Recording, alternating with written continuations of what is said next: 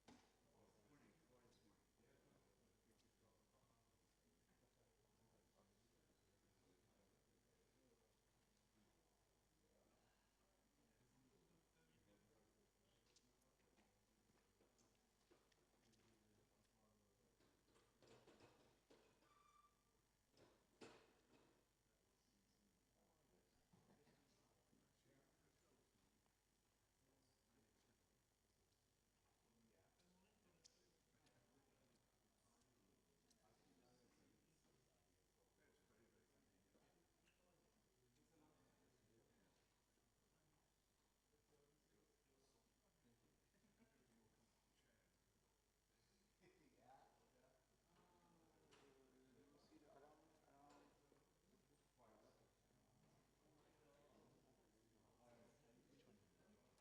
Sorry, Adam Retter. Yeah, because I don't know if I don't know.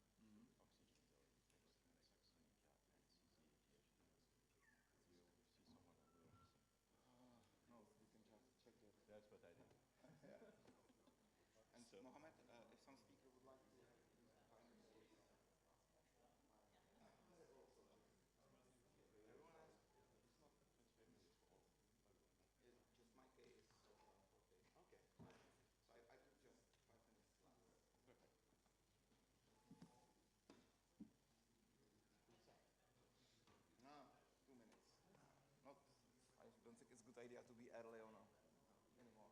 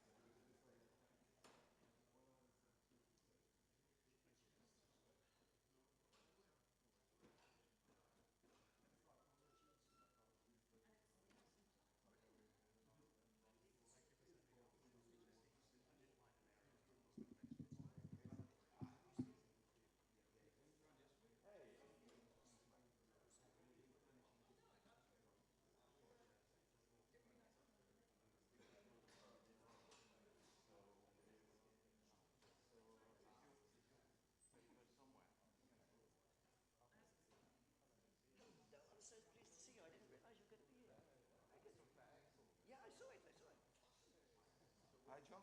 Would you like to use share computer? Because I don't think you wrote me, send me the presentation. Also, you can use this one. Should be put here. 1, 2. Do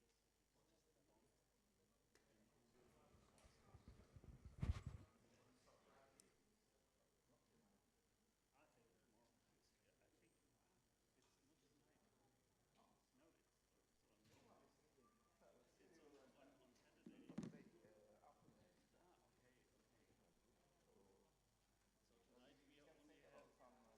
Yeah.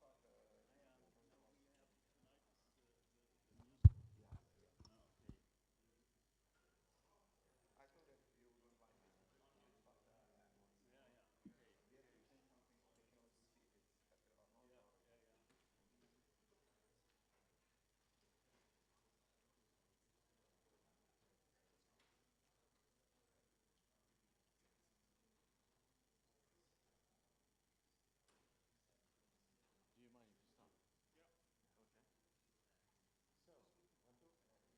So, 1, 2. 1, 2. Hello, everyone. Welcome. Is everyone awake? Yeah, okay, great.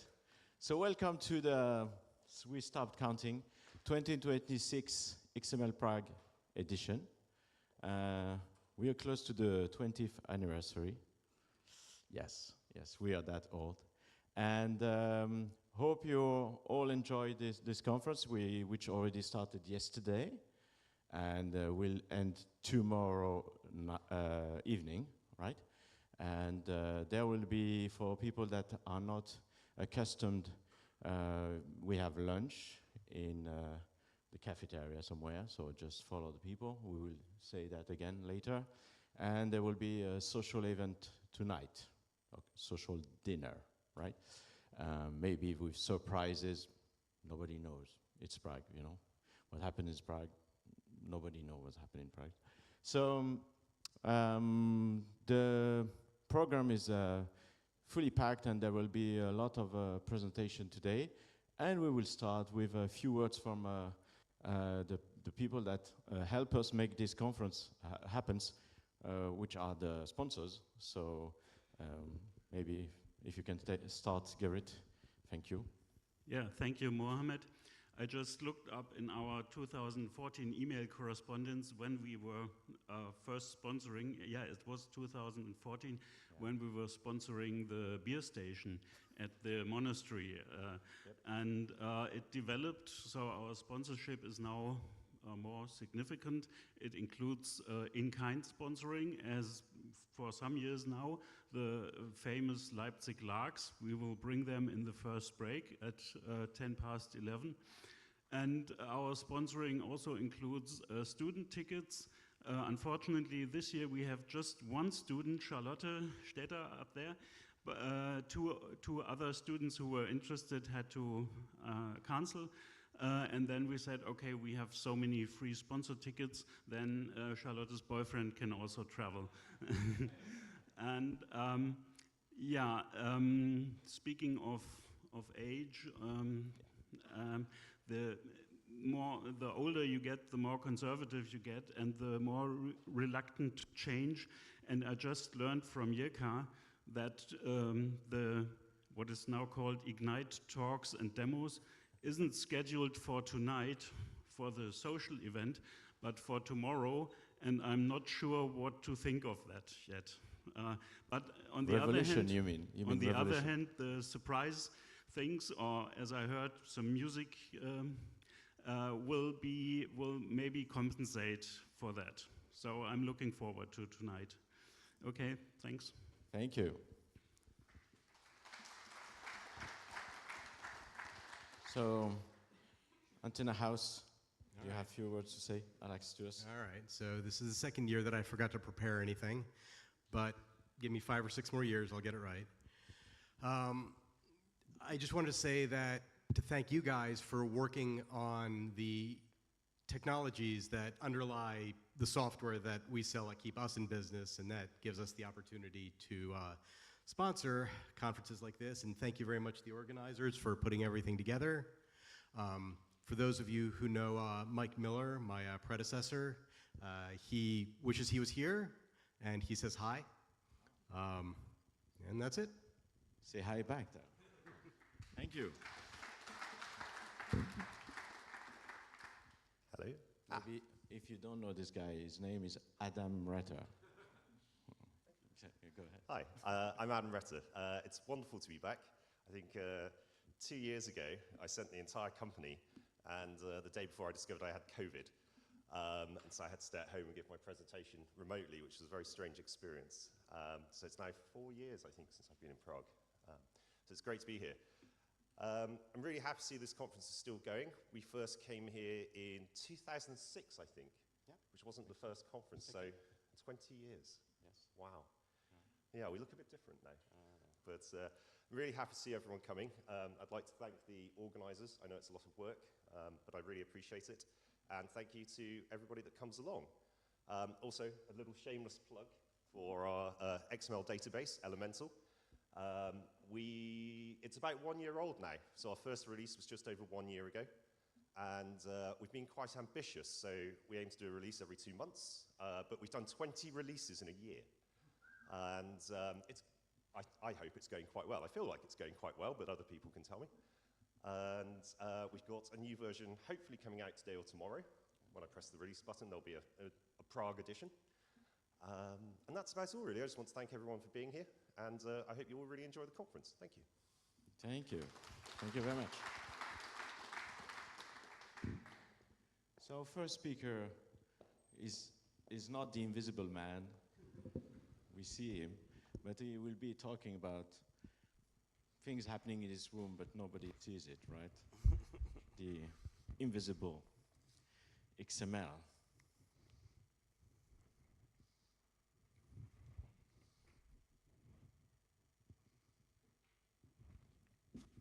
Good. Good morning. So, yeah, I'm the opening speaker, which is good for me, and not sure about you, but I hope you can stay awake. So, IXML, it seems to be doing quite well. There have been lots of papers about it at different conferences. We had our first IXML symposium this February, and what we've noticed is the usage of IXML has been increasing over an enormous and, for me, unexpected range of applications. And what that has meant is that lots of people have been coming up with new use cases or requests for features. And these get either noticed by or passed on to the working group in charge of IXML. And then it's up to us to try and work out how to put those into the language or what to deal with the use cases. So what I'm going to do is talk about some of the current use cases. Now, notation design is actually quite hard, and I've been involved with lots of different notation designs. There are a number of different streams in notation design. One is the kitchen sink design, where you just add everything that people ask for, and I would say that Perl is an example of that. Or there's one where you do requirements analysis and you try to find unified, consistent ways of satisfying those requirements. And I would say that Python is an example of that. For instance, they have the Zen of Python document, which explains the methods that they use for design. Anyway, Einstein is quoted as having said, although I can't find where he actually said that, everything should be kept as simple as possible, but no simpler. And that should be one of the aims of designing, not adding multiple mechanisms to achieve the same result, but design from the use cases, not the features. So anyway, let me talk about the current state and the things that we're talking about within the working group. So renaming, in IXML, an IXML rule does two things. It recognizes the input syntax, but it also then has details about how that resulting parse tree should be serialized. And what that means is that the name of the rule is also the name of the serialized part. And that can be problematic if you have two different input syntaxes but with the same serialization, then they by definition have to have different names on the output, and that's not always exactly what you want, especially if they're really the same serialization. So renaming has actually already been agreed on within the working group. This is in the drafts specification for the next version. But what you can do is you can say that a particular rule has a different name on the serialization. So as in this case, a rule is called date, but it's serialized as element D. There are some examples you can find. The slides are online. You can, and the paper is online, so you can find these links to papers where it's used and where it's defined. Modularization. So what we've noticed is there are some very large grammars appearing, and one of them is for XPath 4, for instance, with 350 lines and 200 rules. But there are also grammars being written with common subparts, for instance, for URI or for XPath expressions. So modularization, which is still only at the proposal stage, allows you to split grammars into smaller parts and say this part uses that part. It allows you to specify which rules may be used from by other grammars. It specifies which rules are usable from your grammar, but it also protects you from name clashes, so that if you've got a rule in this module and a rule in this module with the same name, the resulting grammar is guaranteed not to clash. So here is the actual definition of a module, so just showing in use. This is the definition of a module, and it says we're using IXML name SRS from the IXML definition, we're using IRI from the IRI definition, and we're sharing the rule module and nothing else. So all the other rules are protected, nobody can use those, and there's guaranteed to be no clash. So there's a paper from Markup UK 25 where this is fully designed, and Norm has also proposed a slightly different version. Round tripping is about recreating an equivalent input document from the output of XML. So you've produced an output, and you might have changed that output in some way, and you want to get back to the original document. Now, in general, that's not possible to get the exact same document, but what we've found is that you can get a document that will produce the same output. So you can round trip not character by character, but at least output by output. The output is always guaranteed to be the same. We do that by transforming the grammar that's produced, into a grammar that recognizes the output and then produces the input. There's only one implementation to date where that's by Alain Couture, where he calls it creating the canonical value, which a clever thing, because what you do is you get your original document, you round trip it, and then you get a document that produces the same output, but every time you go that round trip, you get that same canonical version. An interesting corollary is that here's the pattern. You start with your original document T, you send it through your grammar, and you get your output document T, the XML. G dashed is the transformed version of the original grammar, and so you transform that grammar, and that produces a new version of T, slightly different but canonical.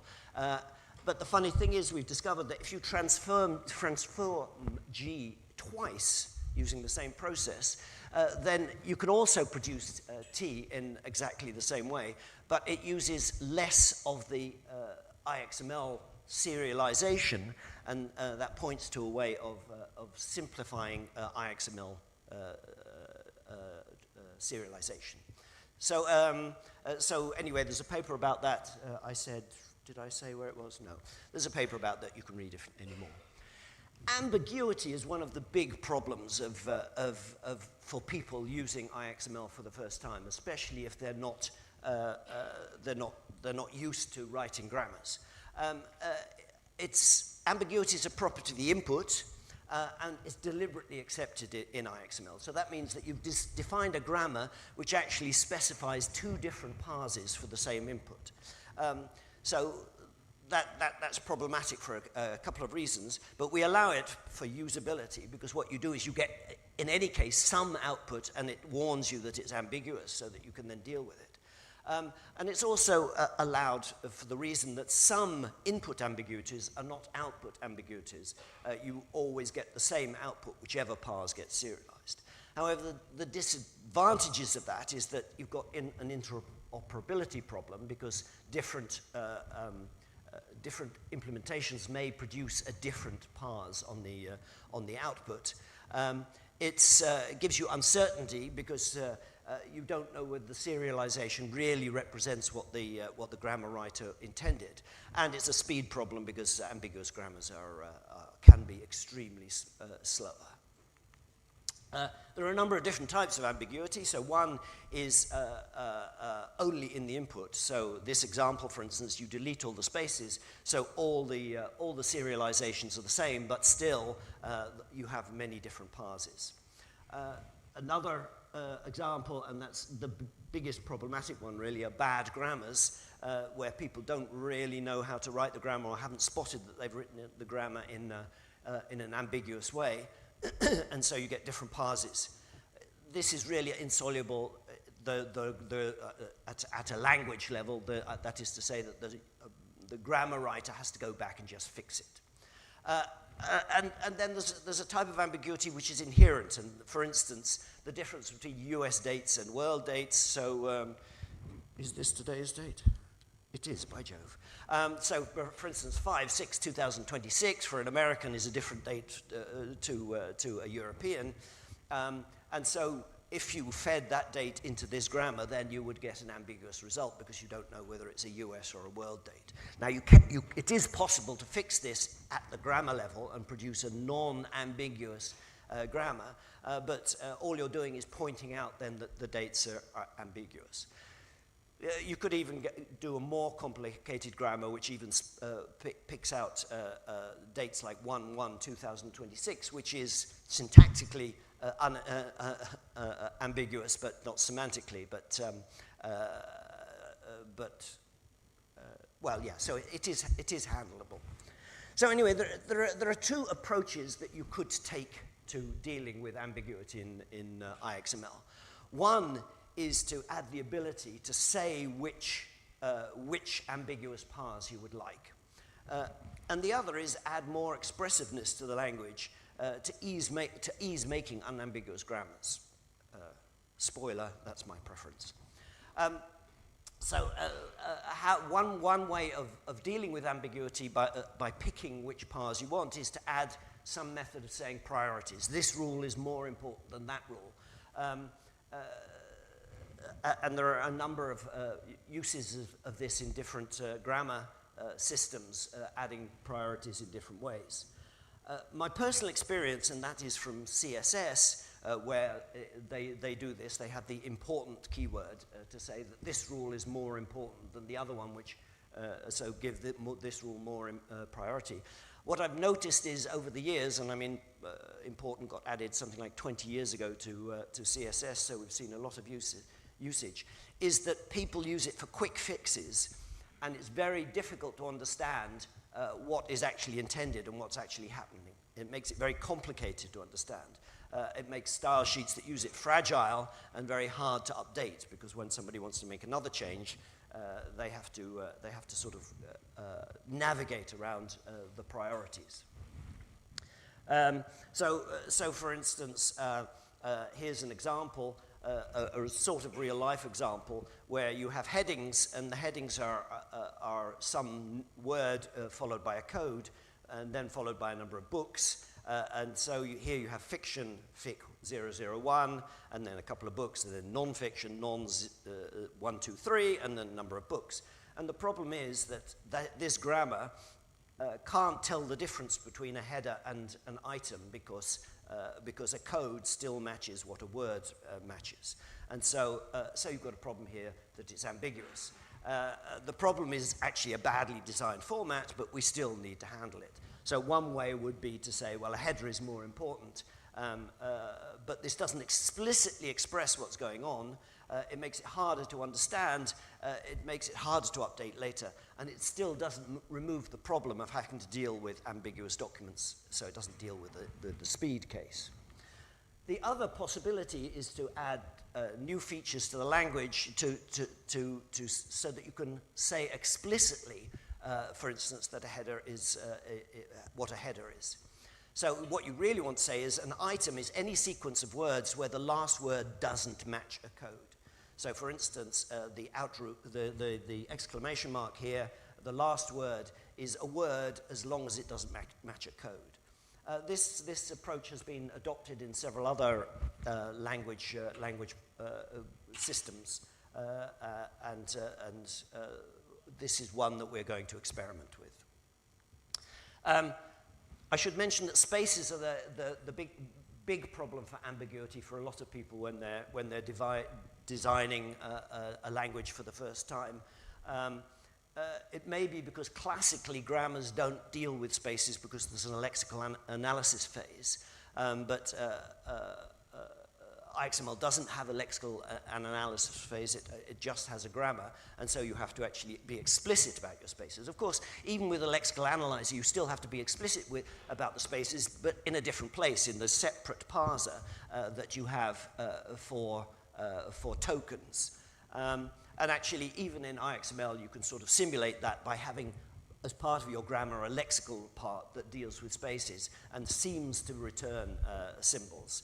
This is a technique that I think needs to be described better in the future for users of IXML, so that they know how to deal with spaces better. It would be imaginable that you could maybe do something special for spaces with IXML, but in fact, there are very few languages, even IXML, for which spaces are completely meaningless, as it were. But almost every language spaces are relevant somewhere, and you can just have more of them, but that you can skip. But the spaces actually have an effect. For instance, in CSS, p.note and p space dot note have very different meanings. So there the space is very relevant. There is a study for more than a decade in grammar circles about lexiless parsing. If you want to know about it, search for scanless parsing or lexiless parsing. So in the old days, we had lexical analyzers because you needed them, because you couldn't do things like LL1 without a lexical analyzer.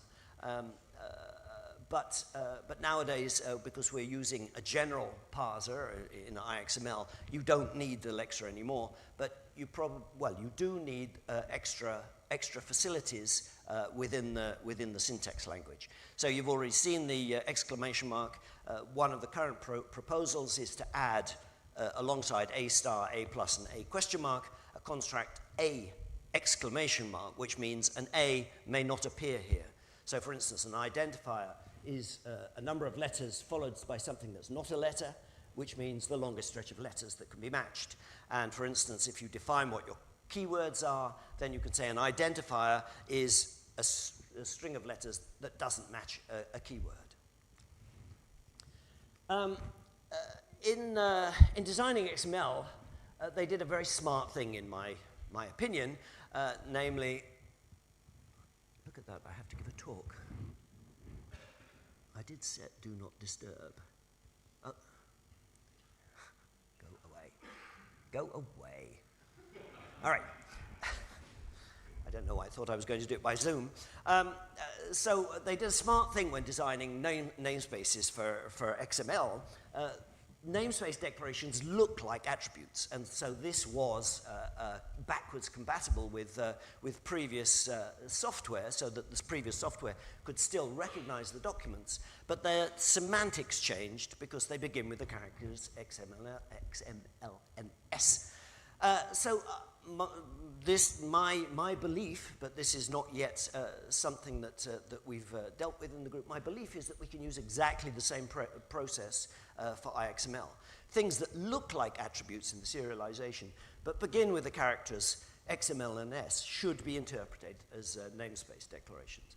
For implementations like my own that produce textual output, this adds no extra processing, but for implementations that go directly to an internal XML form, they then have to recognize those attributes and handle them appropriately. So that means, for instance, if I said here, HTML is XHTML namespace, a head and a body, and then XHTML namespace, which has the form of an attribute, is just this string, then that would give me, on the serialization, XHTML, XMLS equals blah, blah, blah, blah.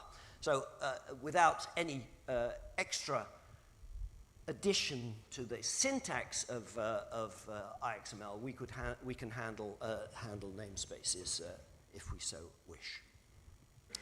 A problem for beginners coming to IXML is that they often have idioms internalized, as it were, that they've learned from similar systems. And an example of that is greedy matching used in regular expressions, where you have A to Z star in a regular expression means the longest possible stretch, whereas in grammar systems, it means any stretch of characters within that context. So this trips a lot of beginners up. Now, it would in principle be possible to introduce a separate notation to cover this use case, for instance, and this is just a proposal that I've just invented for this slide. For instance, A to Z, greater than, which then for consistency would have to do the same thing for separated repeats. But as you've already seen, the exclamation mark construct already allows you to specify this is something that has to be, where the usage has to be compared to see which is more suitable. Grammars in IXML have extra constructs available, not in other languages, but in particular in traditional languages, and that means that traditional parsing techniques don't cover how to deal with those extra constructs. But Well, as we point out in the specification, you can convert those extra structures into regular grammars that don't use those constructs. So, for instance, the repetition with separators, you can just transform into a grammar that doesn't use that construct. Now, some grammar systems allow the specification of numbered repeats, saying, for instance, 3 of these or 1 to 4 of these. For instance, ABNF allows 3-digit, which says 3 lots of digits, or it allows 1 star 4-digit to specify 1 to 4 digits. There aren't very many grammars, actually, that require such a notation, so it's syntactic sugar, but it would be easy to transform a grammar using such a construct into one that doesn't use it. Surprisingly, a contentious issue is how to address individual pieces of software from a grammar. Software occasionally provides a mechanism for instructing a processor to act in a certain particular way. XML, for instance, has processing instructions, which consists of a target and content, where the target is just some word and the content isn't further not specified. They're typically a type of comments that they don't alter the semantics of the language, but instruct a mode of operation to the processor. There has been a paper in the past which used pragmas not only to address individual software, but also as an extension mechanism, which I believe was dangerous because it conflated 2 aspects which would undermine the interoperability of XML.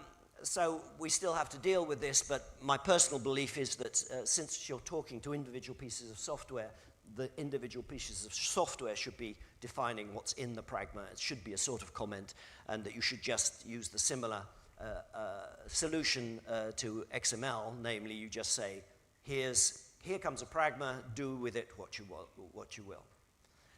And finally, versioning.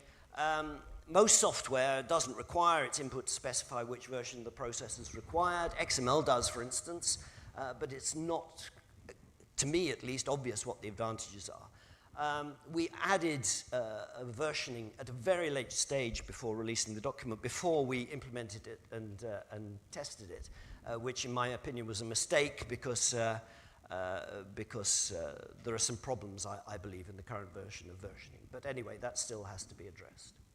So my conclusion with 2 minutes to go, good cooking takes time, and so does good design.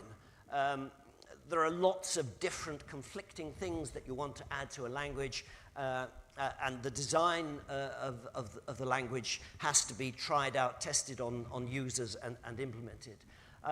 The design of the first version of iXML, which I first presented here in 2013, I think. Yes, I think it was here. Went through several iterations before we ended up with version 1.0. The next version, 1.1 or 2.0, whatever we're going to call it, has many and sometimes conflicting requirements that we need to resolve and implement and test, and so that they mesh well together. Thank you.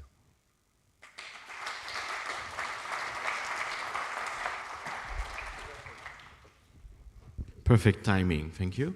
So we have plenty of time for questions. Oh. I see one there. Any other? Thank you, Stephen. As a member of the community group and an implementer, I think that was a nice summary of a whole bunch of things that are being discussed. I think it would be reasonable to say that a number of those items, your position does not represent the consensus of the community group at the moment. Absolutely not. Absolutely not. No. In particular, the approach to namespaces is not one I remember discussing and fills me with horror. The other thing I wanted to say is... Did you say you don't remember discussing it? I don't remember discussing it. I'm not saying we didn't. I may have missed the meeting, but I remember it very, very, very well. And the other thing I want to say is that your position on pragmas is very different from my own, and we spent a long time going through a detailed set of requirements for pragmas, so I think that that's a subject that we may need to come back to. Absolutely. All of these topics, except for the ones where I said this has been resolved, have not been resolved and are still subject of discussion. So, time for second question. Thank you very much. I also have a question on the pragmas, because something that strikes me always when it comes to XML is that notations are string-based and they lack a certain flexibility. And so have you considered using iXML as the content for pragmas, so to build a recursive layer? Yeah. Actually, iXML is used as a recursive layer on itself already. So the language of iXML is defined using iXML. So absolutely, yes. Every part of iXML is defined with iXML. Okay. Any other question? Yeah. This is more of an abstract. Well, it's a question about the abstract content of what you said, but I think it is actually an important issue. You said that ambiguity in iXML is always a property of the input, and we had a long discussion about this on the mailing list, where I said that the ambiguity is always a property of the grammar because the input has no structure until you apply a grammar to it, and ambiguity is therefore a question of which structures are in the grammar, whether the grammar licenses the possibility of more than one parse, and whether it licenses the possibility of more than one parse on the same input. And so the ambiguity is always a property of the grammar, which I think is a good thing, because I think if we think about our inputs as inherently ambiguous, it leads us to a false sense of what is possible with iXML. Would you agree with that? Well, I mean, I see your point of view that I mean, my examples of badly written grammars means that the ambiguity comes out because the grammar is badly written and the language isn't inherently ambiguous, but is being made ambiguous by a bad grammar. So I think it's a point of view which I can see the point of view. But sorry, I'd like to clarify. I wasn't actually talking about those examples. I was talking about beforehand, where at the beginning of talking about ambiguity, you said ambiguity in iXML is a property of the input. And what I'm saying is I don't think it is. I don't think it's ever a property of the input. It's always a property of the grammar, whether or not the grammar is deliberately ambiguous, as it might be.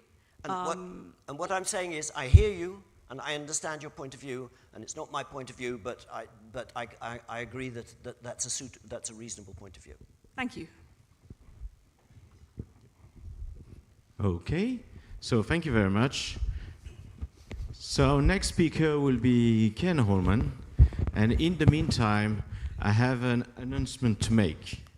So, as Gerrit mentioned it, we have what we call this year the Ignite Talks. Oh, I have to read it because it's the first time we spell it that way.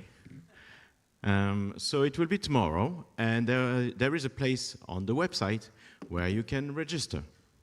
So please, if you have some ideas to Ignite, it's the Ignite Talks is on the website, and you just have to click and register. And I think our first registered is Michael K, maybe, I think.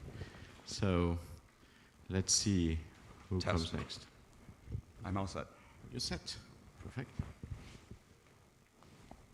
Yeah, thank you. So it's not showing up. It's okay. Yep.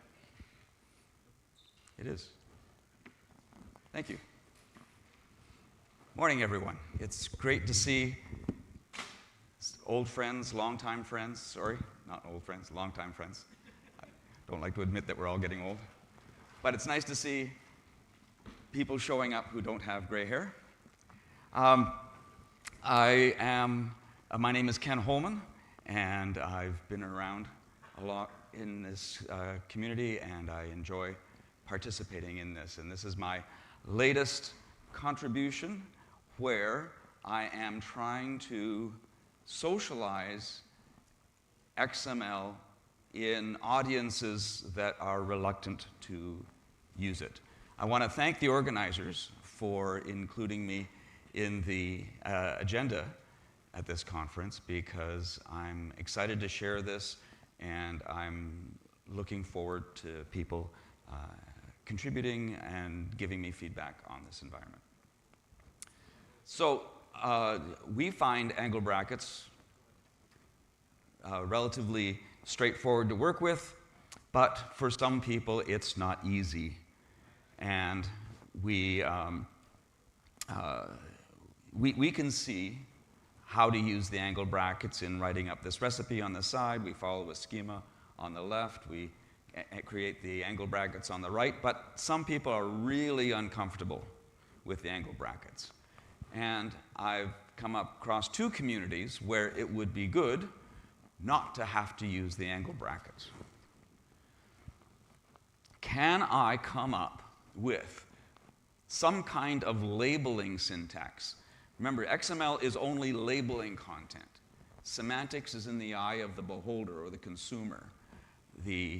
What it means is based on how you interpret the labels. What the syntax is doing is only labeling the content. So, can I come up with a way of labeling text with or without white space in order to be able to create this XML document on the right, according to the schema on the left? Can I just put in simple text into a text file, send that to a process, and either get error messages or an XML file back?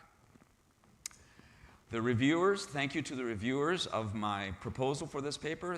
They said, well, what about existing technologies? Why come up with something new?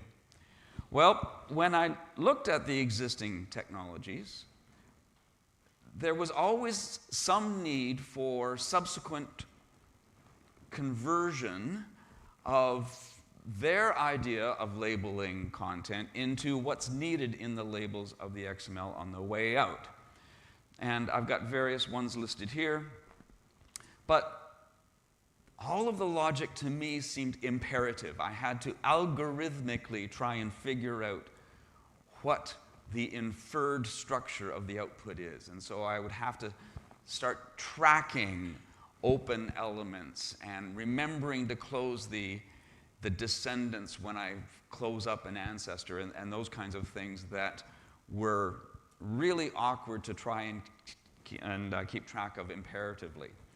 But relatively new, not new, but relatively new to XML is invisible XML. And I can now use a grammar to describe the outputs and do that declaratively so that the processor, the grammar processor, can keep track of all the descendants that need closing as I close out the ancestors.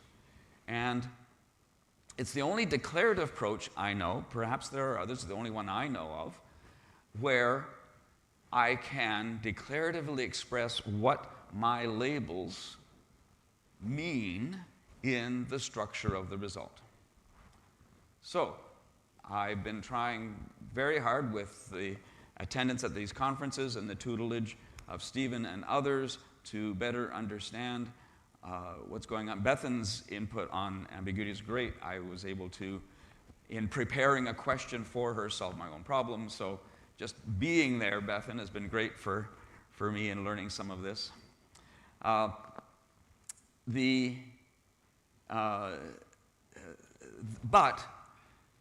the two vocabularies, the first of the two vocabularies is the universal business language.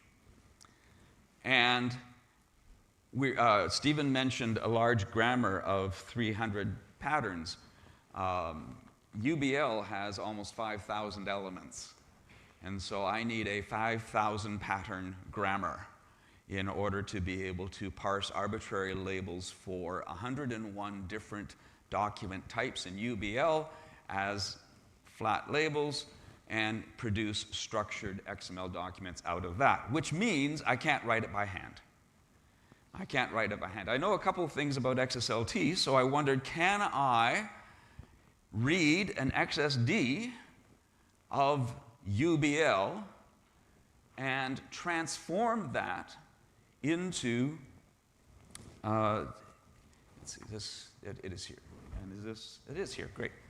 So, can I transform an XSD into a grammar and at the same time make it easier for my audiences to be able to use the labels. Not to use the XML, but to use the labels, because labeling is something I think can be straightforward to teach. So, can I combine an expression of labels with the schema expression, produce the grammar, which is then input to the processor, which takes the authored text, produces an intermediate XML. This cleanup, XSLT, converts that to the final XML, and the user can validate that as being conformant to the model. And if they don't have XSD, well, there's this wonderful tool called Prang, which can take DTD and RNG and give me XSD for this process. Do you remember the 4 kinds of schema designs? Well, Russian doll is out of scope, and I was able to accommodate the others. So, what gets deployed in a turnkey environment for the author is the resulting grammar. They don't need to create the grammar every time.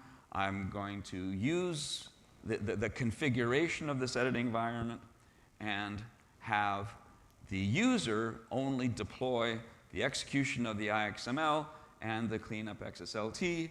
And the cleanup XSLT can, in this case, with use of Coffee Pot, thank you very much, Norm, I am able to interpret the intermediate XML as either an error message, which I can pass back to the user, not in XML. I can give it nice, just text that they can read. Remember, if they're allergic to angle brackets, they really don't want to see any. So I can give the error messages back in text. I can interpret those error messages as best I can to add guidance to the error message, which I do. I add a guidance element at the top of the wrapper of the error and say, well, from what I can tell about reading this message, this is probably what you're doing wrong, and please look at the line and column number that is cited. And if there are no errors, it produces the XML, and then the author can choose to go to the validator. So this is using XSLT to read my recipe schema and synthesize an IXML grammar, which incorporates all of the elements and their content in schema order with labels. This one doesn't show alternative labels, but we'll get to that in a bit.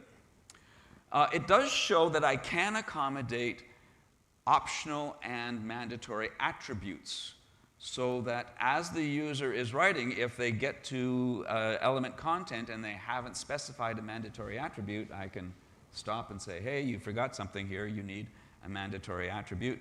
If you specify the same attribute more than once, the last one wins, it's not a syntax error.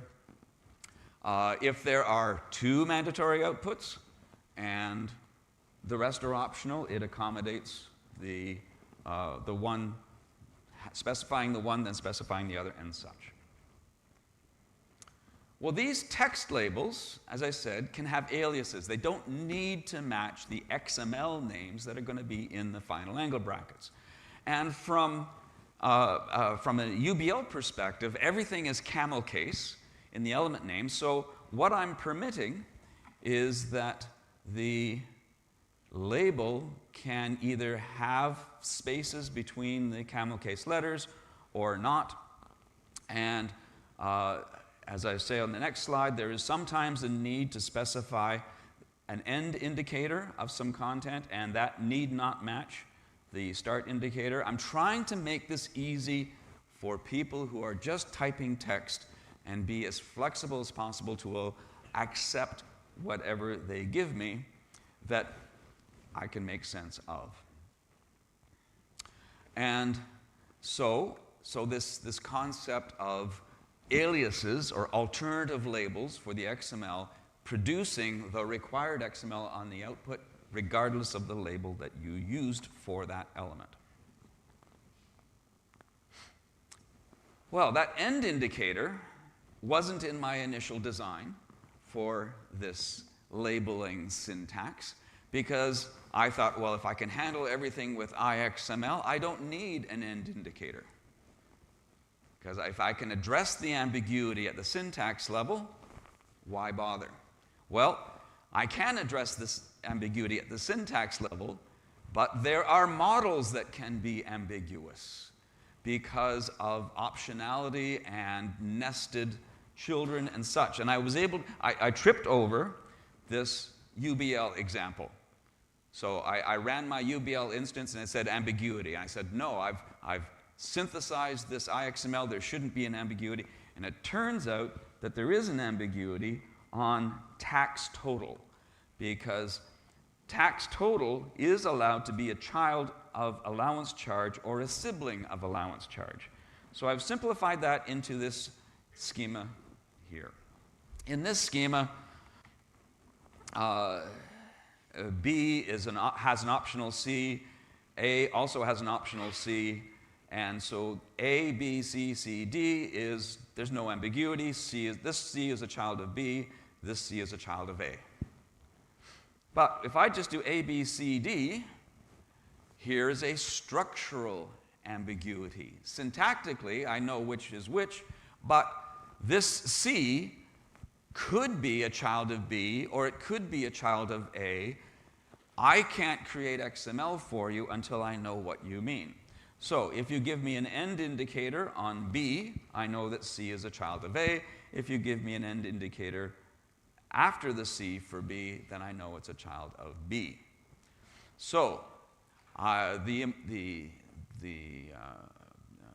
burden on designers of this environment for user groups. So I've created an environment for UBL, and my obligation in UBL is try to document for UBL users where this end indicator is needed to address structural ambiguity. And now, if the user cannot remember, I do permit the end indicators on any element. So if they choose to use end indicators, they can do so, and they don't have to remember. But there's some obligation on me to document for the user group where it's needed. Mixed content really obliges the use of end indicators because you don't know where the embedded content ends. So here's the second user group, and I again want to bring this project to the community's attention. This is a very important project to me. A year ago February, some colleagues of ours were impacted by the US administration's changes to the way the National Institutes of Health is run, and that brought to the world's attention the vulnerability of some of the assets that are used around the world, including the PubMed database.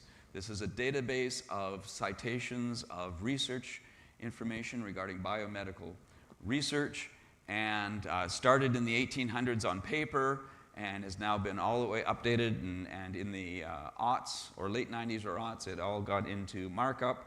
And there is this very, very large database. I talked about it in Amsterdam. You could check my paper there. And in Europe, the German Medical Library has proposed the creation of an alternative to PubMed that is initialized with the entire content of PubMed, but has internationalization built in for submissions, for guidance, for the way, the future planning, the evolution of it and such.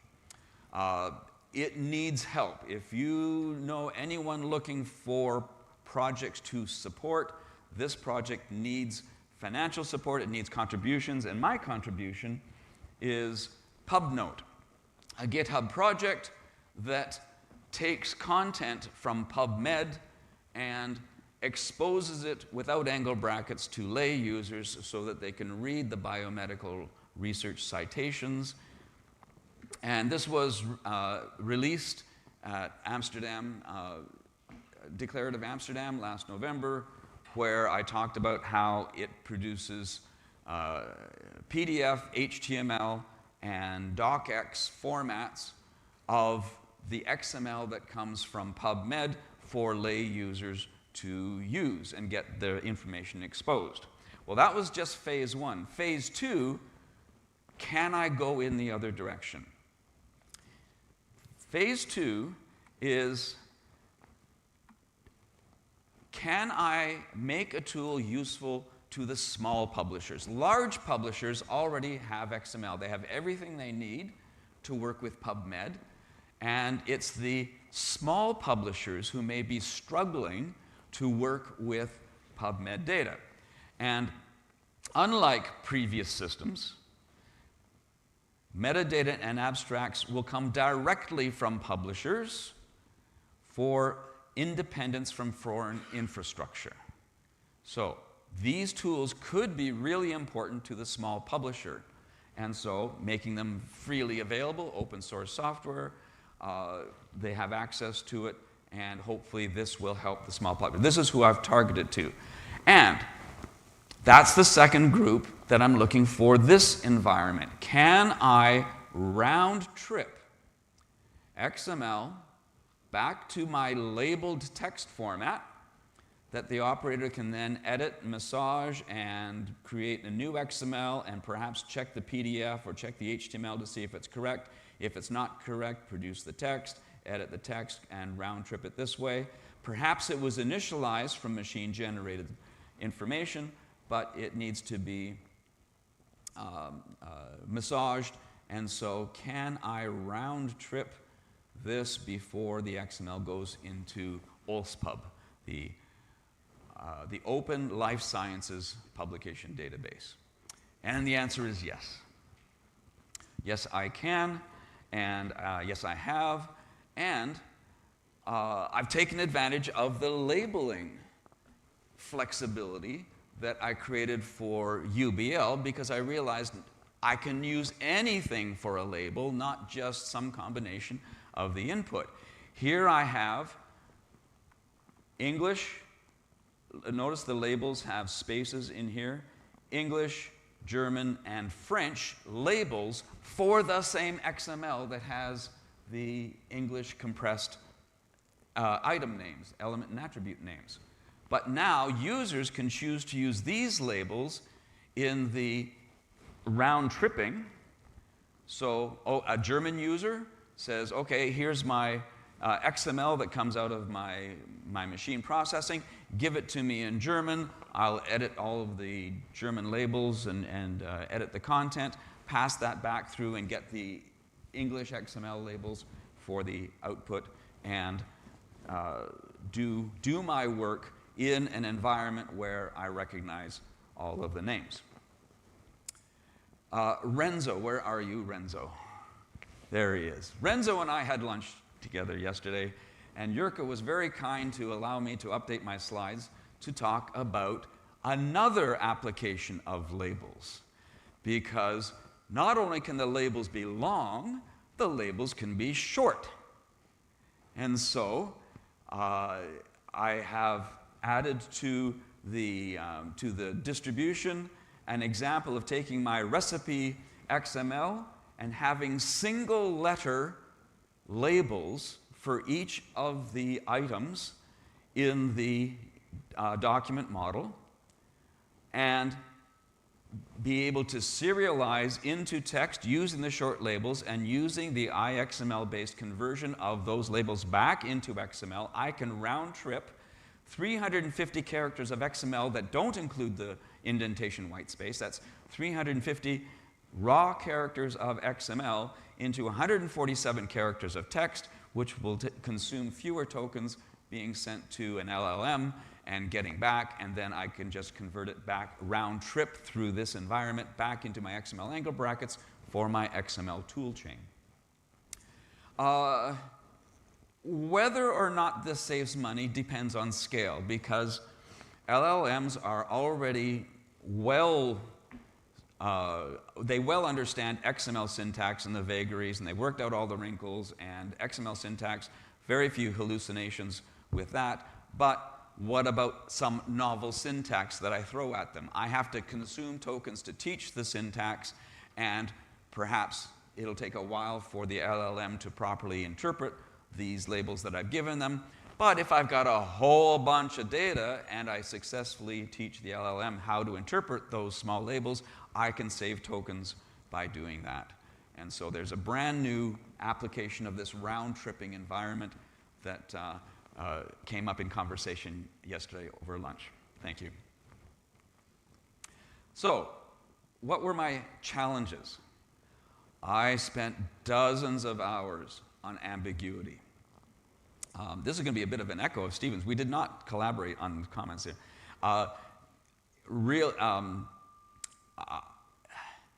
It would be nice if I could tell the processor, this ignorable bit, I've got a dash saying I'm throwing it away.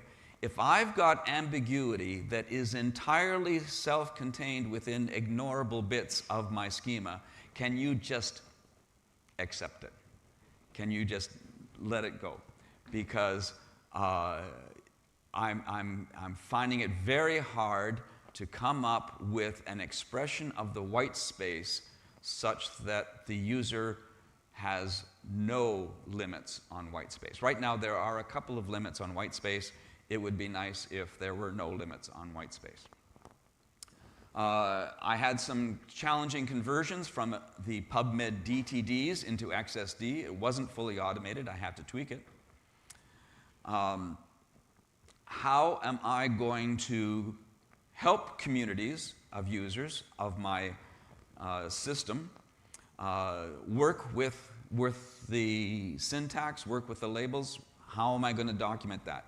How am I going to help non-users, non-XML users interpret this?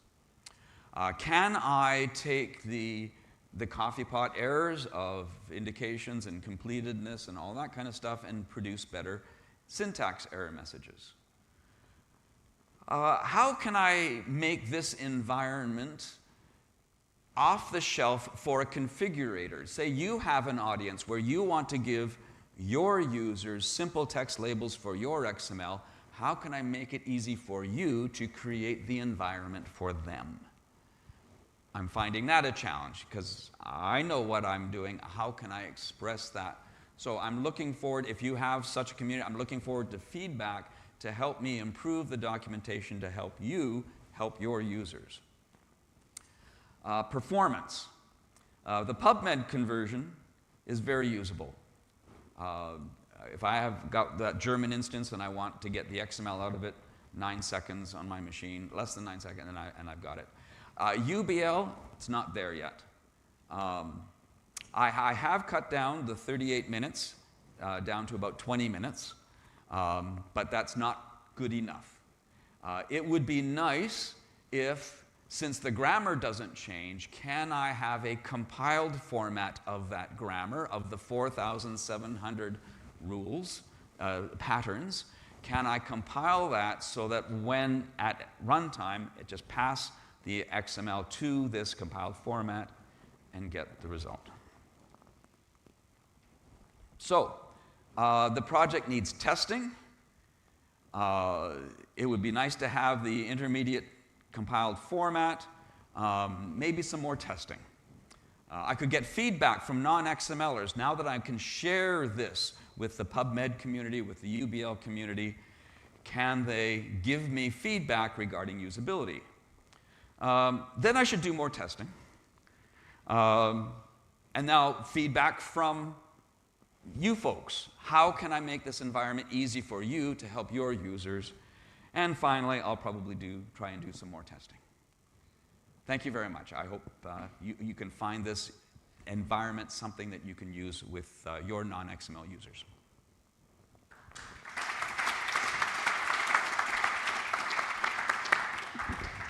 Thank you.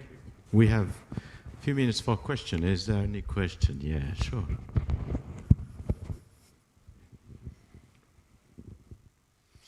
Great talk, thank you. So it's interesting. XML was designed to go from text format to some IXML format, but wasn't designed to go to particular XML formats. But what you've done is you've reversed the process and said, I've got a particular XML structure. Yes. How do I design a flat structure to go to that via IXML? Exactly. And I think that this is a whole area of study, and funnily enough, my paper at Balasage addresses exactly this problem as well. Uh-oh. No, I should have waited. Not uh-oh, I mean, just great.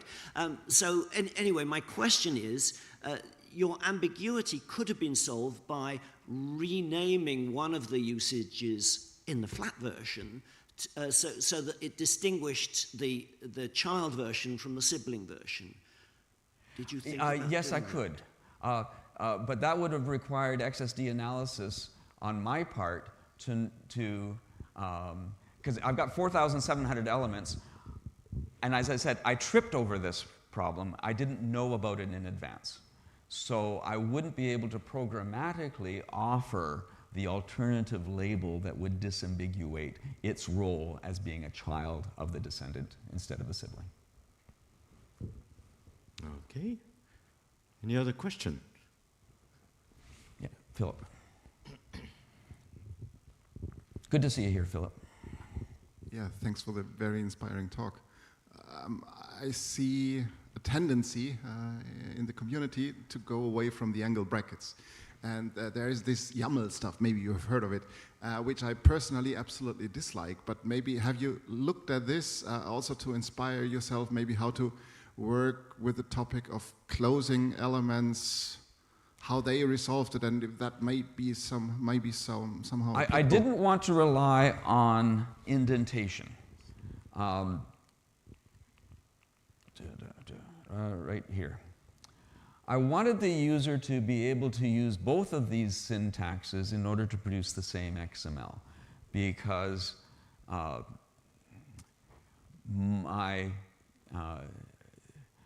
am anticipating that users will be sloppy.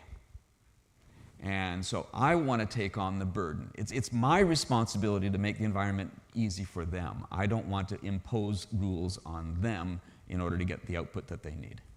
That's my job as a programmer.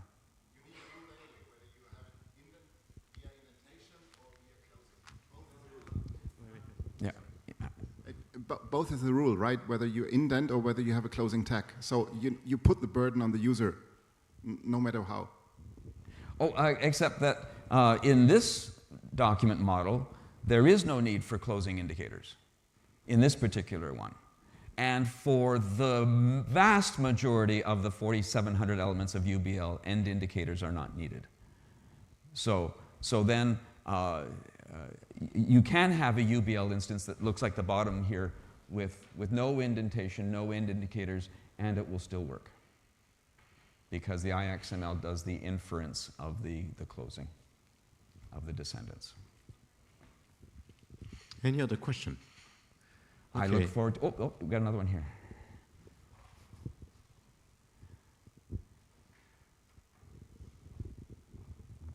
What is 1F87? The bubbles. Do I not show? Here. Can you see the bubbles? It's the Unicode character for bubbles. I imagine the pancake bubbling, so that's why I chose the bubbles. Yes, hi. You've probably already considered this, but it's also on the topic of the ambiguity. Have you thought how it would work if you just had precedence? So, for example, if you have such structural ambiguity as you showed, if you could, maybe if it's to weigh one heavier than the other. I don't think. How would I?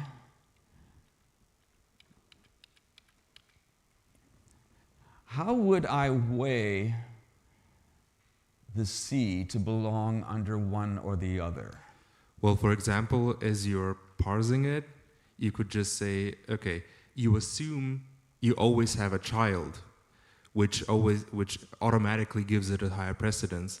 And then if you see afterwards another one that could structurally be interpreted as a sibling, then you bind it as a sibling. Okay, that would have failed the allowance charge test because tax total is allowed as a child of allowance charge. So if I had weighed it heavier than the sibling, it would have produced the incorrect serialization. Yeah, exactly. That would be a biased way to do it, where you have a rule that the user has to adhere to, but it would solve your problem without having to use extra closing tags. I'd have to think about more because I can't quite see how that would be solved. But thank you for those questions. I'm looking forward to the next speaker, John. So, and you will have time during the break to talk about ambiguity. It seems to be the hot topic at this moment. So,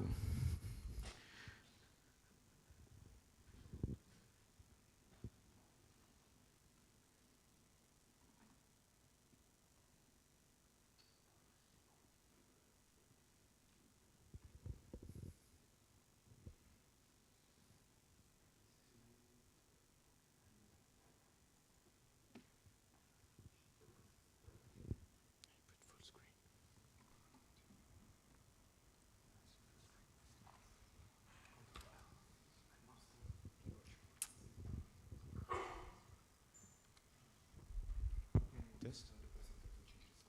Oh. Can you say a few?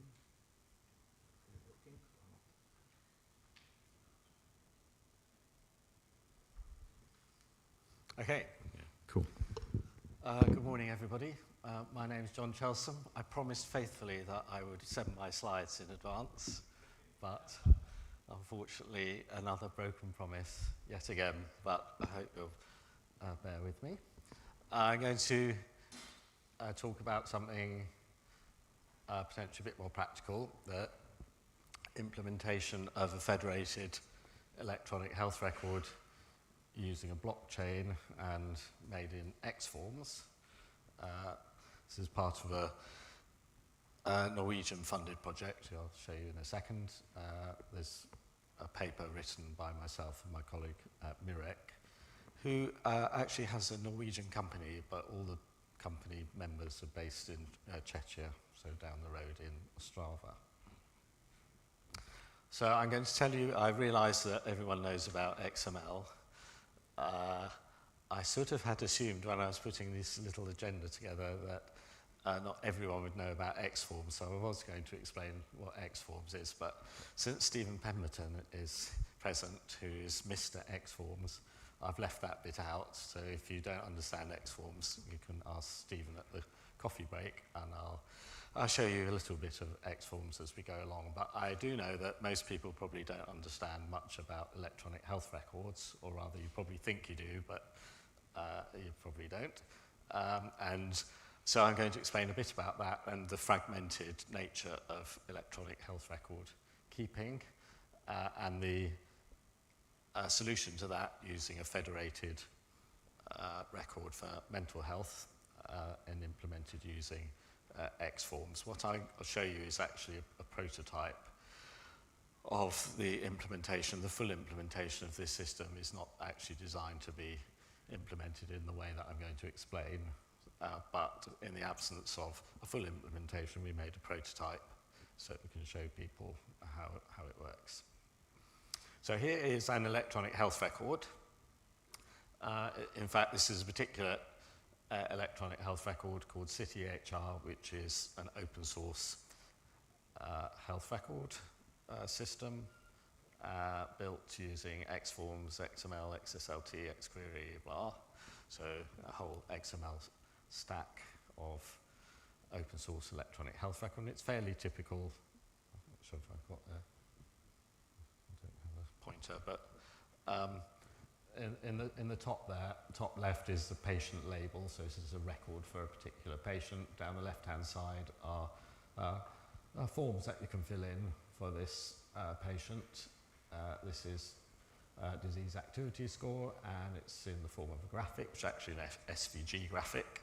And the SVG graphic is made clickable, and you can build up the elements in the electronic health record by clicking on the graphic. And because of the nature of SVG and Xforms, you can take any SVG graphic and basically hotspot its areas to put stuff in the record. That's not the only way to put stuff in the record. In fact, the normal way is what's shown on the right-hand side there, is just to enter the text into fields. Or you can import data into the record, so it comes from other systems, and particularly laboratory information systems and other health record systems, etc. So that's a fairly typical layout of the user interface for an electronic health record. Here's another little screen showing filling in vital signs. So this vital signs is an X form, and the vital signs that are being filled in there come from a model of what information you want to gather for particular patients.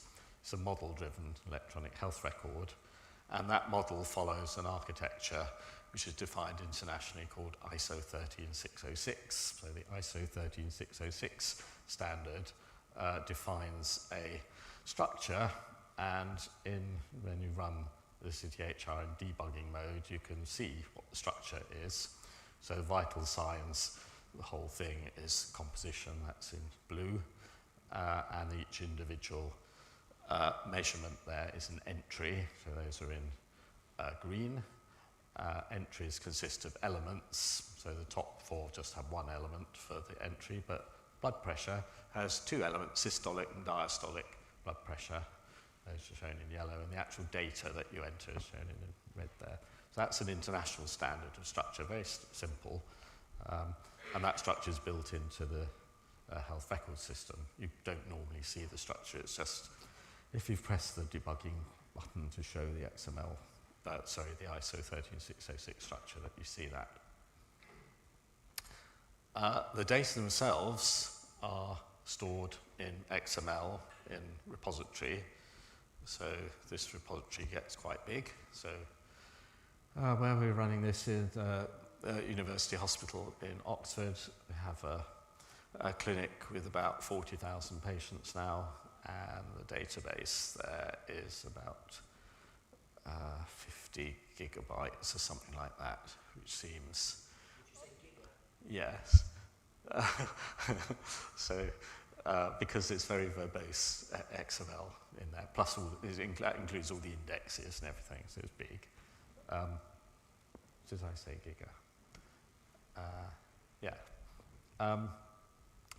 So behind there is an XML structure. That's called the Clinical Document Architecture. That's also an international standard for holding patient records in XML.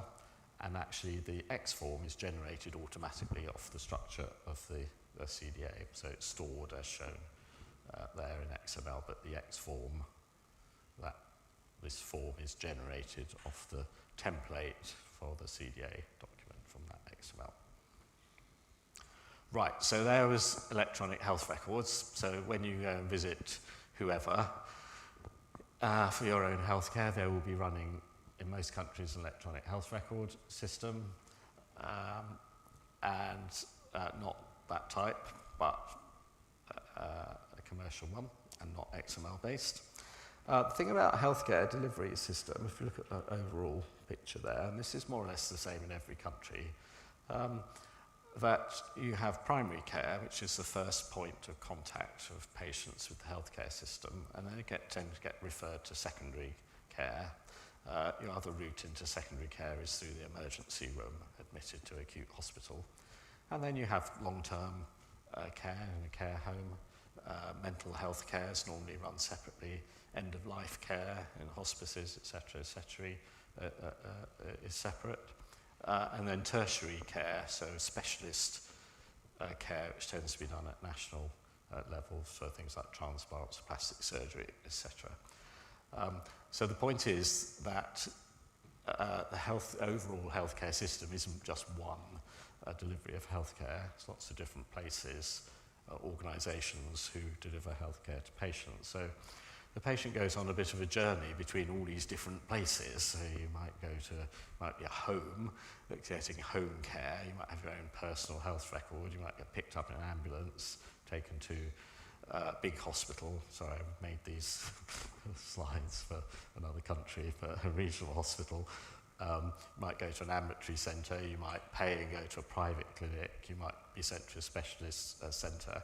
So your personal health care is delivered not by one single entity, organisation, but lots of different organisations in the healthcare service. And unfortunately what happens is that everywhere you go, a little bit of electronic health records starts to build up for you. So you don't have one single health record, you have lots of fragments of electronic health records spread all over the place. And there's two solutions to that. If you're particularly looking at a national level for how do you gather all these bits of a patient's information together, and the two general approaches are the federated approach or the repository approach. And the repository approach, you try and gather all the bits of information together and put them in a single repository and give access to that. In the federated approach, you leave everything where it is in its original systems and try and maintain pointers to them so that you can access in real time from the original source systems. So actually it's hard to say which is better. I've implemented both repository-based and federated-based electronic health record systems at national level. They have their pros and cons. What I do know is that large-scale national implementations of both models have spectacularly failed in lots of different countries. So if you want to say one's better than the other, you can always pick an example where a repository-based approach has failed spectacularly, or similarly if a federated approach has failed spectacularly. So I guess the jury is out on which is better. So what I'm showing today is a federated health record. So it's the one where leaving information where it is. And this is a project running in Norway called the Valkyrie project. It's run out of the Norwegian eHealth Research Centre in Tromsø.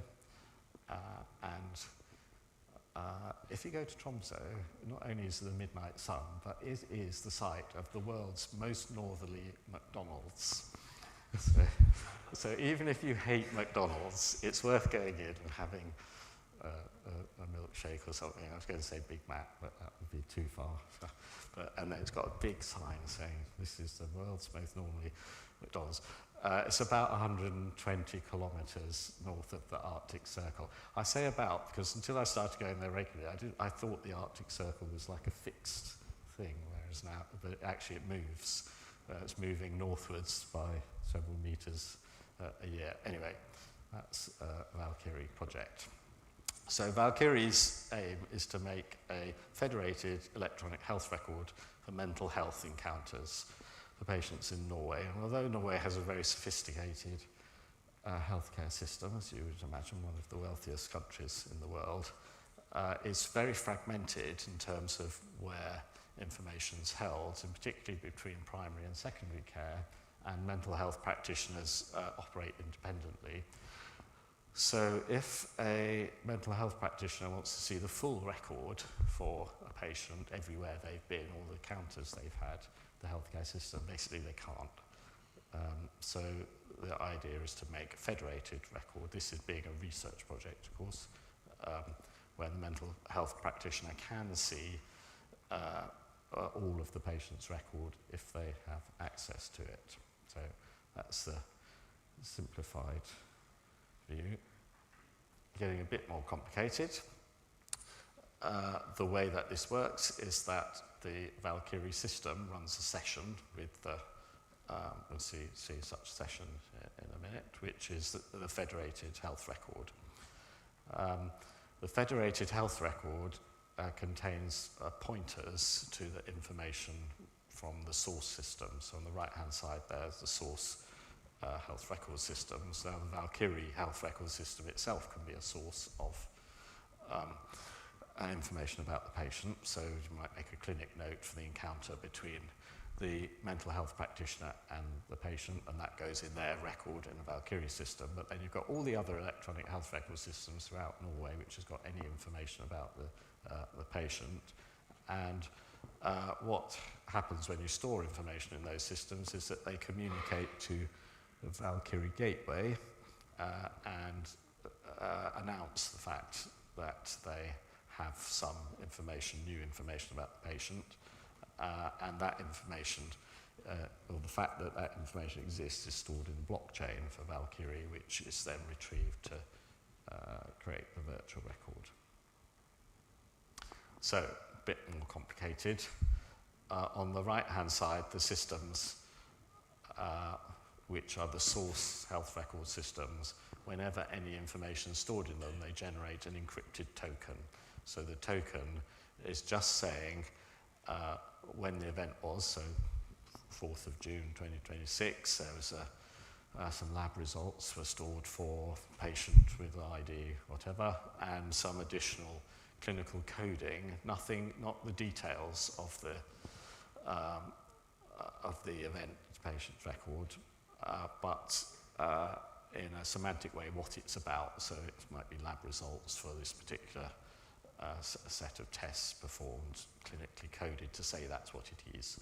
So the token is then produced and encrypted. In fact, it's encrypted in a way I'll explain in a second, and sent to the Valkyrie gateway, which is in the middle there. And then the tokens are then formed into a blockchain for each individual patient. So every patient has their own blockchain.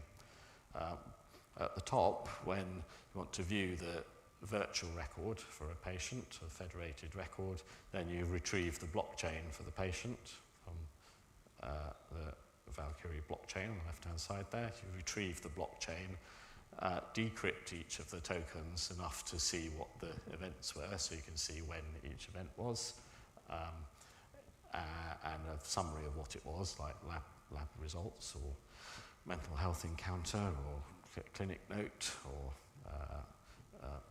maternity visit, whatever. Those details of the date and what the encounter was are then visible.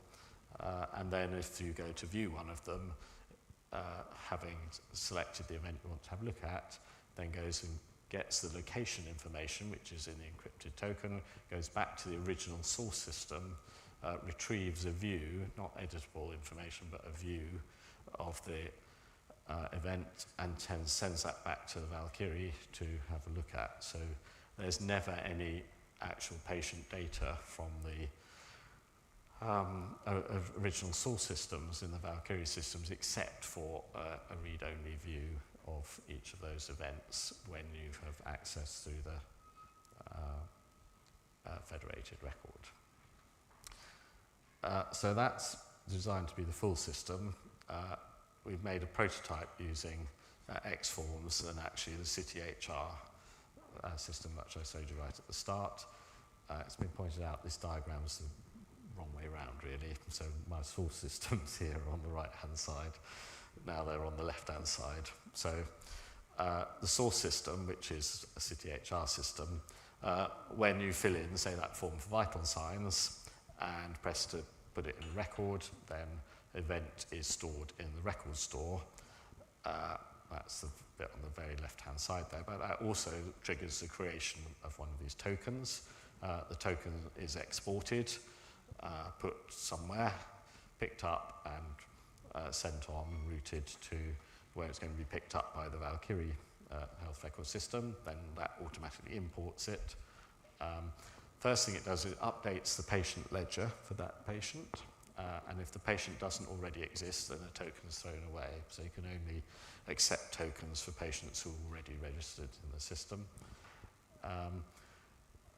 Having updated the patient ledger, then the tokens put in the token store, and the tokens for a particular patient form an individual blockchain for that patient. When you go to look at the health record of that patient, then it assembles the structure of the virtual record from the blockchain, and as I say, then you can click through and view the event from the original source system.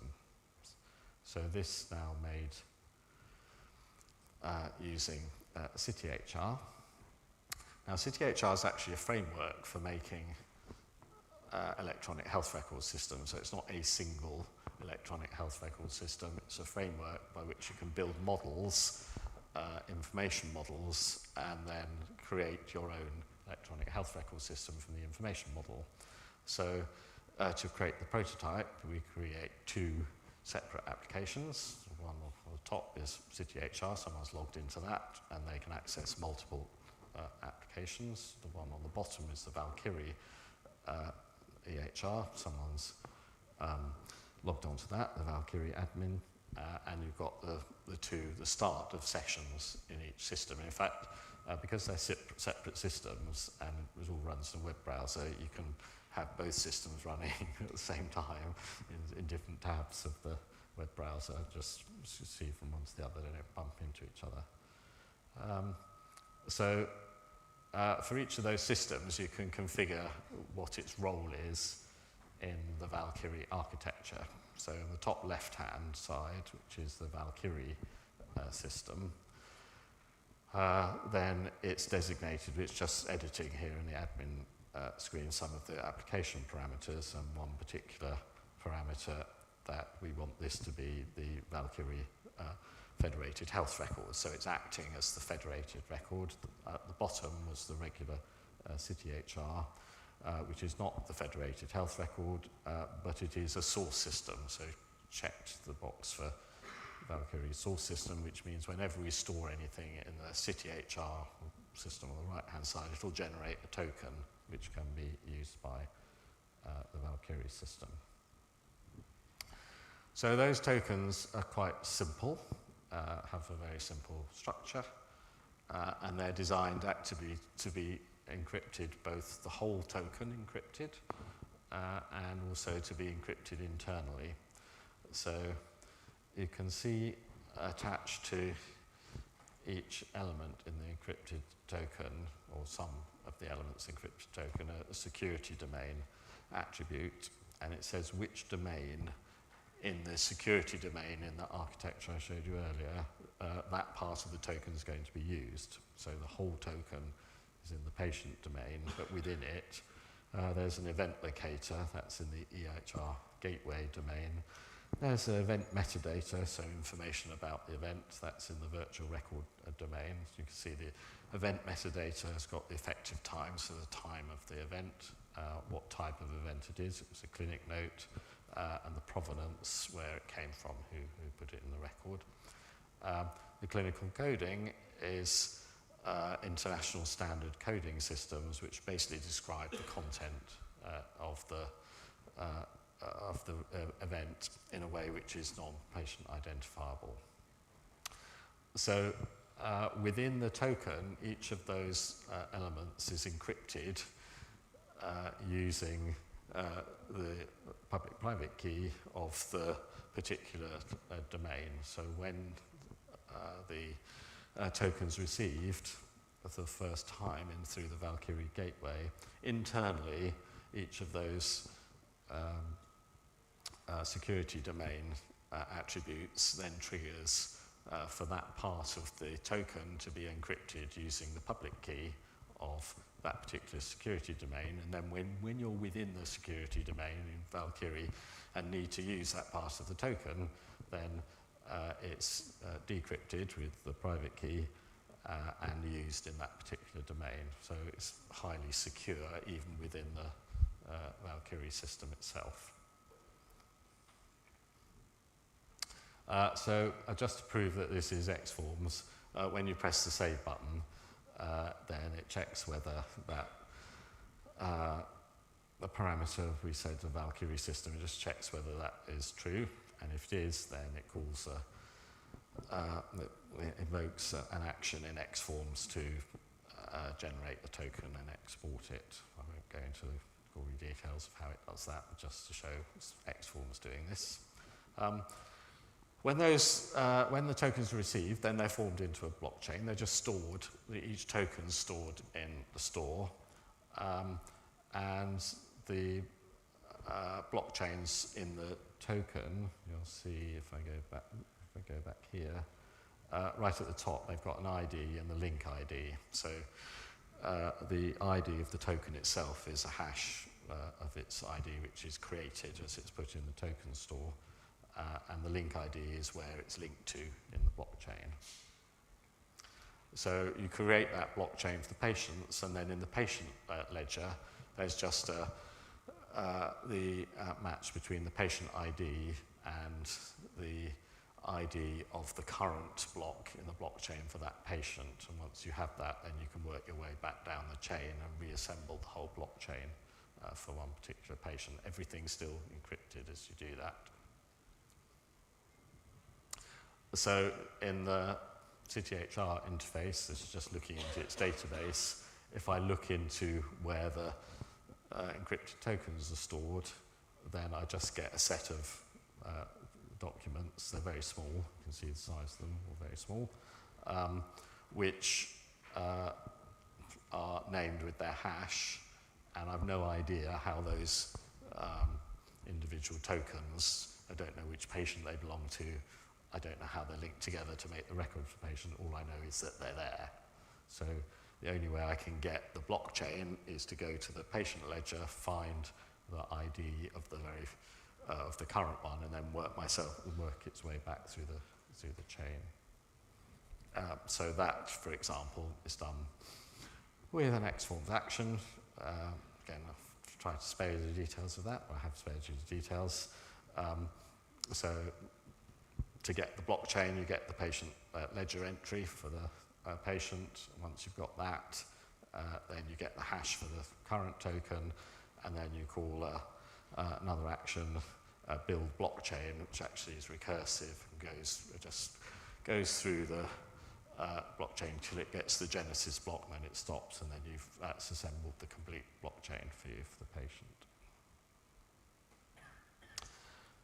So what does this look like then when you've retrieved the blockchain? Actually, it looks exactly the same as if you're running the CityHR without a blockchain. So when you are running as just a regular EHR system, to create the list of events in the record for a patient, you go to their record and you run an X query and get a summary of each of the events, when they were, what type of event it was, and if you are using the virtual federated record, it produces exactly the same XML structure for, if you like, the table of contents, the list of events in the record, but it's retrieved that from the blockchain, so it looks exactly the same.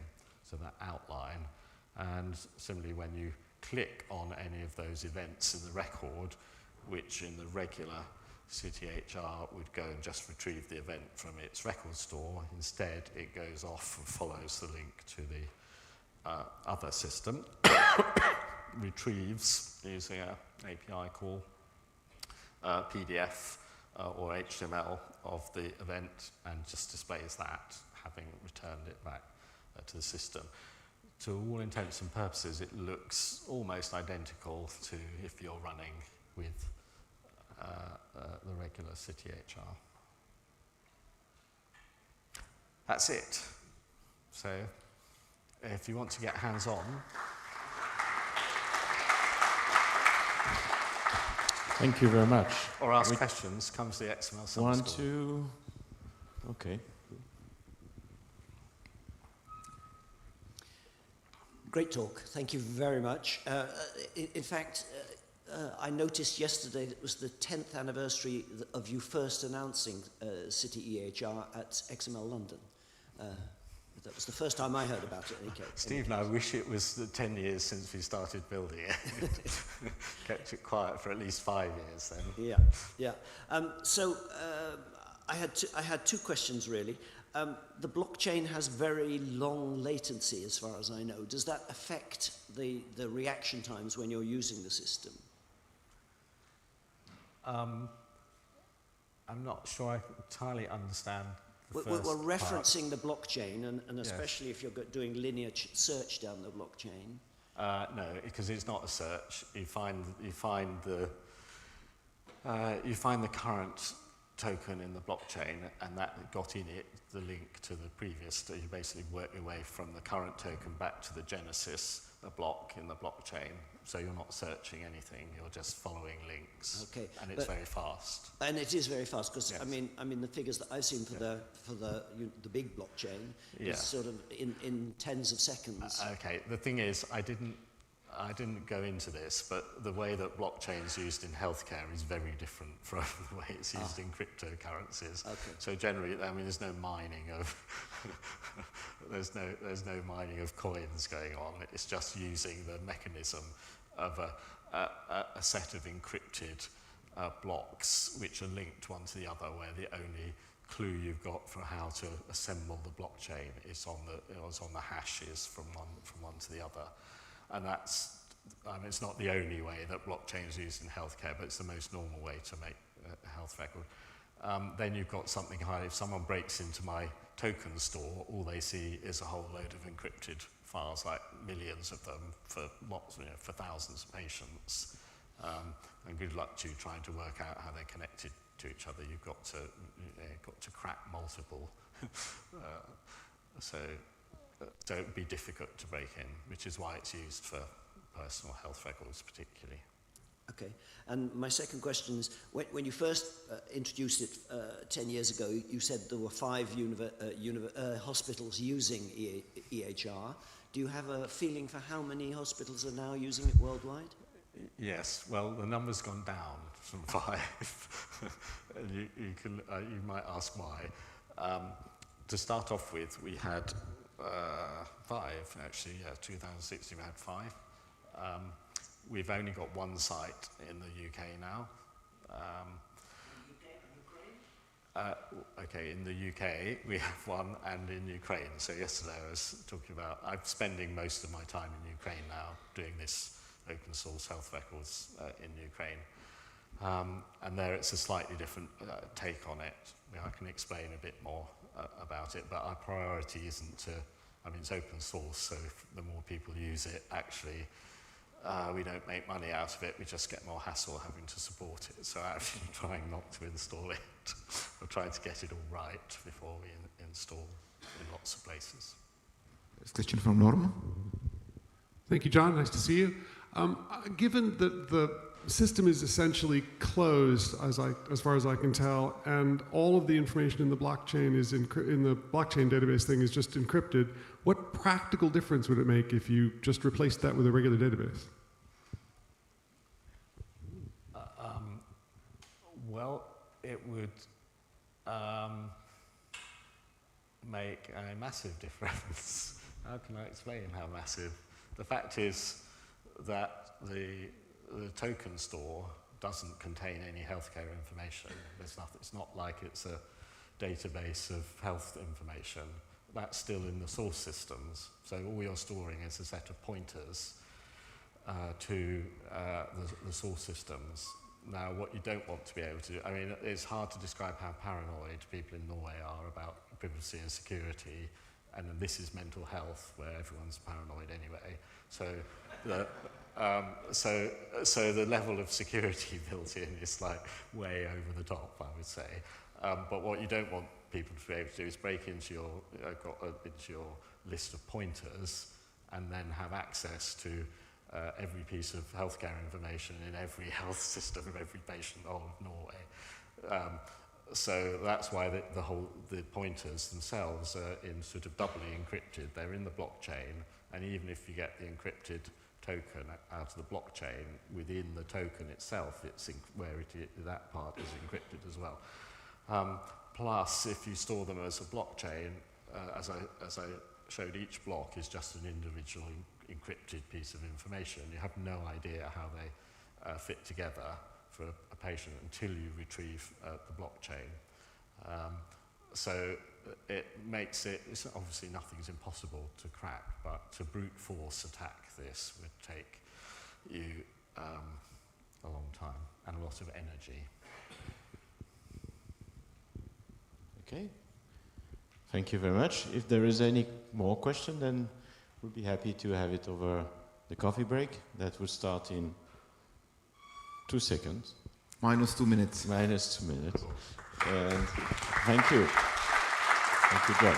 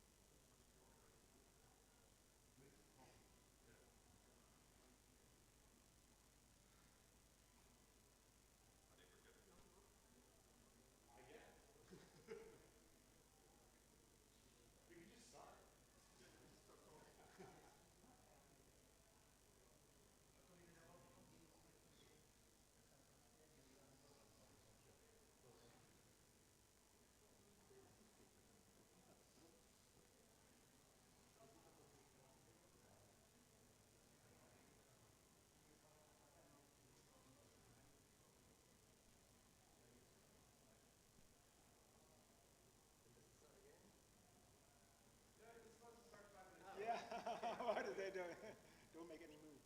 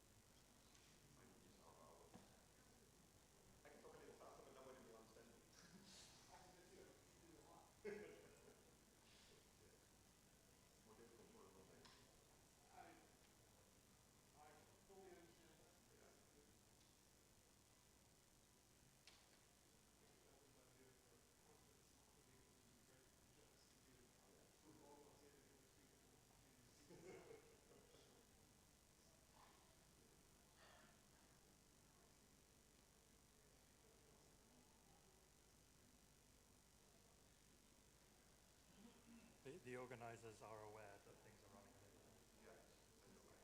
It's a comfortable chair. You're used to it. Oh yeah, my legs. 10 minutes. Put my own microphone on. Thank you.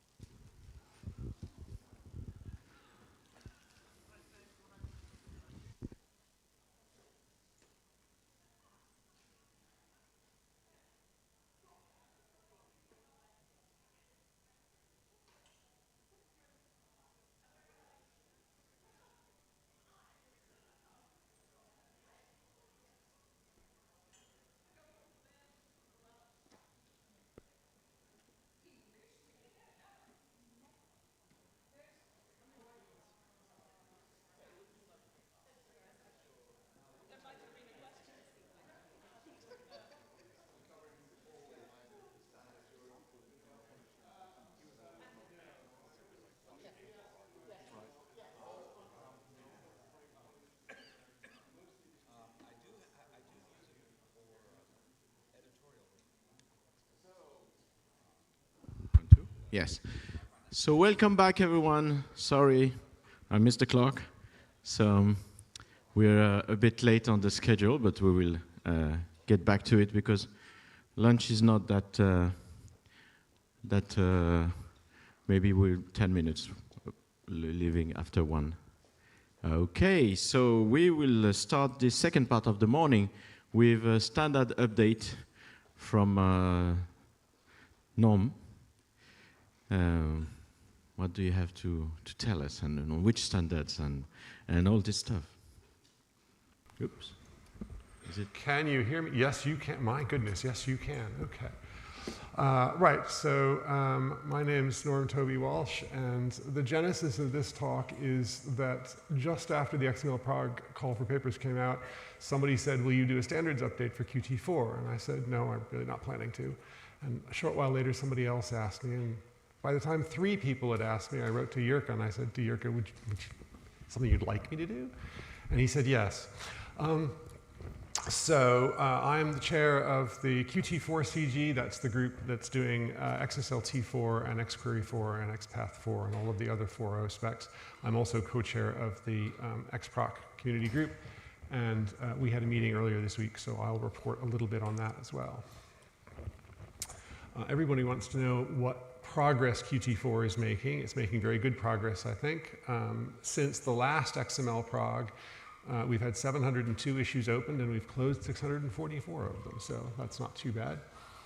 There are about 62 open issues, or there were 62 open issues when I looked last night, but that includes things that are purely editorial and things that say PR pending, which means that we already think we have a PR that will close them in flight, so there's probably fewer open issues than that. People want to know when we'll be finished. So do I.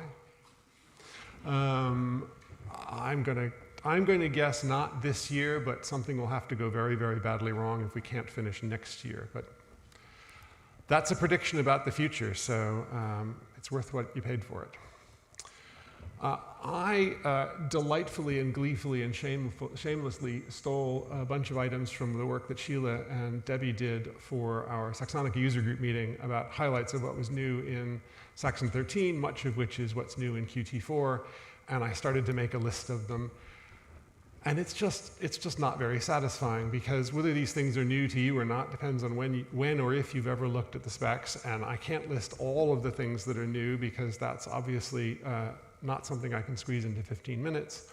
So I did a couple pages of things, and then I thought what I should really do is show you how to find these things yourself, because teach a man to fish or something. If you go to the Qt4CG homepage and you scroll down to the list of specifications and pick one you're interested in, let's say you're interested in XSLT, and you look at the sidebar over here, you will see that the table of contents is annotated with little plus signs and little stars. And little stars mean that something in this section has changed, and the little plus sign means something is new. So if we drill down into template rules, and then modes, and then what's new in modes, the apply templates function is new in modes. No, I have to make that go away now. And so this is the section that was marked in the TOC as new, and you can see all of the sections begin with what's new or changed in this section, and they're linked together. So the apply templates function is new, and after that, there have been changes in how the typed attribute on XSL mode is defined, mostly to handle JNodes and XNodes. Lots of the changes. The big change recently was the introduction of JNodes, which is an attempt to provide more processing power for structures of maps and arrays. Every one of the changes sections includes links to the issues that were raised, which caused us to think about changing the session, and to any PRs that were relevant that made the changes in these sections. So you can very quickly sort of skim through and find what's new. If you're interested in something, or you think that perhaps we did the wrong thing, you can look at why we chose that, what issue we thought we were addressing, which might change your mind about what we did. Or you might decide that on that basis you have another issue you'd like to open, in which case you can pop over to the repo and open another issue for us. So that's how I'm going to encourage you to try and get an overview of the things that have changed. It saves me from trying to attempt to explain all of these things. Right, that's the stuff I just did. The other working group I'm co-chair of, XPrague, did have a community group meeting and a user group meeting this week, and we're off to a good start on 3.2. We closed about a dozen or so issues, and if you go to the xprague.org website now and look at the current editorial draft, you'll see all of those incorporated. There are a few more things in flight for 3.2. It's bug fixes mostly. There were a number of obvious oversights in the 3.1 spec. There's one backwards incompatible change, but the plan is to limit that to pipelines labeled 3.2 or higher. So yes, there's a change and it's backwards incompatible, but if you label your existing pipelines won't have their behavior change without warning. And I think that's all I've got to say. So I'm gonna, if there are any questions, I guess I could take a couple of questions.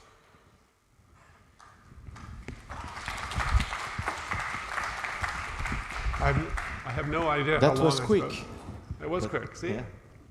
You started late, I had to be quick. No, thank you, thank you, thank you. So any question?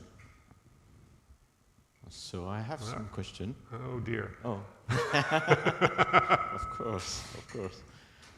Do you plan to reintegrate XPrague in the Qt4 or Qt5 stuff at some point? There was an issue that suggested we should provide an XPrague function, and the community group decided they weren't going to do that in 4. Okay, thank you. Any other question? Sorry.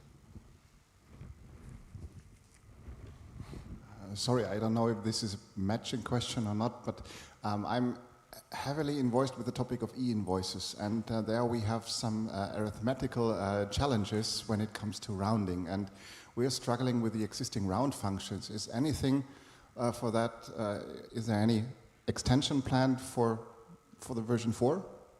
There have been a number of changes in various aspects of rounding and round even and all, so it's possible we've already covered those for you. I can't recall them off the top of my head, but if not, open an issue. I mean, it's the sort of e-invoicing is certainly an important spec and show how round has changed. I could do that. I could go to the spec and try and show how it's changed. You want to suggest, Mike, where I should go? Yeah. Yeah, that's a good point. Functions and operators. I wasn't nervous before, but now I want the round function. Not found. Round.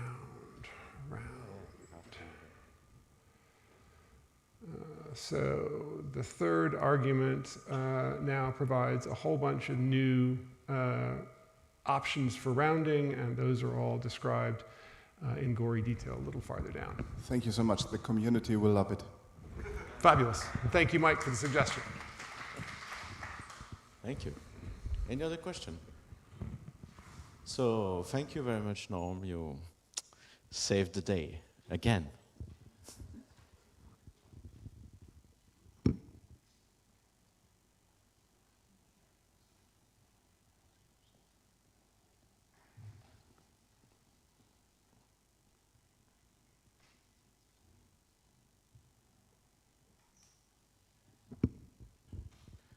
Some more updates.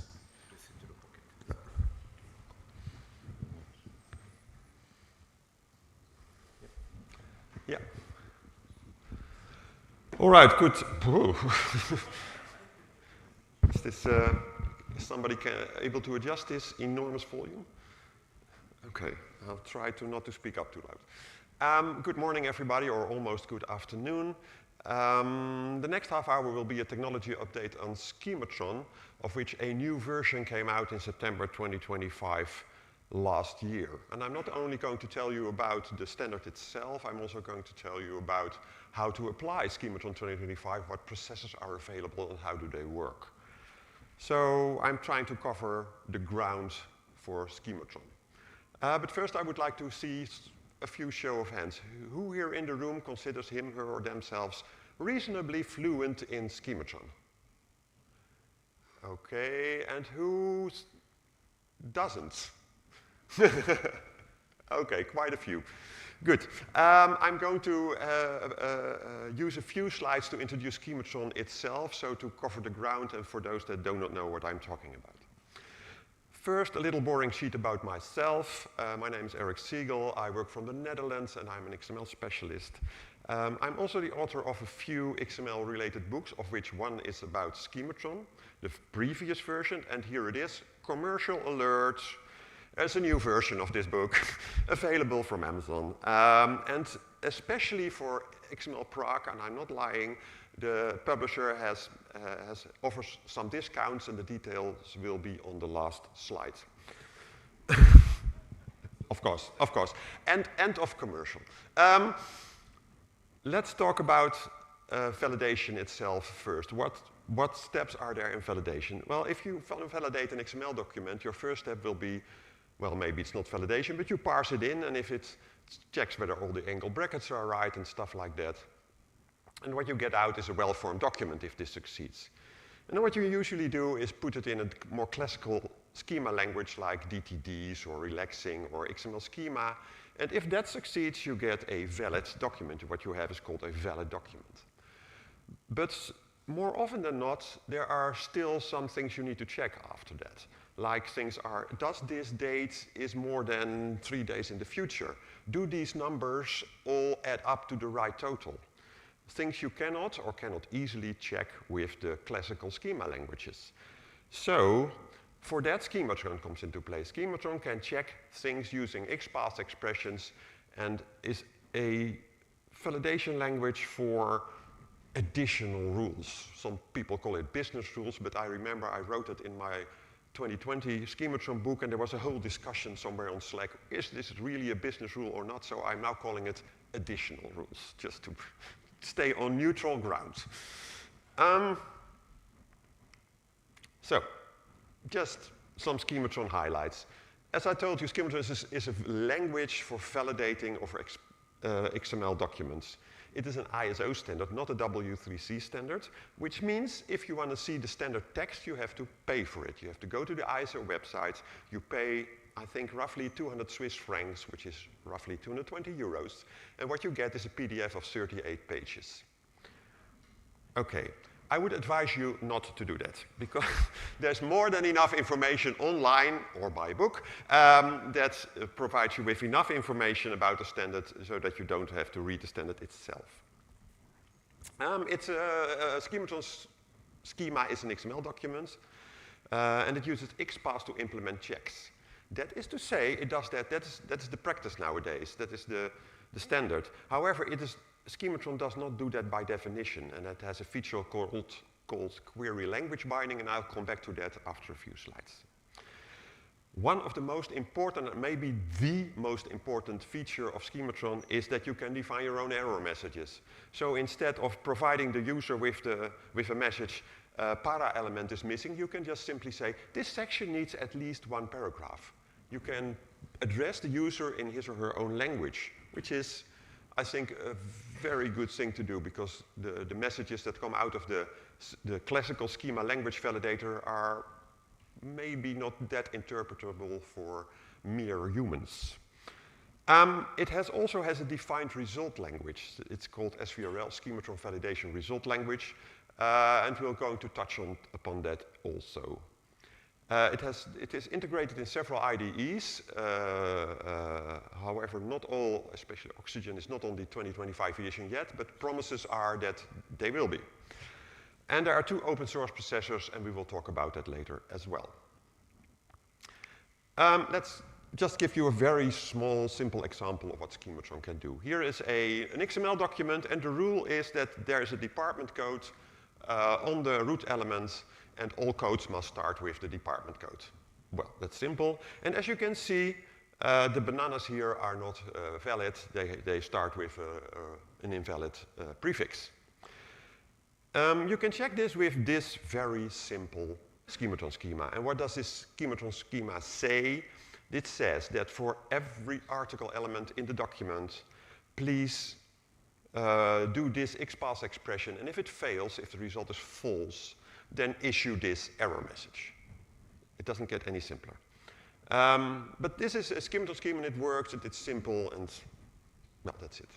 And you can dress it up a little. I mean, let's let's add some small bit of features. You can, for instance, create a variable for this department code, which makes sense because you use it all over the place. And you can dress up the message with value of statements and insert values from your documents or from your variables into your message. And if we use this schematron schema to validate the XML document I've shown you, then you get this nice, probably pretty informative error message. And I think the user that put in the bananas will probably understand what it means. Okay, then one more thing is SVRL, the schematron validation result language. It is the raw result of a schematron validation. And here's an example, and it's actually no more or no less than a linear list of what the schematron processor does. It activates patterns, it fires rules, it's also described as a log file. But the most interesting things are, of course, here when something fails, when schematron reports something.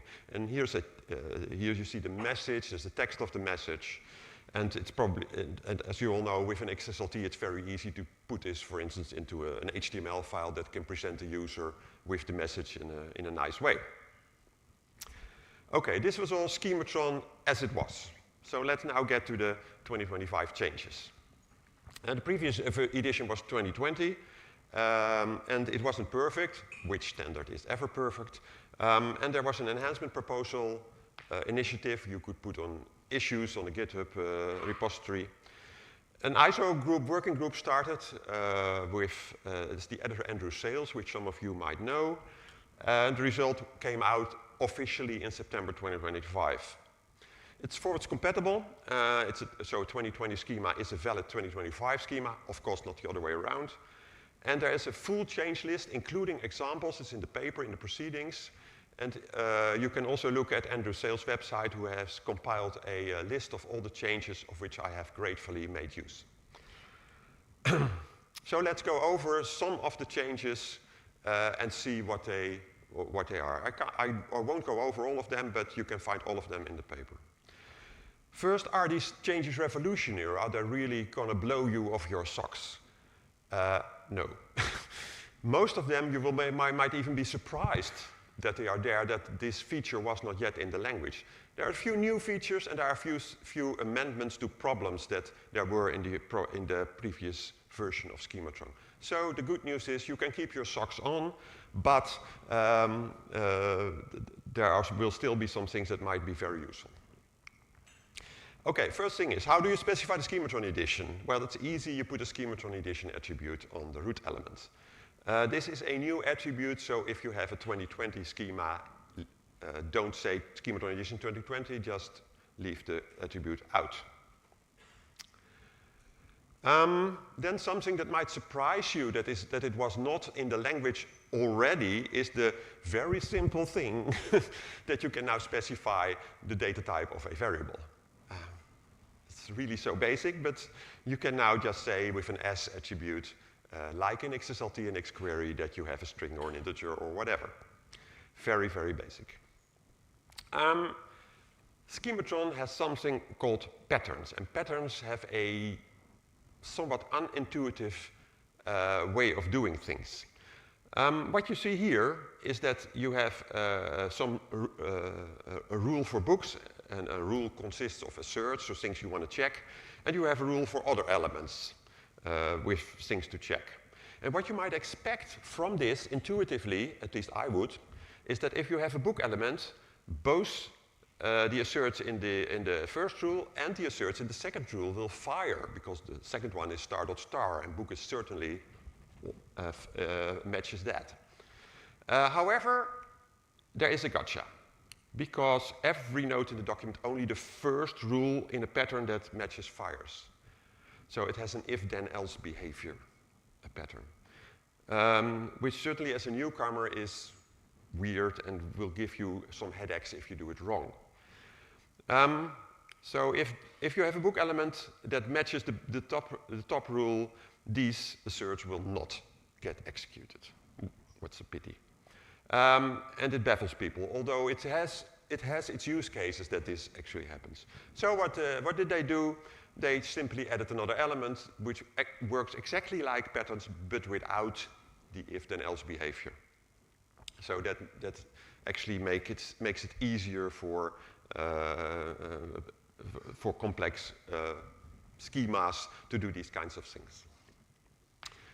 Then something else that might surprise you that it was not in the language is a new mechanism for modularization. Difficult word for a non-native speaker.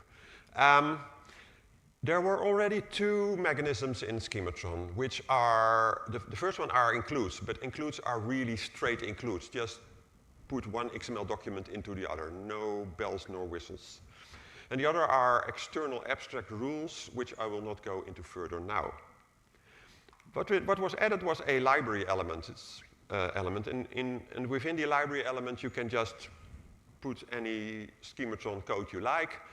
And if you want to use this library, you write an extends element on the root element as a child of the root element, referencing the file where it is in.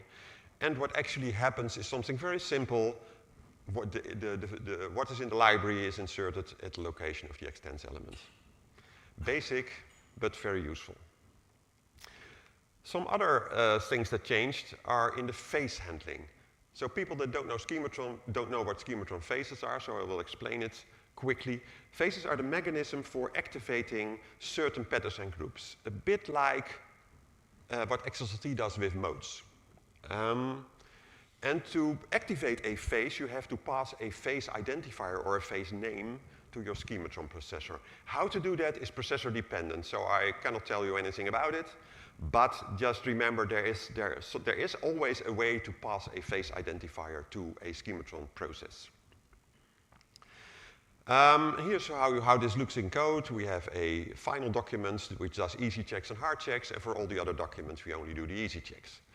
And then you do that by putting IDs on patterns, and then and you can see how these are links. It's a very basic mechanism. So what has changed in the phase handling?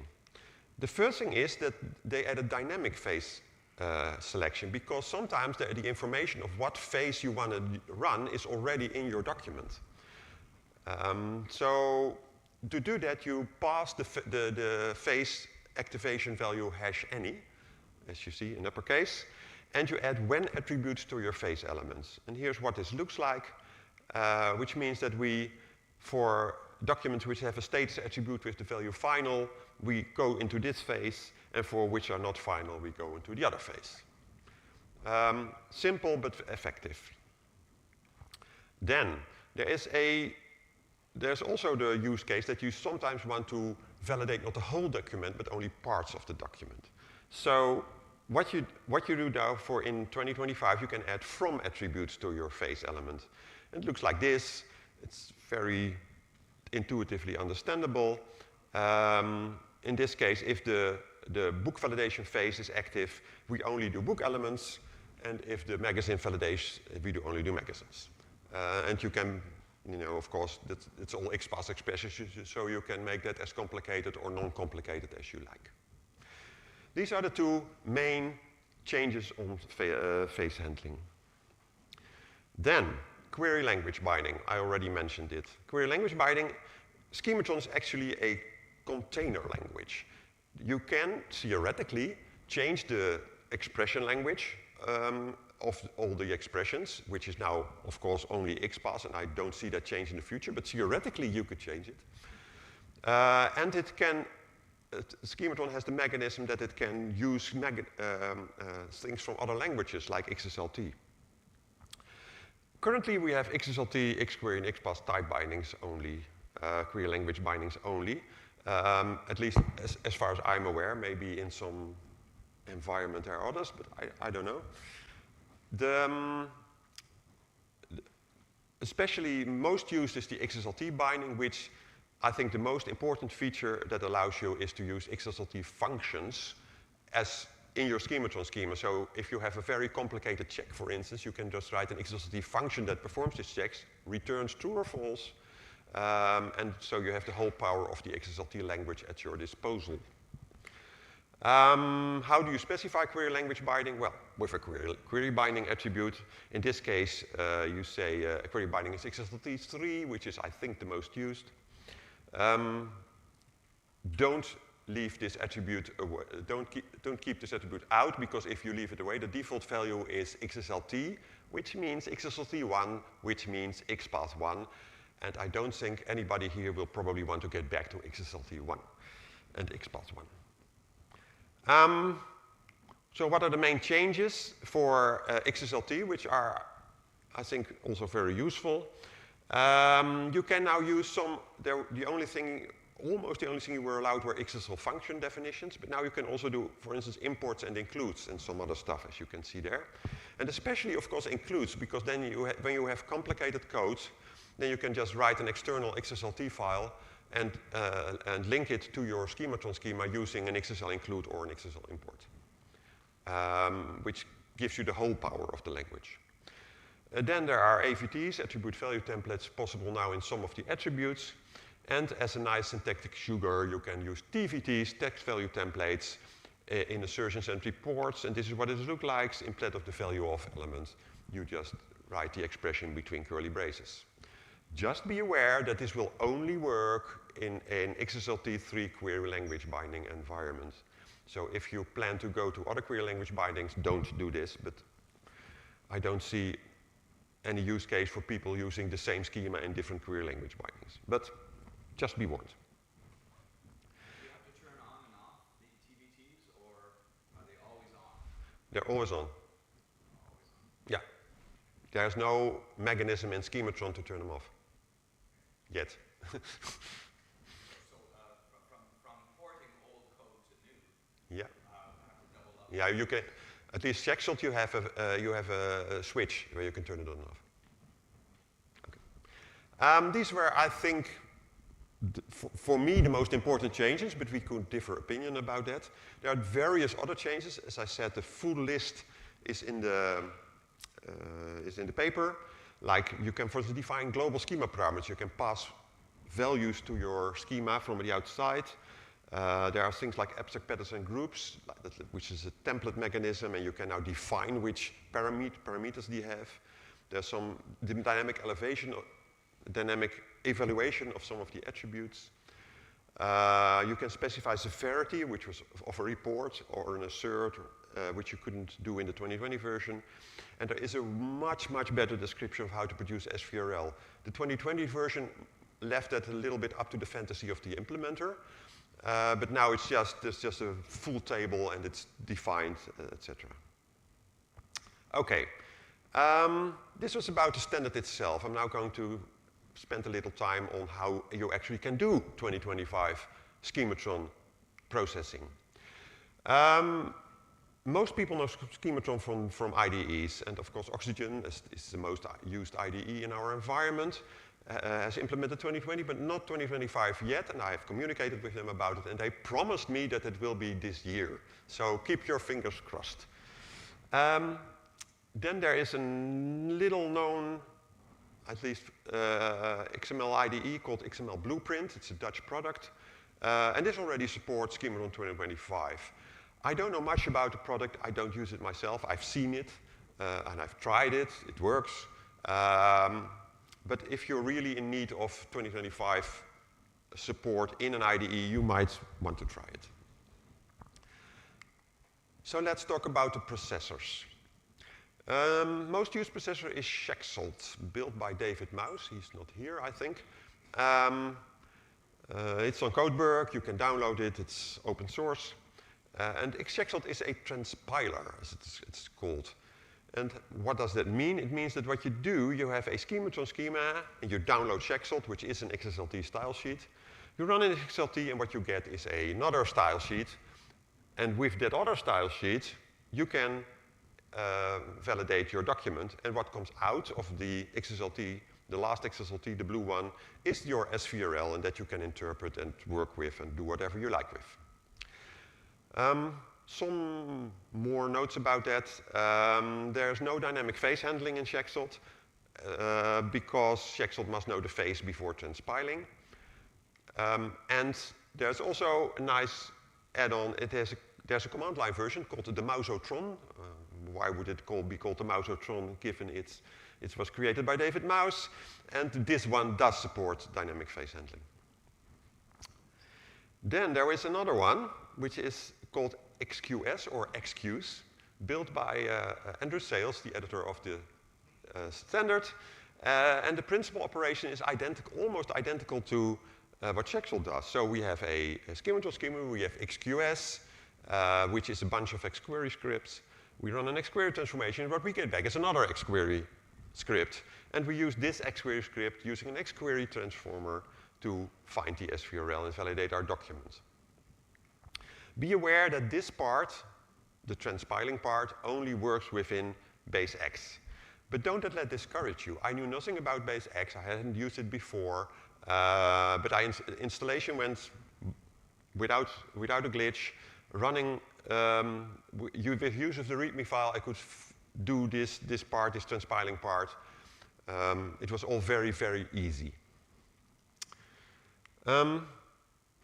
Be aware that node matching in XQs works a little different than node matching in Shexel. So if you plan to use XQs and you were used to Shexel, please read the README very carefully, and especially the troubleshooting section, which I didn't, and which took up a lot of time to find out what was wrong. So XQs, it works. So that actually brings me to my last slide. Let's wrap it up a little. So we have Schematron, which is a language for validating. You can define your own messages as the most important feature, I think.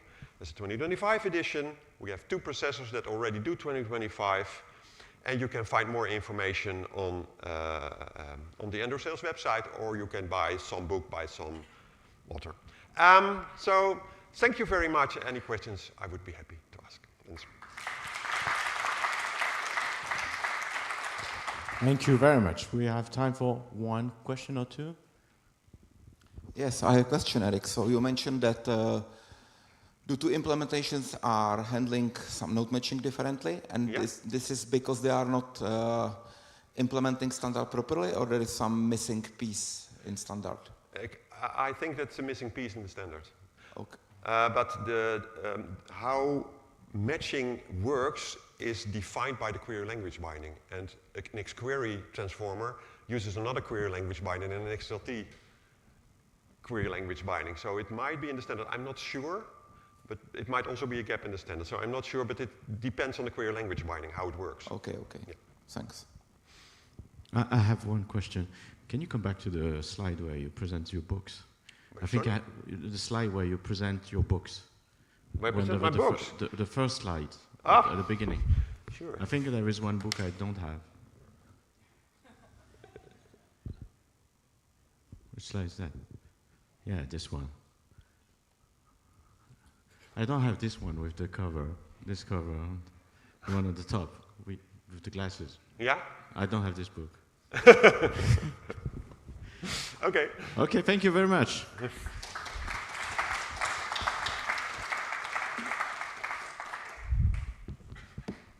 So next is Michael K. Sure. with maps. Yep. Because I don't want to touch your pocket. Oh, sorry. Yeah. Wait, you know.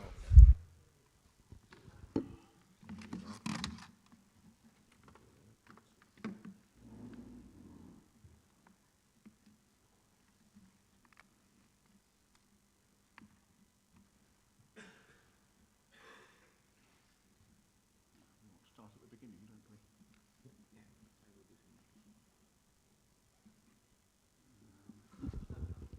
We don't want to see all the framework, do we? Okay with that.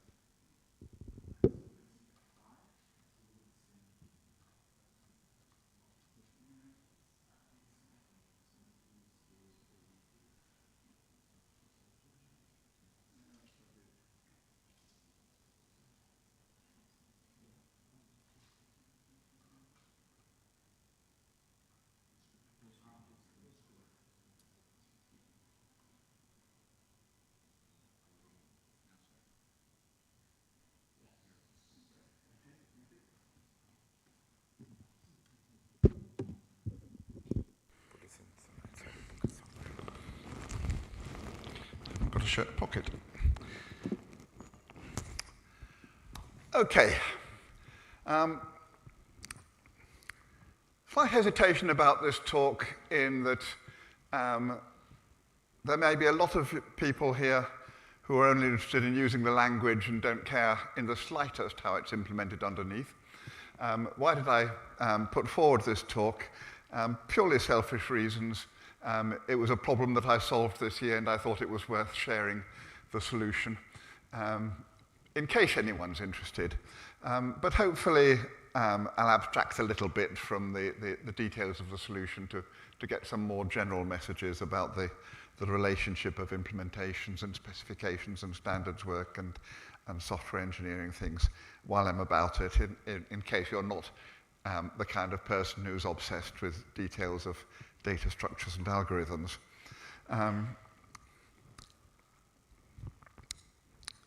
So what has changed? The biggest thing that's changed in 4.0 is that maps are ordered. That's why this work was needed. It's why we had to rethink the way that we were implementing maps in Saxon. It wasn't me who proposed that maps should be ordered, it was Christian Grün. And my initial reaction was, no, I don't want to rewrite our implementation of maps completely, and I'm not even sure it's feasible. So I resisted, and I determined that I was going to continue resisting this change to the spec until I'd proved to myself that we could implement it. And so I did the work to prove that we could implement it and prove myself wrong, that it was actually feasible. And so Christian Grün's proposal to put it in the spec succeeded. I'm in memory there of something I learned very early on when I started doing XSLT, which was something that James Clark told me, which is that if it's a clean spec, then it's probably right. You can find a way to implement a clean spec. You can't find a way to implement a dirty spec. So get the spec clean, and you'll find a solution to the implementation problems, I assure you. And on this occasion, he was once again proved right, I think. Record types. I'm not going to talk about spec things, but these are the things that have set the requirements for the design. Record types are basically maps where you know statically what the keys are going to be. So the record type for dates and times, it always has year, month, day, hours, minutes, seconds. You've always got the same 7 components in your map. You've got lots of maps around with exactly the same keys. So there ought to be an optimized implementation for that kind of map that doesn't involve storing the keys separately with each date and time. Maps are much more widely used now. They've found their way from being a sort of esoteric feature at the edge of the standard to being something that's very much mainstream. And we've also gained a lot of more experience about how people are using maps and what things people are doing with them and what's expensive and what's not. So time has moved on, we've learnt from that. So it's a good opportunity to rethink the internals. Question, are they ordered on the keys? No, this is ordered in the sense of new things go at the end. So it's not sorted maps where it's sorted by key. It's ordered in the sense of insertion, maintaining insertion order. But the key thing is that there is an order, and it's stable and predictable and well-defined. So history of this, maps were introduced in XSLT 3 initially, and they were introduced to support the streaming work. Streaming a document means that you only get to look at every bit of the document once. That means if something's in the header, then you need to remember what you saw there for use later on. We needed a more flexible data structure than XML trees for storing that transient data maintained during a transformation. It went together with the development of accumulators, which maintain that information as you work your way through a document. And very often maps are used with accumulators for that memory of what you've seen for use later on. Then on the XPath XQuery side, people started getting interested in how do we support JSON, and it was clear that we needed a data model to support JSON, and that needed maps and arrays. And so the maps concept migrated from purely being in the XSLT space to being in the XPath space, without very much technical change as it happened. In 4.0, we're using maps much more extensively for the function library, and a lot of functions now have options that are defined as maps. Some of the new functions, like parse CSV, very naturally produce maps as their output or take maps as their input. So they're becoming very much more a core part of the language that everyone is exposed to, rather than something that expert users might have noticed in the spec and take advantage of.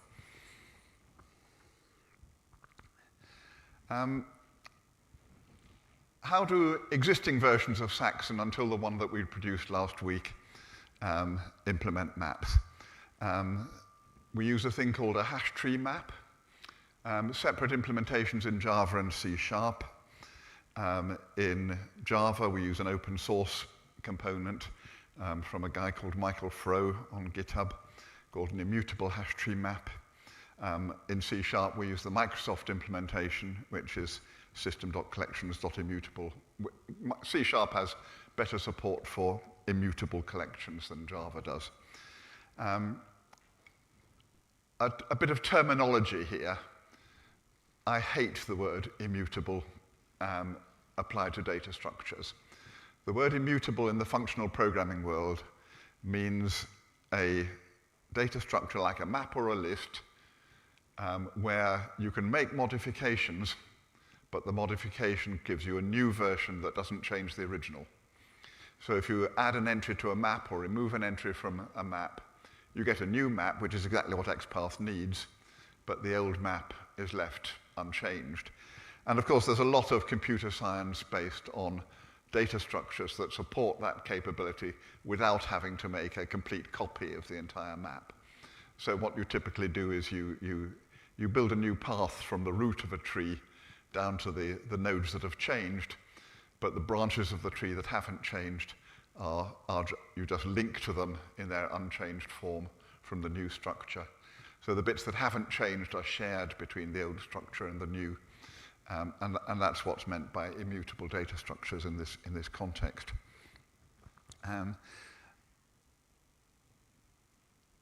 How do these things work? It's basically a key-value dictionary, and it's using hashing, which is why order isn't maintained. There's no predictable order in a Saxon 12.0 map. It means that if you parse JSON and then serialize the JSON, then the JSON that you get out can be completely unrelated to the JSON that you put in that everything's been scrambled into a different order. And that was the primary motivation for introducing ordering. A few complications that apply to XPath maps that affect the implementation. Firstly, it's custom equality semantics. Neither of the implementations that we use on Java or C# allow you to parameterize the equality matching or the hashing algorithm, which means we have to typically wrap values in a new kind of object that has those extra semantics, which means that every key in your map, and you might have 1 million keys, has to go inside a wrapper object, which adds an extra 16 bytes or whatever of overhead, just because we want to use a different equality comparison operator, which is a ridiculous overhead. So thinking about how we could get rid of that overhead was certainly part of the factor. Related to that is that the semantics of maps in XPath mean that you have to maintain your type annotations. Now, very often in a map, every instance, every key-value pair, the key is a string. That's certainly true if you build a map by parsing JSON. If you parse a JSON object with with 1 million JSON objects or maps inside it, then the keys are all going to be instances of XS string. But the semantics of XPath mean that we have to maintain a type label that says this is an instance of XS string with every key. So it's nice to find a way of optimizing that, of not storing that type label 1 million times. Another complication is that map remove and the whole design is predicated on being able to do map put and map remove, and yet those operations are actually rather rare. So how can we avoid the overhead of supporting map put and map remove for people who don't need it? Are there optimizations there that we can find for the special case where people aren't doing that? And the other complication is testing whether your map is an instance of a particular type. If you have a function that requires a map from strings to integers, how can we efficiently check that the map you're passing in is a map from strings to integers without scanning all the entries in the map to see whether that is actually the case? So there are quite a few little factors affecting the design there. So as I say, in 4.0 all maps are ordered, and that means that new entries are added at the end. There's a little bit of complication about exactly what the rules are for replaced entries. Replaced entries stay where they are in the map. If you change the value associated with the key, then it retains its original position in the map. Implementations are allowed some flexibility as to whether the key of that new entry is the old key or the new key.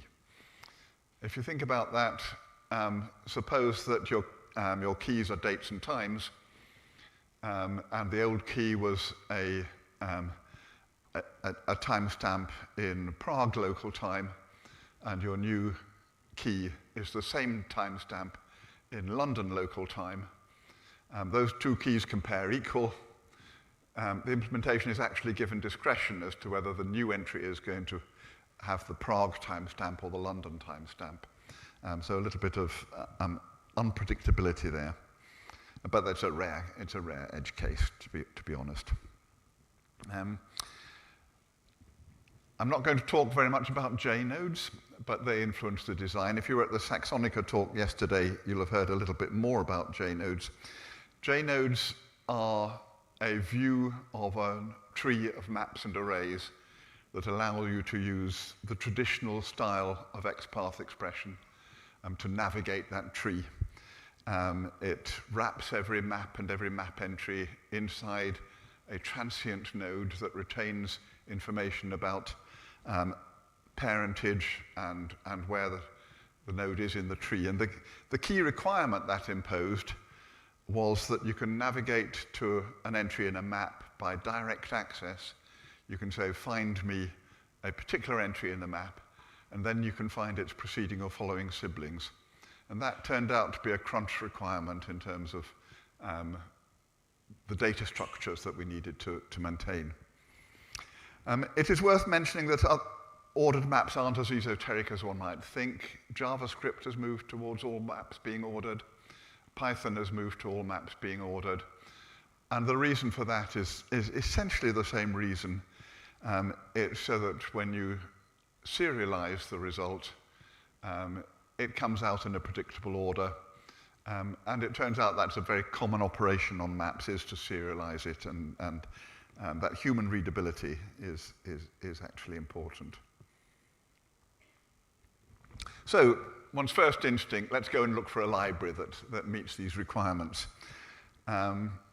Started on Java. Could we find a library that met those requirements? Well, the thing we looked at was Vava, V-A-V-R, I don't know how they pronounce it. Open source Java library of immutable data structures, including maps and lists and ordered lists and sorted maps and ordered maps and what have you. We found an implementation that looked promising. We found a performance bug in it. We found that performance bug was known. We found someone who had a fix to that performance bug. He had not managed to persuade them to integrate his fix. because it changed too much and there were too many test cases that it wasn't passing and things. So we had a choice of, do we use the forked version that fixes that bug, or do we use the original version? And then we found, when JNodes came along, that actually it didn't meet the requirement anyway, because although the maps were ordered and you could get all the entries in key order, in order from the map, the one thing that you couldn't do was find a particular entry by key and then go backwards or forwards from that to adjacent entries, which is what we needed to support JNodes. So we couldn't find a library that met the need. And on C# we couldn't find anything anyway. So it was beginning to look as if we might have to write our own. And related to that is the question of security. Now that's a bit of a digression, but today Saxonica has a lot of customers who are big enterprise customers, and big enterprise customers are getting really scared shit about security. And there's a good reason for that. There have been some very significant hacks of large enterprise systems based on vulnerabilities in small bits of open source software that those sites have used. If you want to hack a large organization, your best way of doing it is probably to hack one of their suppliers that's got less security than they have got themselves. We are getting asked a lot of questions about our security processes, about our ISO security certification, and part of that is that we look very carefully at all the people down our supply chain. And if you take a random bit of software off GitHub and you want to meet their security constraints, you've got to do one of three things. You've either got to ensure that that project is vetting its staff extremely carefully, or you've got to make sure that they have very secure development processes, which they audit compliance against, or you've got to read all the source code and scan it for vulnerabilities yourself. And if you take a project like Vava, well, it's got over 100 contributors on GitHub. They clearly haven't vetted them all. Like most GitHub projects with 100 developers, it has no processes in place other than the sort of informal community processes that you get in an open source project. And they've produced 100,000 lines of code, and it's going to take us a long time to read that and check that the code is actually secure. So it's now a significant challenge for us. The old open source model that we've all grown used to over the last 20 years is beginning to have that severe problem of how do we maintain and ensure security in that world. The theory is fine that if it's open source, someone will find the vulnerabilities, and indeed that has happened, that vulnerabilities in open source software have been found by someone randomly looking at the code and spotting it. But people are looking for more than that sort of random vulnerability. And there's a little story there that you may not be familiar with, which is one GitHub project that was quite widely used. There was a single maintainer. He'd announced that he was retiring and looking for a successor. There was a guy came along and he spent about 2 years answering all the bug reports, doing patches, providing an excellent service to the customers and everyone, and building up a level of trust. And then he inserted a backdoor in that software. And everyone using it was hit by that backdoor that he'd inserted. And you know, we don't want to be part of that chain. We've really got to be cautious. So it's very sad that we now have to think very carefully about picking up some random project off GitHub that appears to meet all the technical requirements. As it happened, the question didn't arise because we couldn't find anything that met the technical requirements anyway. So let's talk about the solution. Fundamentally, what is a map? It's an ordered set of key value pairs in which there are no duplicates among the keys. That's what a map is. The critical question is not what is a map, but what can you do with it? And the things you can do with a map, the first thing you probably think of is you can do direct access. If you know a key, you can get the corresponding value, the map get function, the lookup function. That's the most obvious thing. The next thing you can do is you can do sequential access. You can scan all the entries, either the keys or the values or both, now in order, and you can get them all. And there's one thing I haven't shown there, which is the requirement of mixing that, of getting from the key CBR, finding the value, and then getting the previous and next values, which is proved a crunch requirement as well. There's the map put. You want to add a new entry at the end, another airport to your list of airports. And there's the map remove. You want to get rid of an entry. And that's basically the sum total of what you can do with a map. You've got to support those 4 functions. You can't insert in the middle. I'm sorry? You can't insert in the middle. You can't insert in the middle. No. There's no. You can only add at the end, which is fundamental to our design as well. So what are the actual usage patterns? For designing a data structure with performance, we need to understand not just what operations you have to support, but which of them are most important in performance terms. And that involves understanding the pattern of usage of maps. And nearly always, there is a build phase. You don't start with an empty map and start doing map put to add entries to it incrementally. Nearly always, you start by parsing JSON, or you start with a map constructor in XPath that gives you a bulk set of entries to start with. And it turns out that optimizing the way you add entries initially can give you a big saving, because when you're adding entries initially, you don't need each time to keep the old value because you're never going to use it again. So if you're adding 1,000 entries to a map, you don't need to use map put incrementally because you never need the previous 999 versions of the map that you've overwritten. So you can use a more efficient approach to the build phase. The other realization is that direct access by key is not as common as you might think. If you consider, for example, the options maps that you pass to a function,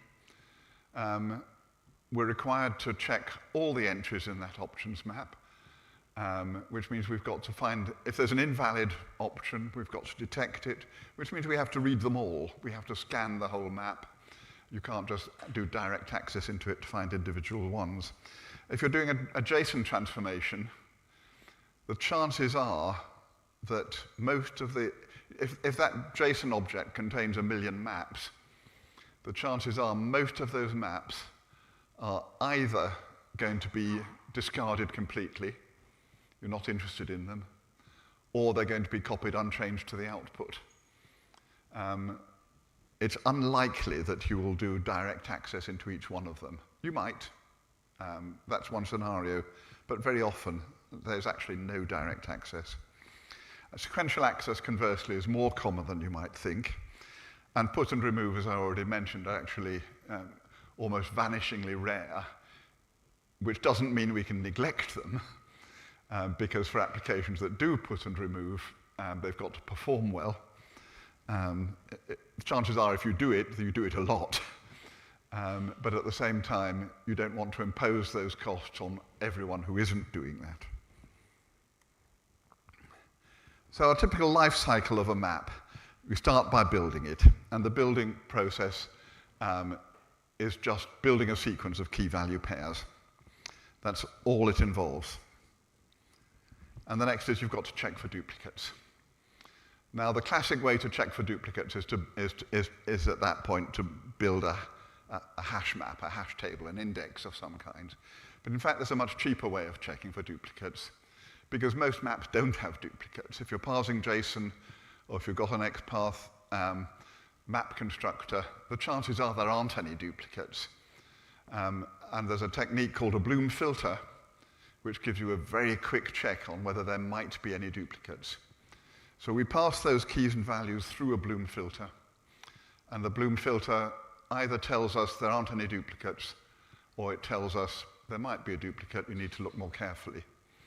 What a Bloom filter is, it's a bitmap, and for each key you typically say, I'm going to apply 3 hash functions and set 3 bits in that bitmap. And if those 3 bits are already set, then it's a possible duplicate. If they're not all set, then you know you haven't got a duplicate there. So a very quick check. And we do that check at the end because when we get to the end of building all the keys and values, we know how many there are, and that enables us to allocate a bit set of the right size. So you've got information at the end of that building process that you hadn't got at the beginning. The computer science literature has lots of complicated formulae about the optimum size of bit set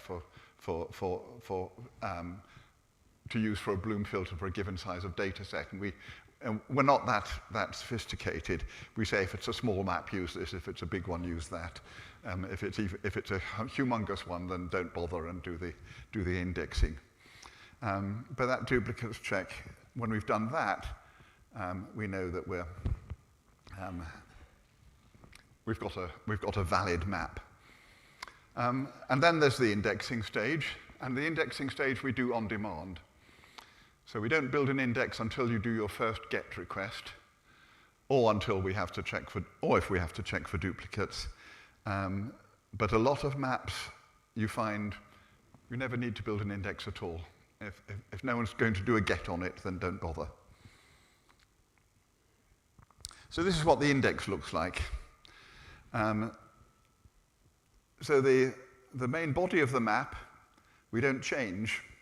It's just a list of entries, a list of key value pairs, and then we add an index on the side, and the index goes from the key to the position in the list.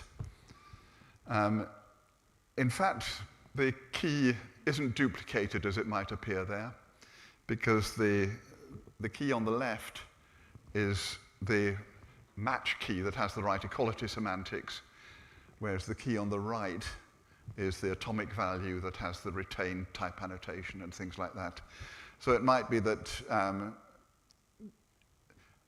2 keys here are, well, this LHR might be a string, and this YUL might be an XSNC name, and we have to retain that information. But the index doesn't care.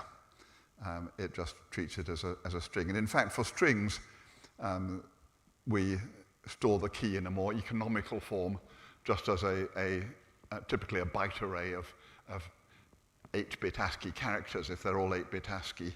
So that key is a much more economical representation that has the right equality semantics on it. And then, if this user is one of the small minority of users who does a map put or map remove, we prepare that structure for update. So far, it's not updatable. And in fact, the index is a regular Java hash map or C# dictionary, and the thing on the right is 2 completely regular array lists.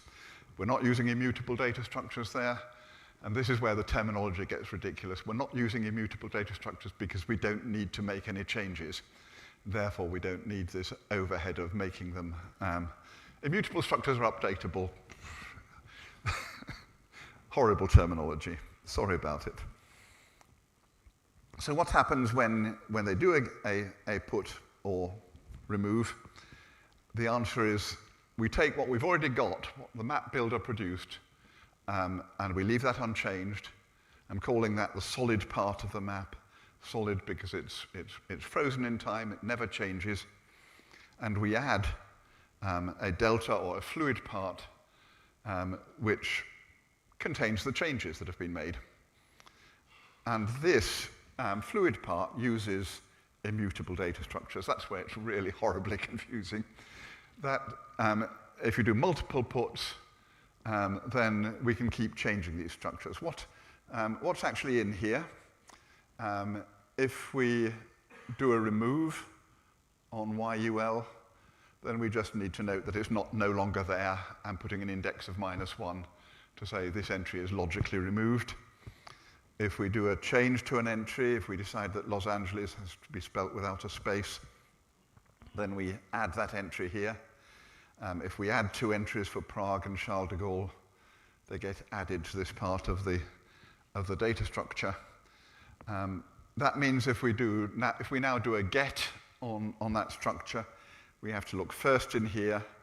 If it's in here, we use that value. Otherwise, we go to the first one. If we do a sequential scan, then as we're scanning through these entries, we have to note that some of the entries might have changed, some of them might have been removed, which we do by reference to this fluid part. And the key thing there is that this isn't usually needed. It's only needed for those people who've done puts and removes. For the vast majority of maps, we're only going to have the solid part of the map as it was left at the end of building. So that's the design as it is in Saxon 13. Did some quick measurements. They are quick measurements, so more detailed measurements might reveal more. But bulk construction, doing JSON parse or doing a map constructor, about 3 times faster than Saxon 12. And that's basically because Saxon 12 does incremental building of the map, rather than optimizing for the fact that during the initial build phase it's not changing. Map get, I did a measurement of map get and it came out within less than 1% difference, which is remarkable considering it's a completely different data structure. I certainly wasn't expecting it to be quite so close. But yes, no change in performance. Scanning all the entries 4 times faster, and that's because you're just searching down this array list. And when you've got an array list, then you've got good locality of reference. Locality of reference is absolutely key to performance with modern CPUs, because it's not how many instructions you use that counts, it's how many data fetches from main memory into the CPU cache you have. And if the data is close to each other, then you get far fewer movements of data between main memory and the cache, and that really shows up here in that performance of scanning. So the 2 things that we've decided are most commonly done, the bulk construction and the scanning, get a lot faster. There's no impact on the get. And I haven't measured the put and remove, but to be honest, I don't really care. So long as it's constant time, which it is, rather than linear time, it's fine. So if you're doing a lot of maps and gets and puts, it's still a constant time operation, so it should perform adequately.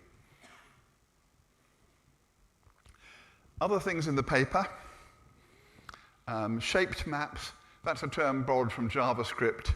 Shaped maps are ones where many maps have the same set of keys, and so you can share the set of keys between multiple maps. And that data structure we've got that separates the list of values from the index means that actually we can use the same index for lots of different maps that have the same set of keys. We only need different lists of values in that. We're not doing that currently. For example, if you have a JSON structure with 1,000 lines with the same keys, we're not currently spotting that and detecting that we can share the index. But the data structure has that potential, and I would expect us to be adding that. I discussed the issue of values versus match keys. I discuss in the paper, how we cache type information to reduce the cost of doing an instance of. And I also discuss a bit about how we use this structure to implement JNodes. But that's probably all I've got time for now. I haven't checked the time, but let's have questions.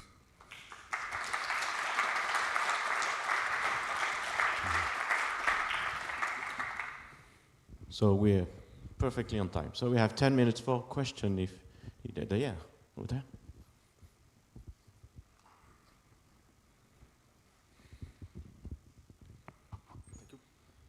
So, do I understand correctly that record types can be used to define the type of a map? Yep, record types define a type of map. Record types are a little bit in flux in the spec at the moment, but the current state of play is that a record type defines a constraint on maps that says the map must have these particular keys, and the corresponding type of values for each key are as follows. And therefore, two records with the same, two maps belonging to the same record type have the same set of keys and the same set of data types. And that enables various compile time optimizations and error checking that you can't do on a completely general dynamic map. And do they also define the order of the map? So given I have a function that accepts a record type of A goes to an integer, B goes to an integer, and C goes to a string, and I then start to use the sibling relationships between the keys, can I assume that the sibling relationships between the keys is going to be defined as the order of the record type that I annotate my function with? Or is there some kind of... You can have choice types at every level. Either each field can have a different type, or it can have a choice type, or you can have your main data structure have a choice between two different record types. So, yeah, but does it also define the order between the keys, that record type? I'm not sure I quite understand. We'll probably have to talk about that. And any other question? Alan? Yes, I just during the process, I'd heard from certain quarters that there was going to be performance. Can you hold the microphone up? Pardon me. From certain quarters, I heard that there was going to be some performance degradations due to ordered maps, and it sounds from your presentation as if that's not at all the case. Are there any cases in which there would be performance degradations with the? I was worried there would be performance implications, but the experience from this exercise is that we can implement ordered maps without any adverse impact on performance, and indeed with benefits on performance. So that means that those fears weren't founded, finally. That's my conclusion, yeah. Okay. Thank you. Yeah. Any more questions? Yeah, okay.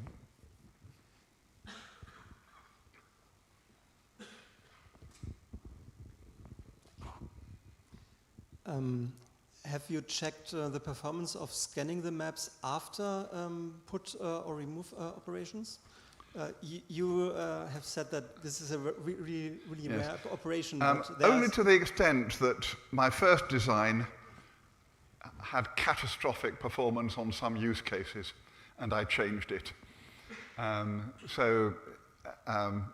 haven't done detailed measurements of where we are now, but I'm confident that it's constant time and is therefore going to be acceptable. It might be a bit slower than it was before, but it's still constant time, and that's the key thing. Okay, great, thank you. Okay. Over there.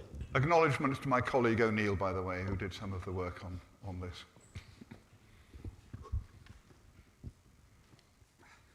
Next time, please sit in the front row. You need the exercise, yeah, okay. Mike, hi. I'm not sure that I think that map put and map get are quite as uncommon as you say they are. I think they get used an awful lot. And I'm wondering, therefore, what the slide that you missed out is going to say, which is, again, what the previous questioner asked, which is, how much slower do these things get after they've been mutated by the user, and when they need to do... Well, for instance, you said that map-get was exactly the same performance, but I'm assuming you didn't count the building of the index in that timing. That did include building the index, yes. Oh, okay, yeah. So it's faster without once it's built the index. Yeah. There are certainly interesting questions if you start off with an empty or virtually empty map, and then, I mean, there's, worst case scenario might be a map of events where you keep adding events to the end and you keep deleting old events, and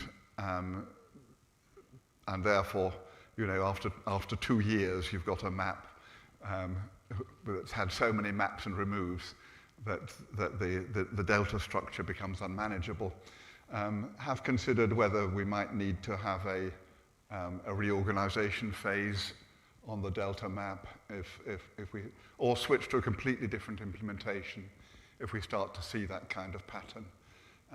But so far I haven't seen it. Okay, maybe one or two questions. Yeah. Hi. Maybe a silly question.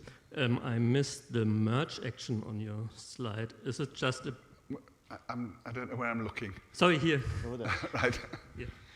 Yeah, I missed the merge action on your slide. Is it just a rebuild of a new map, or is it something different? Can you repeat the question? Sorry. I actually use the merging of Oh, map maps. merge. Yeah. Right. Yeah, map merge is just implemented as a, well, no, actually, map merge is quite interesting.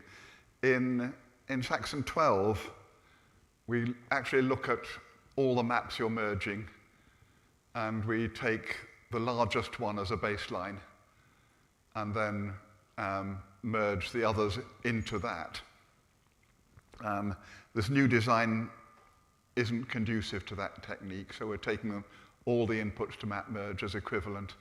And there are probably optimizations we can do with map merge that haven't done yet. But at the moment it's being implemented as a sequence of put operations, and we can probably do better. Okay, thank you. Next question, yeah, over there. I'm going to try to rephrase Martin's question because I think it's really interesting. If you have a record type, say for a location with a key X and a key Y, would a map with a key Y and a key X in that sequence be valid or invalid? If we're talking about record types, then the order of entries is defined by the type definition and not by the instance. Record types have a different rule for ordering than ordinary map types. Yeah, that's it. Okay. Oh, good. The other thing is that deep equality between maps doesn't take ordering into account. We sort of see ordering as being primarily for usability of serialization, rather than as something that holds semantic information. That's certainly the recommended way of using it, and that's the way that deep equals, for example, works by default, is that it doesn't take ordering into account. Thank you very much. Thank you. Very important information. Yeah, the for lunch. Yeah. There will be lunch, but on different lunch. place than you are used to be. Because of some organizational issue, it will be one floor down, so you will not go to the floor number 3 by stairs or lift, but just number 2. But it's otherwise it's same building, same location, just one floor down. And we will be here at 2:30, Yes. if I'm not mistaken. 2:30. So enjoy your meal and see you there. Thank you.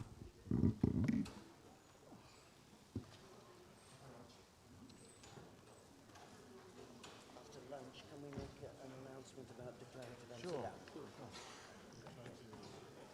Declarative, maybe some school too. Oh yeah, definitely. Yeah, great.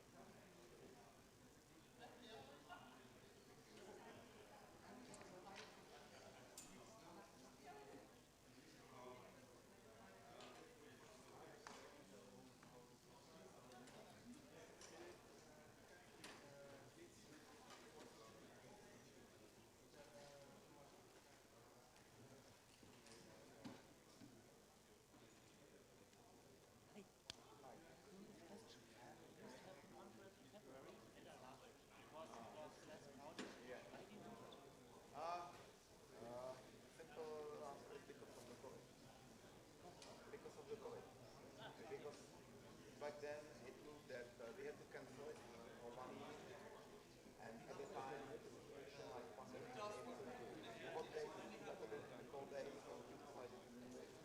I see. Yeah, and then it just event between 2 days. Yeah. Makes sense. You are not the first to blame this. Blame us for this, but there are some other people who prefer it. Hi. I have an afternoon talk. I just wanted to make sure you have my.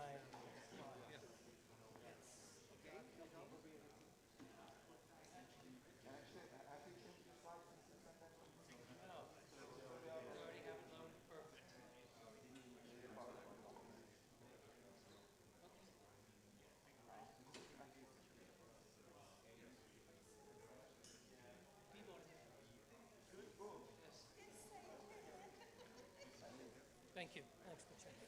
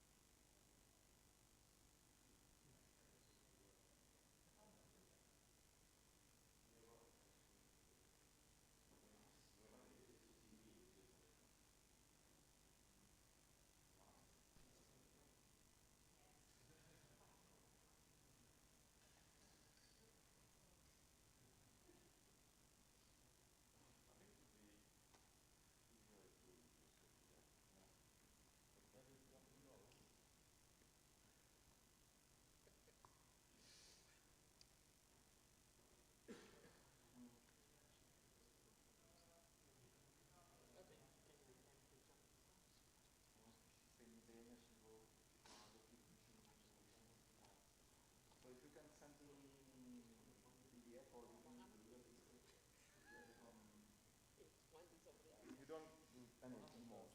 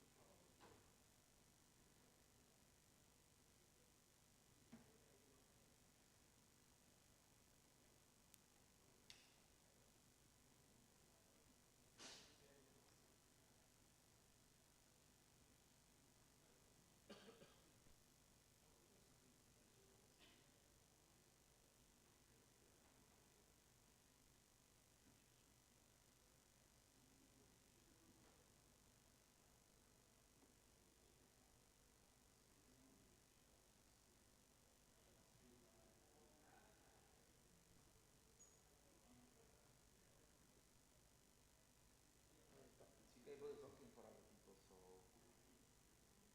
the only thing I think that maybe there is too high resolution, so the cable can handle it. So maybe if you can decrease the resolution, then maybe it's just idea.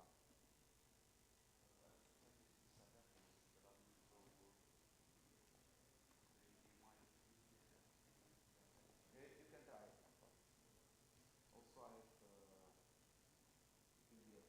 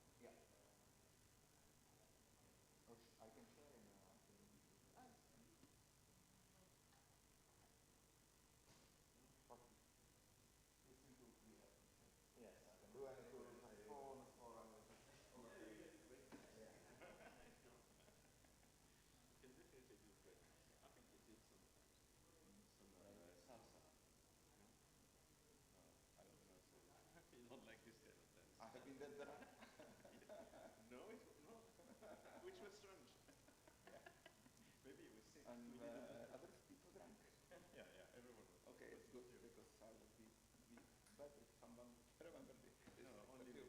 But you are kidding, so it didn't happen. Yeah, I know.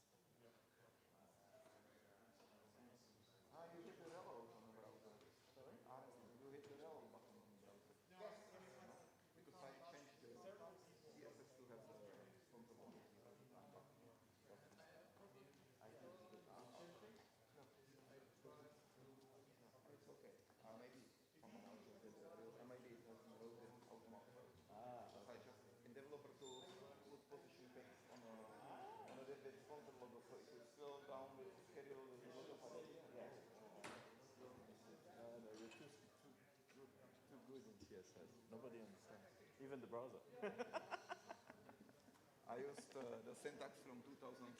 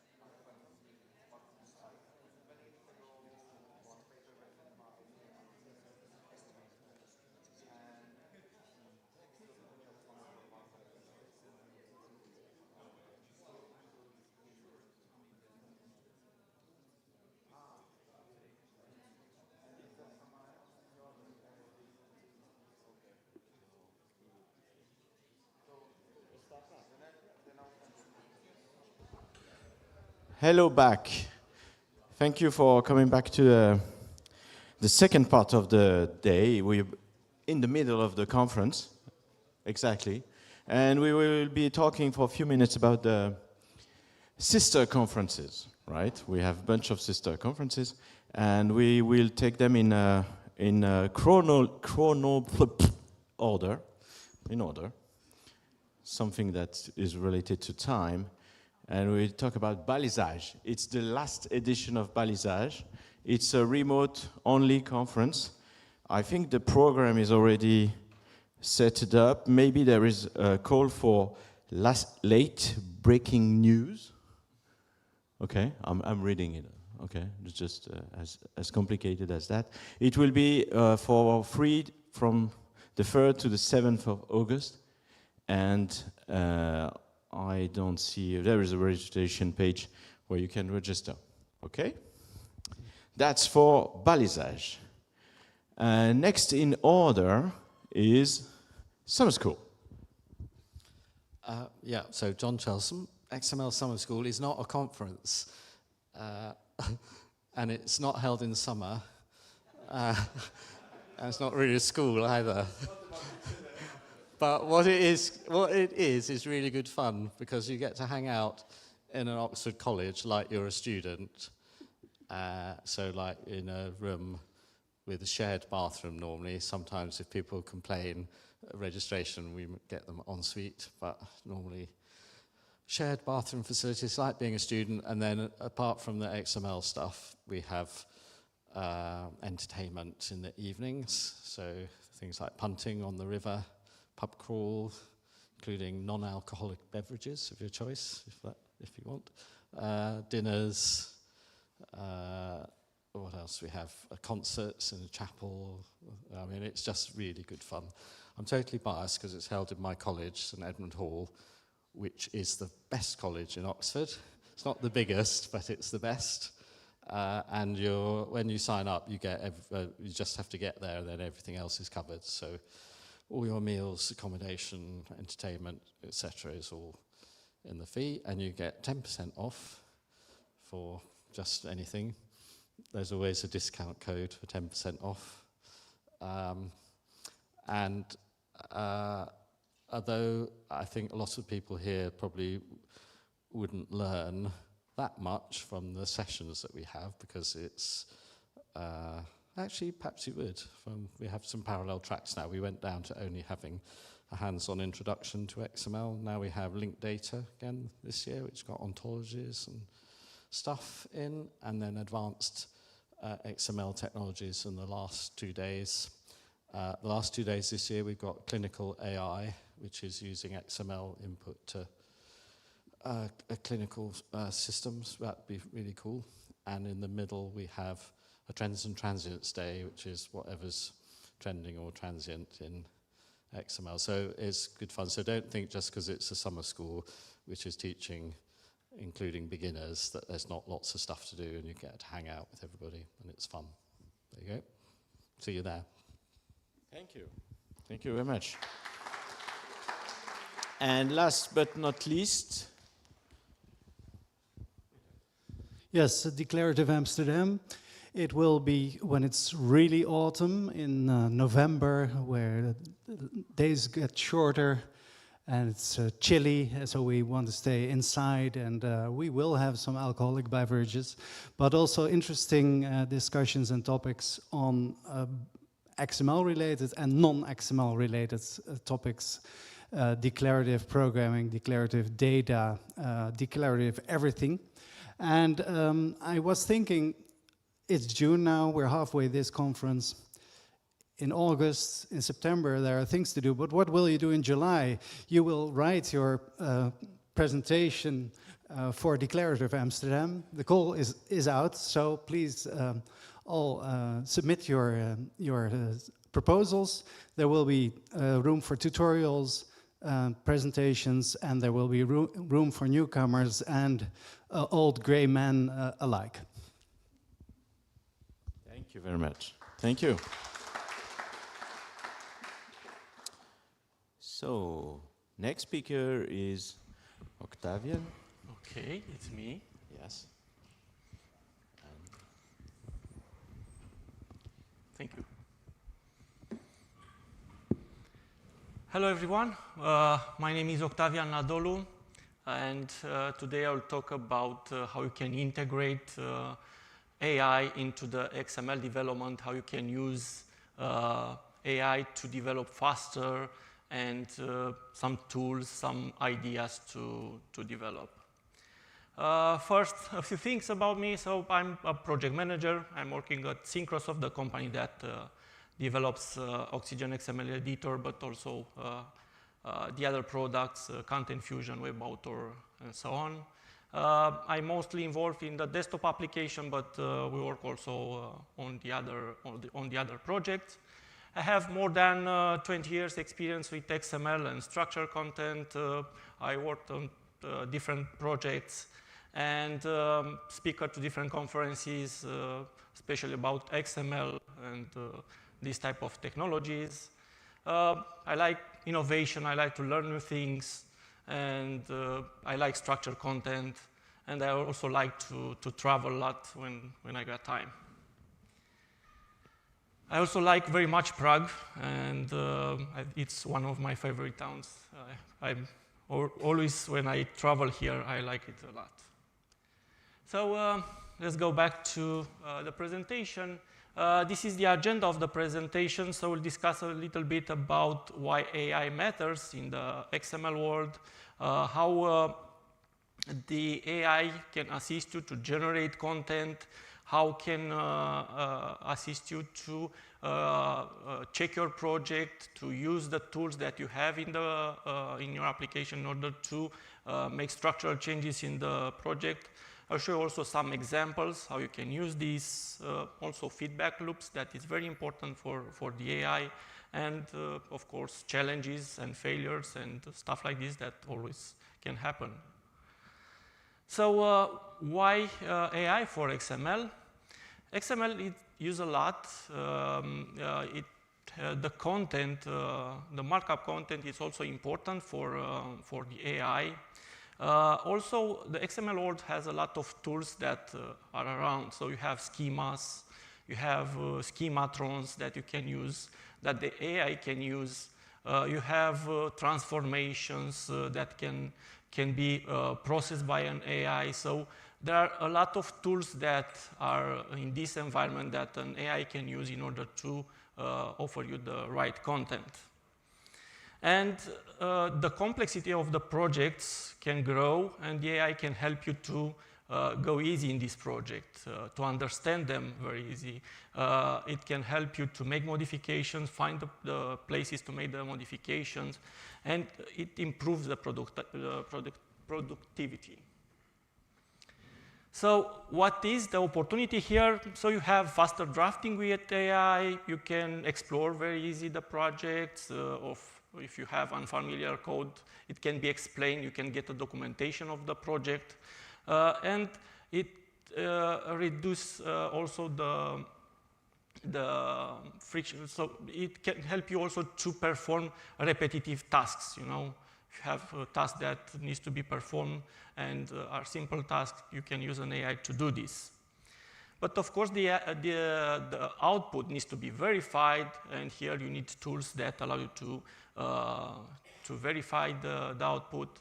The output also can contain some problems, and you need to either transform the content and check if it's correct, or use validation to make sure that it goes in the right direction. And of course, someone can need to check this before getting ready to production. So where you can accelerate work, so you can generate code using AI, providing some context specific for your project. You can have smarter content completion, maybe with AI. You can generate documentation for your project, so if you have new people, it will be easier to learn, or if you go in a project, it is easier for you to learn the project and understand what the project does. It can review your work and tell you about things that can be spotted in your project, problems or documentation that is wrong, and so on. And you can also make automation, so you can make tasks that will use AI to perform different operations in your project. And the most important is using agentic AI, where you use AI with an agent that needs to perform some tasks. So you start from simple things like just generating some code, and you can provide some content to be generated. You can provide a simple prompt, or you can provide maybe some structure. Then you can go with a smarter AI that can get also some context near the place where you are editing, so, and maybe you can generate some content completion based on information that you have or the associated XML, for example, if you are editing an XSLT, or you can review, so you use more here to explore your project and check all the problems that are there, or you can use it for automation and automated tasks. You can use AI function integrated with XSLT or with XProc, and you control what the AI does, but let the AI to make the tasks that needs to be done. And then you can also use AI orchestration, where you let the agents to do your work, and you provide the tools to do this and the skills. And we'll go through all of them. So we can start with code generation. So you can generate XML structure just using a simple prompt, or you can provide a PDF for some documents and specify that you want to generate a specific XML structure. You can give it a schema, or you can give it maybe a template how the structure needs to be. You can generate XSLT very easy, or just provide the input and maybe some output and a prompt how this to be obtained. You can generate schematron rules just by specifying the rules that you want in the project and maybe some documents that needs to be checked, so the AI will know the namespaces and what elements you have there, so it will understand the structure. You can generate XPath expressions, documentation, and so on. So it is useful when you generate content. And I added here a simple example. Let's say you want to have a style sheet that will process an XML document with some books and generates an HTML document. And you can also provide a template, how you want to have the output. So the AI will look at the XML document, will know what namespace is used there, what type of documents you have, how you want the output, and then it will generate the style sheet to have this output. And of course, you can continue the discussion, and you can ask it to make the content different or look better. But the idea is that it's very easy to provide some context information, some prompt, and generate a simple style sheet that generates some output. Then you can go more and use AI, for example, not only to generate content, but use it as a content completion support. So instead of just using the content completion that provides the elements, the attributes, and some IDs maybe that you have in your schema, you can use AI to read more from the context that you have in the document. So if you have an XSLT, it can read the associated XML document, can read other templates, other functions that you have in an XSLT, and then provide you the content completion in the place where you type something and help you to speed up your work and generate the content. And I added here a simple example. Let's say we have a set of persons that you process, and at some point you want to generate table columns with information about this person. And when you type that you want to add a new element in your document, the AI will know what element is missing from your document. By reading the instance, can determine what needs to be inserted, how it's your layout in the style sheet, and propose you a solution. So you can choose it and just use it to create your style sheet. Then you can do also more. You can review, refactor, and use it for knowledge transfer. So you can use it, for example, to check if the structure, your structure that you have in your document is inconsistent or has some issues there. You can use it to validate the content and propose fixes. You can use it to check for duplicate code and maybe refactor the code to remove the duplicate code. You can use it to detect different problems in specific files, XSLT, XPath, and so on. Then you can also use it to explore more complex projects and suggest refactoring changes in your projects.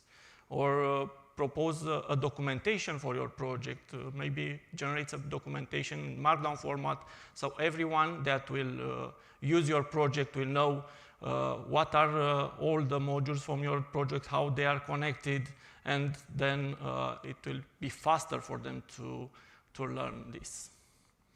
Added here an example. Let's say you have an XML where you have some inconsistent data, so you can have an order that is written differently in the XML document because someone wanted to have the data differently. And the AI can spot, for example, this, can determine that you're processing differently the content and propose some changes. Then it can also document this, so everyone that goes into your project will know that this problem is solved or it's treated like this, or the style sheet was created like this because there are some challenges in your document. So can determine these parts, can allow you to have the documentation created. It can refactor the content, and it can help you to have this modification made more easily. Then we go to automation and agentic workflows. That it's more advanced support that you can do with AI. So with generative AI, you can generate some code. As you've seen, you can generate XSLT or XML and so on. You can use it to fix the problems. You can use it to convert maybe some content. You can use it to document. But with generative AI, you give it tasks.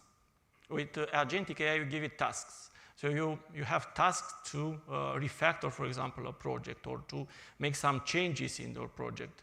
And the agentic AI will make some steps in order to achieve the task that you give. So you want to make in your project. And based on the tools that you have and the skills that you have in your project, it can help you to achieve the goal that you have there. So the generative AI, it's mostly used for generating content and can generate from simple content just by using a simple prompt to more advanced content if you give it more context. You can say, okay, write me a product description and you can give it some information about your product, and it can write you this content. Or it can help you to generate more advanced content. With agentic AI, you can do more. So you can say, okay, review my documentation, find the missing topics, create tasks, structure my documentation. So you can give a lot of tasks to perform. And then based on these tasks, the agentic AI can start to use tools that you provide, skills that you have in your project in order to achieve the goal that is there. And it will do this in multiple steps. It will validate the content, check if there are problems during this task execution. And I added here a simple example. Let's say you want to rename an element in a project. You have a project where you have some transformation and maybe some publishing and maybe also some validation. And you want at some point to rename an element or add a new element or make some change, some structural change in your document. So first, the AI can use tools to analyze your project. It can check what type of resources you have there, what needs to be changed, what files you use in your project. Maybe you are using schemas, schematrons, maybe you are using expect tests, and so on. Then it starts to execute this. and it can use tools to make this modification in the document, so it can rename the task, it can update the schema, fix the selects, also fix a CSS, maybe you have some output, maybe you have also some JavaScript there, can determine that you have also changes there. Then it can run test kits, maybe fix the problems. It can also write the documentation, update the documentation with the changes that you made there. And then at the end also can validate the result, all the files that you have there, and make sure that the generated output is correct. And if it's not correct, it can try to fix them and then validate again until it makes the correct changes. And then it can also propose, for example, a git commit. Can use a tool that will propose these changes, and you just need to review what the AI did in your project and then push this on your Git. So it makes an entire, a lot of steps in order to perform the task that you give it. So the important thing is that the AI has this loop of making the changes. So first, it gathers the context, it gets all the information from your project, and for this, it needs tools to scan your project, maybe tools that will know to determine the dependencies between your modules and where to make these changes. Then generates what needs to be performed in order to make this change, and then can use other tools to make the changes. It can use maybe expat tools, or you can use just some renaming tools that allows you to make deterministic changes in your project, and then you can just review at the end the result. So in order to perform these changes, the AI needs tools, for example, to read and understand XML files. Can read the dependencies, can read the files that you have in your project, search, support, needs support to edit, rename, so it makes the modification at the end, needs support to validate, so every time it makes a modification, can validate and check if the result is correct, so will not generate invalid result. Maybe tools to perform a transformation. If you want the AI to verify also the output after all this renaming, it can check if the output is correct again and maybe fix the test cases. It can also use tools for Git if you want to have access to a Git account in order to push the commits there, maybe create some changes that needs to be pushed on your project. It can also use other type of tools using MCP, tools that you can provide, tools that an IDE can provide, maybe, depending on where you use this. Then also skills are very important where you are using these agentic AIs. Skills are used to instruct the AI to perform a specific task. So as you've seen, when you make a rename, you need to make a rename in the XML document, then you need to update the XSLT, update the CSS. So the AI needs to have these skills in order to know how to make the modification in your XSLT and provide maybe some examples. Maybe in your project you want to use XSLT 3.0 or 4.0, and the AI needs to be instructed to perform the task as you want. Then skills to perform the modification in a CSS. So every task that makes in this loop and these steps needs to be backed up by a skill. So needs to be enforced with this type of skills. You can also specify what tools to use in this skill. So if you are making a modification, maybe in a style sheet, you don't want to use just a simple rename. Maybe you want to use a tool that uses expat to make a rename, or a refactoring action that makes the modification there. So you can control this type of information using using the tools and the skills that you provide in the tools. And for development, for XML development, you can have tools, for example, you can have skills, for example, for XSLT specific that can create, review. Maybe for XSLT, you can specify that you want also to create some test cases using XSpec in the skill. Tools for skills for schematron that will understand business rules, maybe create also some quick fixes after create the rules in the schematron. XSpec skills that will know the instance and other information from your project, or more specific to your framework. For example, if you have a data, you need tools to be specified in the skill, tools that will know more about keys, reuse, profiling, and so on. So you can give this information. Or if you are using S1000D, then you need other type of information like breaks modules, applicability, and other type of information. So every modification that is made during this process needs to be, so it's better to have a skill that will allow the AI to perform better. You can also have translation skills if you have translation in your document and provide information how to make a translation and provide some samples. And I added here another example. Let's say you want to restructure a map.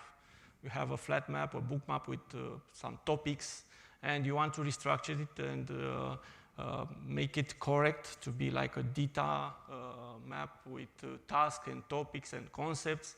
So the AI can use a specific skill for data, can analyze all the references, can use a specific tool to get the references or all the information from your project, then can plan the changes, can split then the modification in multiple topics, then can update the DTDs, can create a new map, update the keys, then can perform validation using DataOT in order to make sure that the changes made there are correct, and then if are not correct, can retry to fix this and try to correct maybe the references again, check if something is missing in the project. And at the end, can also publish and give you a report, for example, and can also maybe check the published version if you have a specific skill. Just 2 minutes. Okay.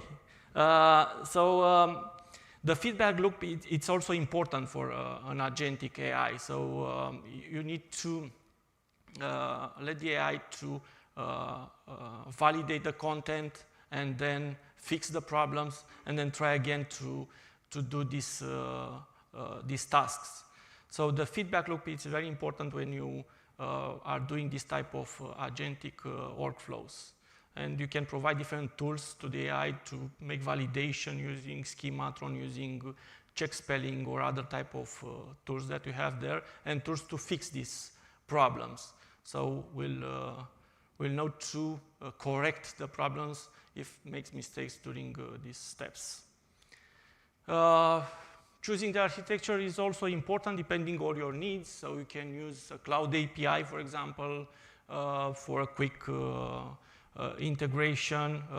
Here you need to make sure about the requirement, the privacy maybe is different on the cloud. If you are using a local LLM, the privacy is maximum. So if your project is very important and contains confidential information, it's recommended to have a local LLM. You can use an IDE where you have more tools maybe provided during this agentic generation. And you can also use pipeline integration where you can use AI to perform tasks automatically.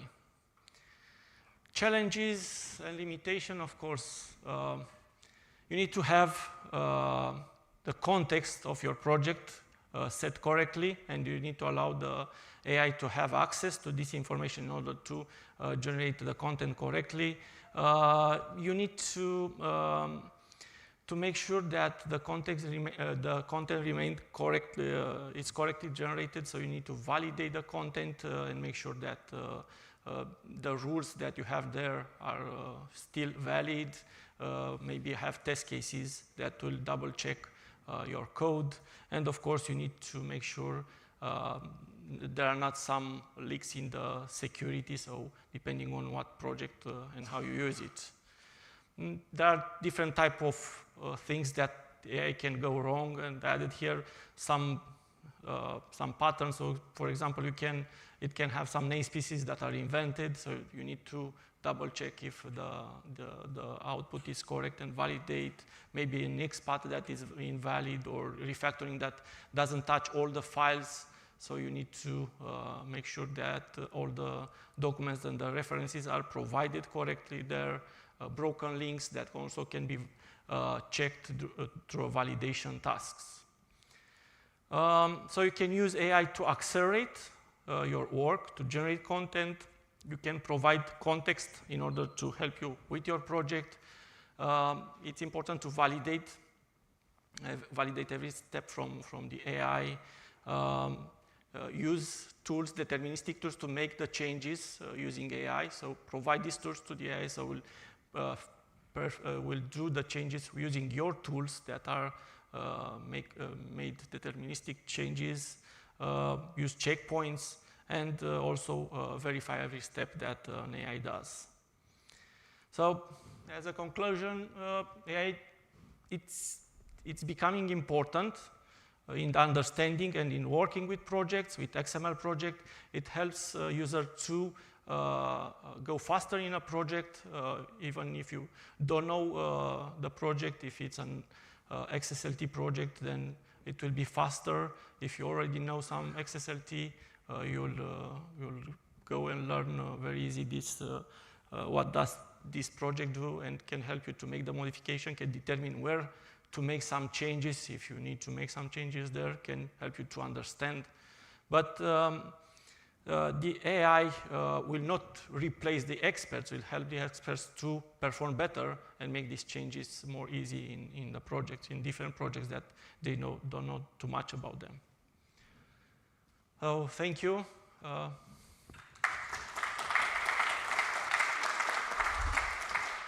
If you have questions, I don't know. No, it's perfect. It's perfect. We have one minute for a question. Oh, yeah. Hi, thank you. Firstly, before I ask my question, can I check, what do you mean by AI? Are you referring to machine learning models? Are you referring to good old-fashioned AI, LLMs? In general, any large language model, let's say, yeah. Okay, so large language models, yes. Fantastic. So at the end, you claim that the use of large language models makes developers work faster and more consistently. There have been some interesting studies recently that show that people who believe they're being made, for example, 10% faster in their work using an LLM are actually measurably working 10% more slowly. So I assume that you have some good benchmarking and studies that actually prove that XML developers work faster with LLMs? Yeah. I think it's very easy to, if you are entering, also for me, if I'm going to a project that I don't know, or it's an old project that I forgot what happens there, if I use an AI to make some modification, let's say I update, for example, the schematron specification in Oxygen or something, then I can get the new spec, tell the AI, okay, these are the changes, find me the places where I need to make the modification, and it determines exactly the places. So of course, I need to double check. I need to have some skills in order to understand what it does there, but it's faster for me.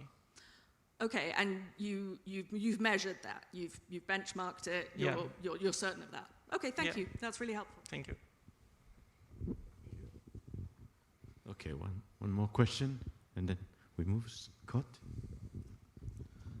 When I work with Cursor, then you can easily change the models and maybe use like a Composer or use something like Claude Sonnet or something like that. Mm-hmm. Can you also so easily switch the models in Oxygen? And the second question is, can I also, like using a skills MD for including my requirements for the app or something like that, which is very common, so in vibe coding.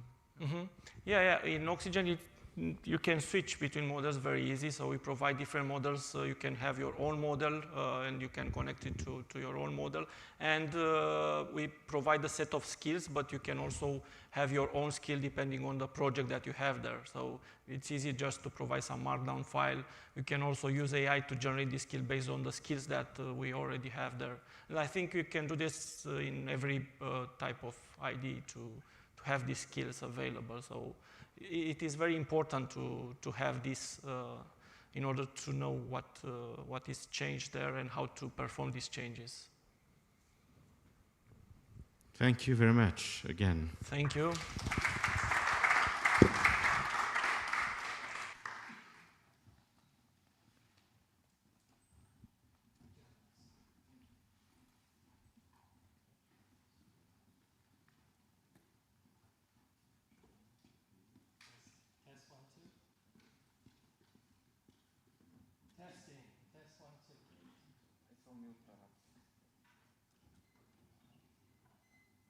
Testing, 1, 2.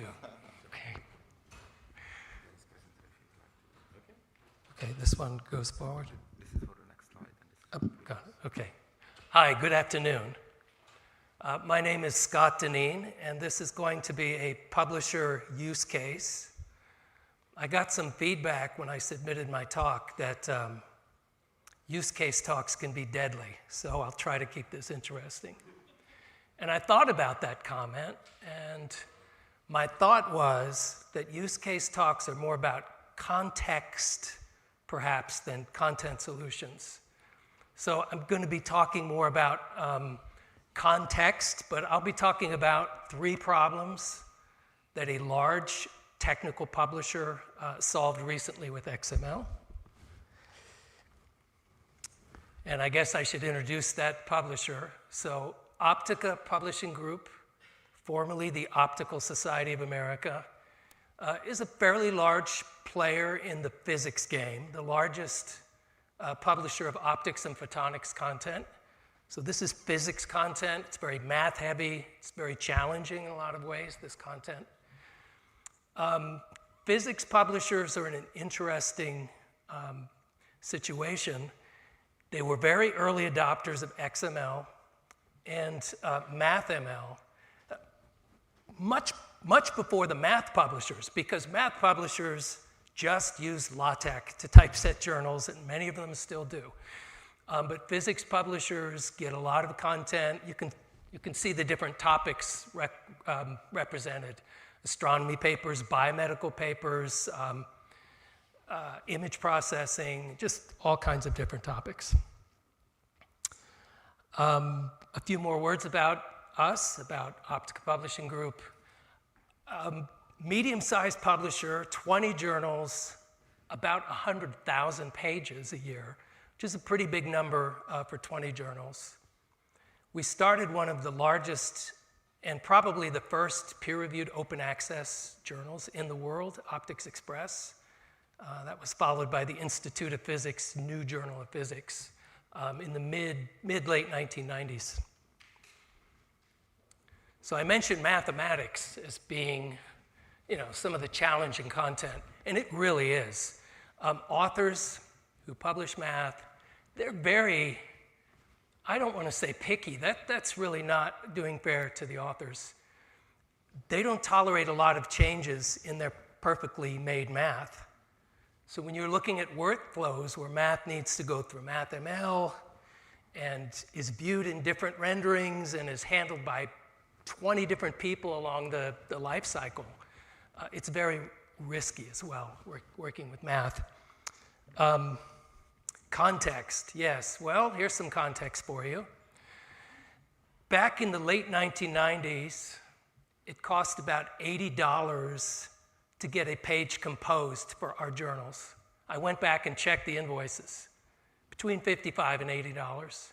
That's in 1990s US dollars. Very expensive. Double keying, markup language called troff, that some of you probably have heard of.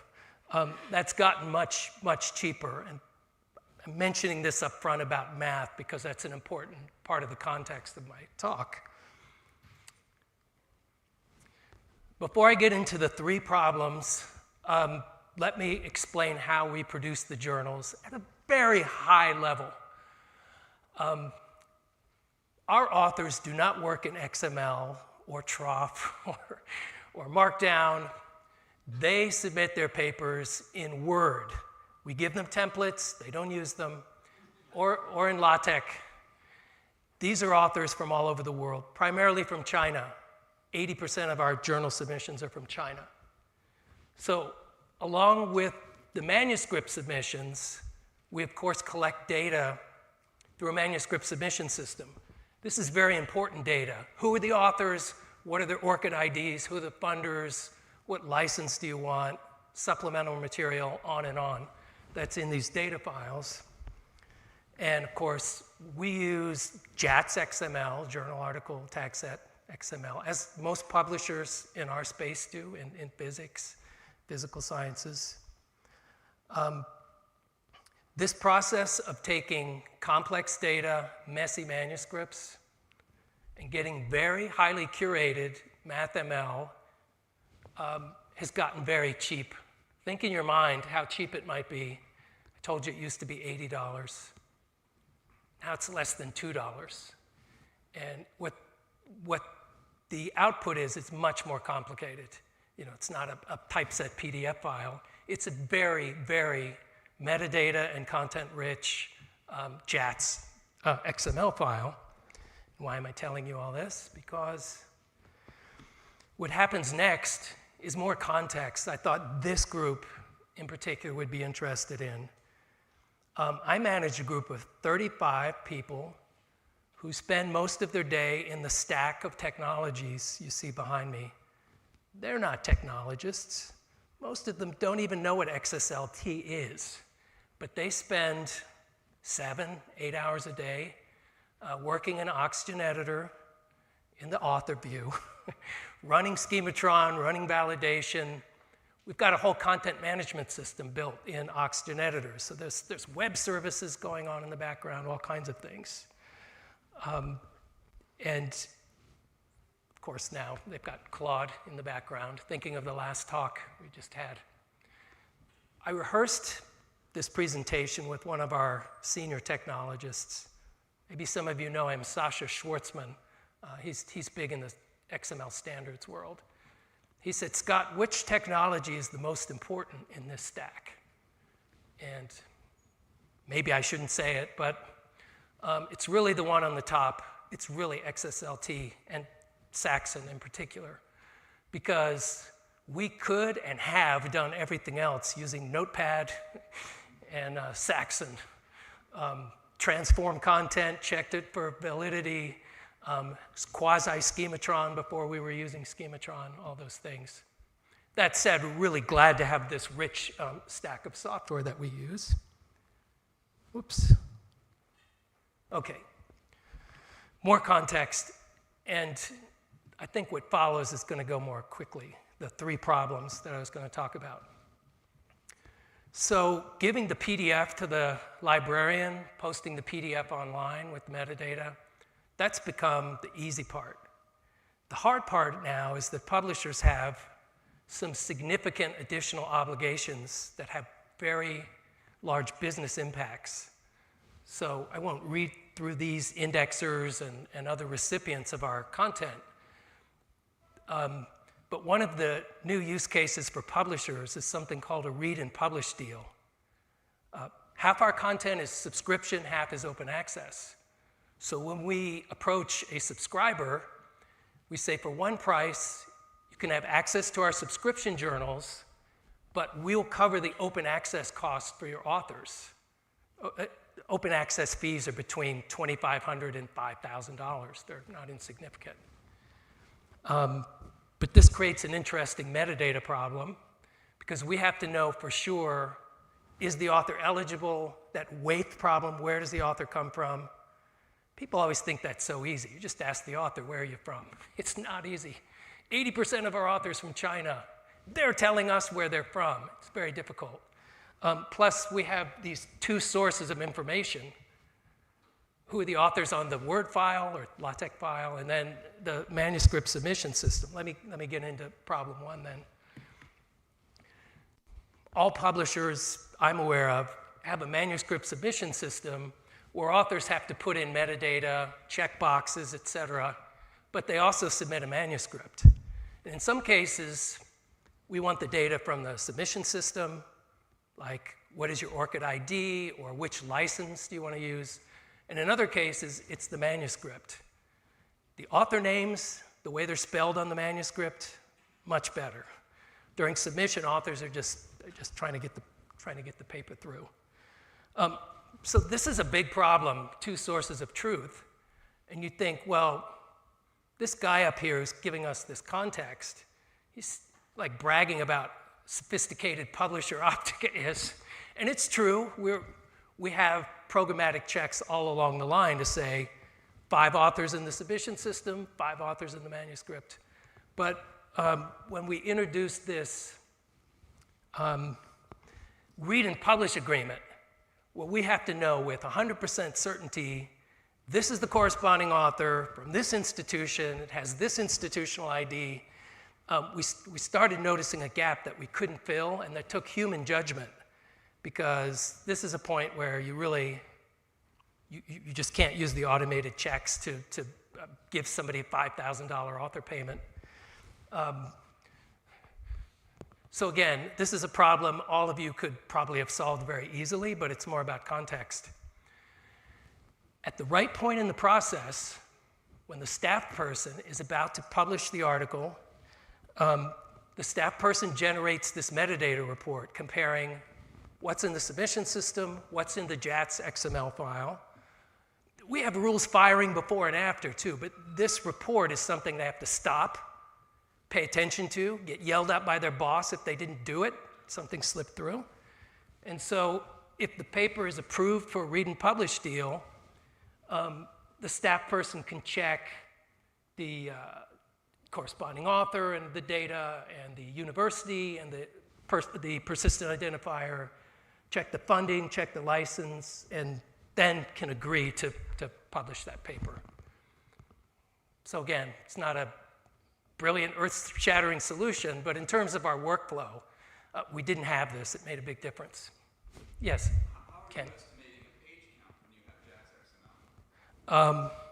I shouldn't have. That's problem 2, so I'm very glad you raised that for curiosity, but I'll skip the answer until I go to problem 2. Thanks, Ken. So problem 2, queued me up. We didn't rehearse this. So what Ken mentioned is pagination, right? So one of the worst cardinal sins a major any publisher can do is mess up the pagination. Creates problems for linking, for citation credit, even impact factor can be affected if the pagination's wrong. But all major publishers have corrections that they publish. Incorrect pagination for this journal. And one of our own journals in 2022 had a 100-page gap. It was very embarrassing. And how did this happen? Well, back to Ken's question. So the JATS XML file does contain the actual first and last pages. One of our journals is huge, so first page might be 11,000 something. And then it has how many pages that are instantiated in the PDF file. So how Optica creates PDFs, which is of course the best way, is we use XSLT to go from XML to LaTeX markup file, run that through LaTeX, and get the PDF file. 2-column, complicated tables, voluminous math, works great, cheap, no proprietary tools. It's a great solution. But you can see the problem with the pagination, right? What if the staff person adds a new figure recreates the PDF, and then that PDF has one more page. We usually catch it. We've got upstream and downstream processes that check, but at this critical point, right before we publish, we occasionally had mistakes. So not earth-shattering, but it is possible when you generate a PDF to spin off an XMP metadata file from the PDF file. And that XMP metadata file has total number of pages, first page, last page, which we can check with Schematron. We have had no pagination errors since 2023 when we put this solution in place. We used to have 3 or 4 a year across our portfolio. So putting the right solution in the right place for the right people is kind of the most important thing to do. Because I mean, technically it's a very easy solution. It's like, duh, why didn't you do it before? But, you know. Anyway, Schematron, it's a big part of our workflow as well. We probably have 2,400 Schematron rules running for us and our vendors. Problem 3, I don't know what the time is, I better check. We wanted to be very innovative in 2001 and start using MathML. Same with the American Institute of Physics, same with the American Physical Society. We didn't know much about MathML. For example, this content MathML that describes what the math does, not what it looks like, we thought that would catch on, but it didn't catch on. It's very expensive to have actual mathematicians make sure all the math is coded, you know, semantically correctly. The publishing world uses presentation MathML, so there can be a lot of variations in the underlying coding when what the authors are doing are trying to make the math look a certain way, not actually have that semantic meaning. That's one thing we learned. Another thing we learned is that math on the web didn't evolve the way we thought it would. Originally, the various browser manufacturers promised to give MathML support. Most of them didn't do a good job, but thankfully, MathJax is the de facto tool that, I don't know about the rest of the community, but all publishers I know that use MathJax to interpret the math, and it's very accurate at this point, especially MathJax 4. Yes, this slide has MathJax 3. It also helps with compliance, European, US, other compliance with accessibility needs, make the math talk, make it easier to navigate. One of the problems with MathML, and this is my last problem, my last talking point here, this little equation here has to be perfect when we publish it. The variables have to be in italic, the spacing has to be just right, or the author will complain. Might not even publish with us again. The authors are very picky, the spacing, all that stuff. MathML is very verbose. This little equation, there's the MathML. There's no good way to edit this equation, and you might say, bullshit, edit it. You just tell them to edit the markup. Well, they're not going to do that. There's plenty of MathML editors. There's MathFlow for Oxygen. There's Oxygen has its own editor.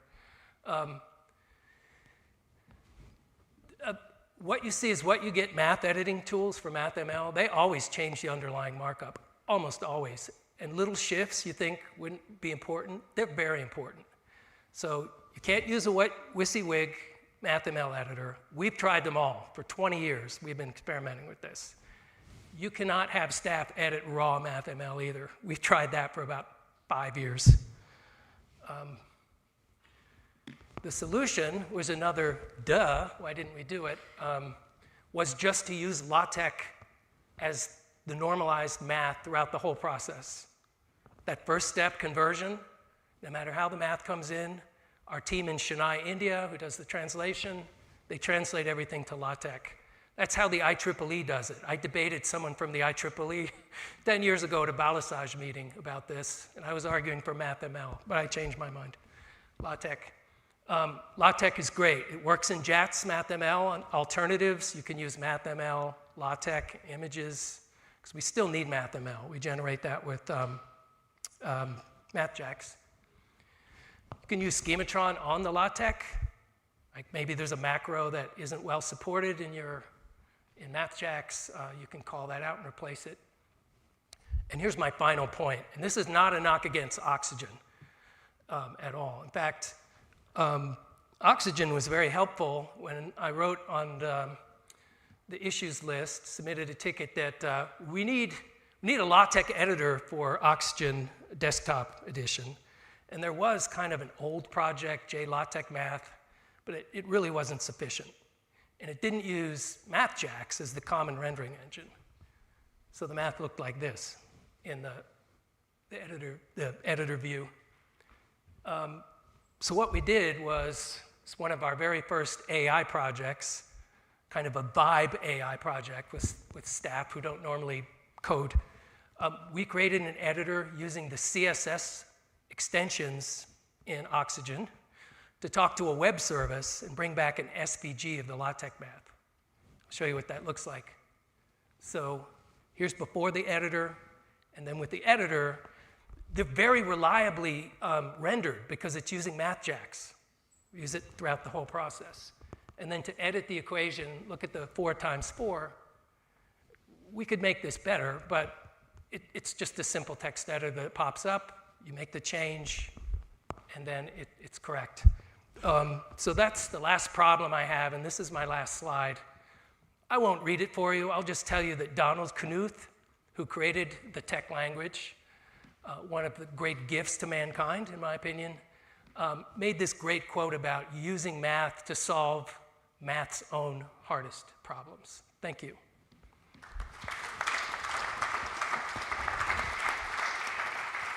Thank you. We have a few minutes for question.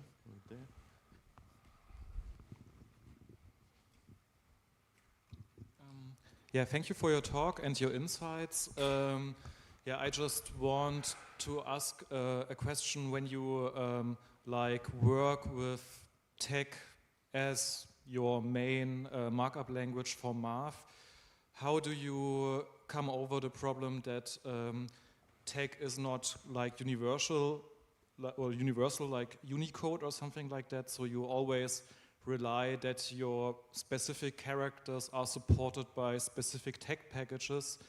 And also you have the problem like that sometimes you can have characters which aren't included in any tech package whatsoever, so you just can't render them. So, and I think... Yeah, good question. How do you solve this problem? Yeah. Authors use a lot of specialized packages and custom macros, and one thing we do is use Lua LaTeX, so we use Unicode underneath for the tech rendering. But our team in Chennai, India, they try to resolve and normalize the math and undo some of the custom things the authors do before we get the LaTeX. That's the main thing, yeah. Any other question? I have one. You Yes. mentioned you used AI, but it seems to Oxy is just an extension. You said it's the first AI everything we saw in the previous Octavio's presentation, pretty much we do all of that stuff he talked about. Okay, okay. But we don't process data that we publish through AI. Okay. We use it to create XSLT, to create Python code, things like that. Okay. Yeah, okay. Good. Thank you very much. There is one more question. Oh, sorry. Sorry. Thank you. One of the things that I'm actually missing when it comes to AI and XML is the topic of token spending, because XML documents are very verbose. So we heard Ken proposing something based on the discussion he had yesterday. Are you aware whether you're using something similar to just lower the costs for XML and AI? For these small programming projects, we're not worried about it, but I did build an MCP search LLM over our 500,000 articles, and the cost for having that tool ingest XML is huge, unsustainable. So I think solutions like what Ken talked about could be very helpful in a case like that, yeah.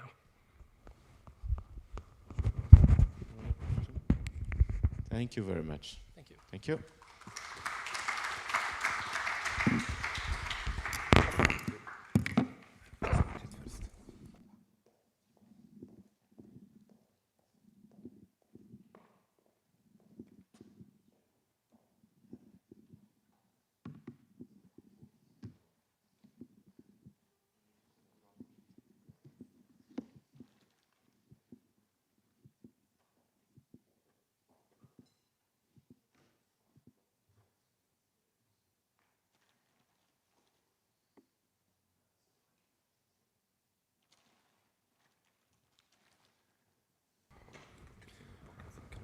Yeah, sure. Okay. Thank you. Hello.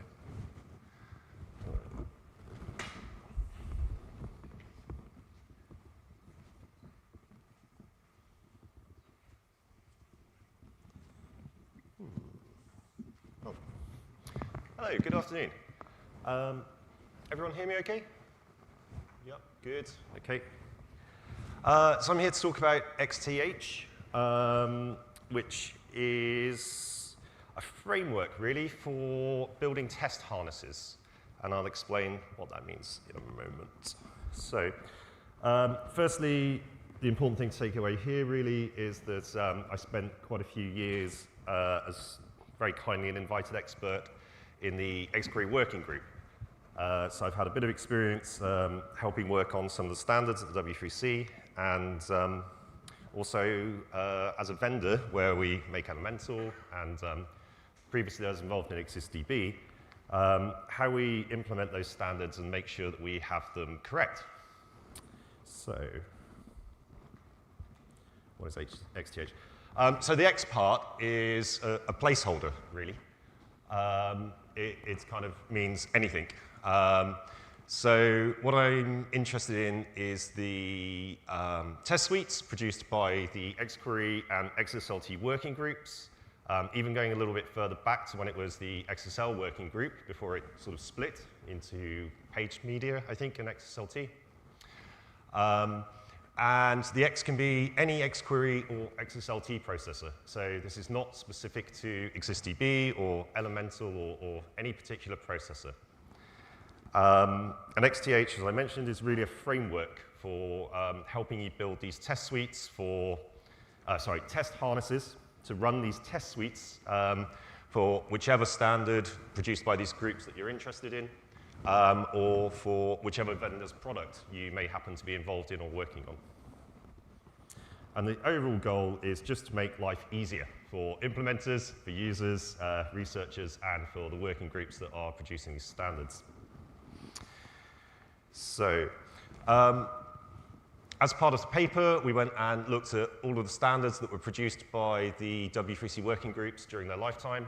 And specifically, this is very much restricted to the XQuery and XSLT working groups. I'm not talking about the larger W3C. And there's a little over 25 standards that met recommendation status at W3C. And from there, there were about 10 test suites that were produced. And there's a bit of a variety across those test suites. They've got better, I would say, in how they're defined. But centrally, a test suite is centered around this notion of a catalog. And it's only later in the development of these test suites that they started explicitly calling it a catalog, but the idea of a catalog was kind of always there. And it just defines a list of tests that may be grouped into various test sets. And these tests themselves are called test cases. And the test cases, each one describes a test, strangely, but a bit more than a test, because there's quite some complexity in these standards. So you need to set up some sort of environment where the test is going to execute, and this may vary test to test, because there are different things that you're interested in checking. The test may have dependencies. Some tests may be for XQuery 3 or XQuery 1 or XPath 1 or XPath 2. They may require parts of the specification that are optional for vendors to implement. So even in the XPath specification, there's various bits in there that it says, you know, this bit's optional. You can implement this if you want to or not. So the test has to declare whether it implements it, and then as a vendor, you have to decide if you implement it, and if you don't, you probably don't want to run those tests because it doesn't make sense. So we need to think about those kind of things. And then there's what, as a developer, you think of as the test itself. So a piece of computation that you're going to execute that's going to possibly take some inputs and produce some sort of output. And that's lovely, but then when you have this output, how do you know if it's correct? So the test case in these test suites that were produced also define, or more recently they call them assertions, but effectively they've always been kind of this way. They define a number of predicates, for lack of a better word, that have to hold true. So the test result must equal this value, or the test must have raised this error. It's a bit more nuanced than that, and certainly more complicated, but at the simplest form, that's what it's really doing. And what is quite interesting, looking back at the early test cases, is for XSL 1.0 or 1.1, I think it was, the results of the test cases that were published were just images or PDFs. There was nothing that you could assert computationally.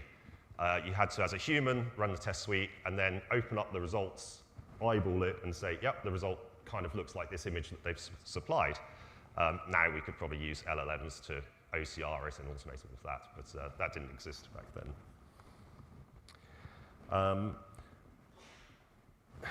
Yeah, okay, so let me just catch my breath a minute.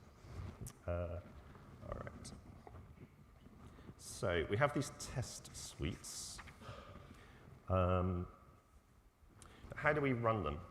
So the test suites themselves are expressed in various XML grammars, but they're not directly executable, right? I can't double-click it, it's not going to run.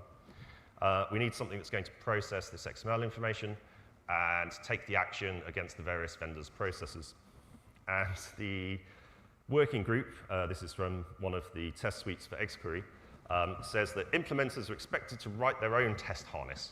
Well, that's a bit annoying, because that's more work for me. Not only have I had to implement the standard, but now I have to go and implement a test harness to run the test suite. And there's sort of four main things here that they say this test harness has to do. It has to parse the test suite, unsurprisingly. It has to execute the tests, has to assert or check the results of the tests, and then it has to produce a report. And they also specify a preferred format for the report that you can then submit back to the working group or the W3C so they can publish the results of how many wonderful people have implemented their standards and what the compliance is. So that seems like a lot of work. So do we really have to write a test harness? So I went looking at some of the other test harnesses and the advice. And the bit I've highlighted, you will have to write your own test harness. So yes, their advice seems to be that we have to do this. However, I don't think we do. Technically, somebody has to do some of this work, but do we all, as vendors or users or developers, all have to do the same thing over and over and over again? That seems like a lot of wasted effort, where there's quite a lot of commonality in these things. So we went looking at the existing test harnesses. During the lifetime of the XSLT and xQuery working group across all of the standards, I was able to collate the results that were provided, and approximately, or exactly, I believe, 34 vendors submitted results. They ran the test suites and submitted results. That's pretty good, I think. I'm not sure what the other working groups look like and how many implementations they have, but I felt that that was pretty good. So these are 34 vendors or distinct products even, where we have test results. Very sadly, and I think this is sad, only 6 of the vendors made the source code of their test harnesses available. And for me, I struggle with that because how can I trust what they've done? They've told me, okay, their product is 99% compliant. I cannot run their test harness and reproduce this. How do I know it's 99% compliant? They may have other reasons for saying it's 99% compliant than just being compliant with the spec. I don't know. So reproducibility was difficult and sometimes impossible, because even with these ones that are open, open code that is, whatever the license for it, doesn't matter, I haven't found one yet where they've published configuration information. So a lot of these products are highly configurable. So which configuration did they set their product in when they ran the test suite to get the results that they have? I don't know. So still can't reproduce it, even though the test harness's source code is there. And if we look a little bit further, some vendors had multiple attempts at writing test harnesses. So they wrote a test harness, they didn't like it, or it didn't work very well, and they tried again. And I'm also guilty of that. So ExistDB has had 3 test harnesses in its lifetime. and I wrote 2 of them. And even the last one that I wrote for XSysDB has problems. It's not ideal. These things are really hard to get right. So how do you fix, if you've got, remember how the old joke goes, if there are 10 standards and you're unhappy with them, well, you create an 11th standard. So I've written 2 test harnesses that didn't quite work 100%. So now with XTH, I'm trying to create a framework to create test harnesses that work correctly. So we're having another go at it. And we'll see how that goes. So luckily, some of these test harnesses are in version control systems, so I was able to look at the history of them as well and analyze that. And I could see that some of these test harnesses, obviously some of them I'm aware of because I was involved in. But overall, there are many, many test harnesses. They had bugs. Some of them still have bugs.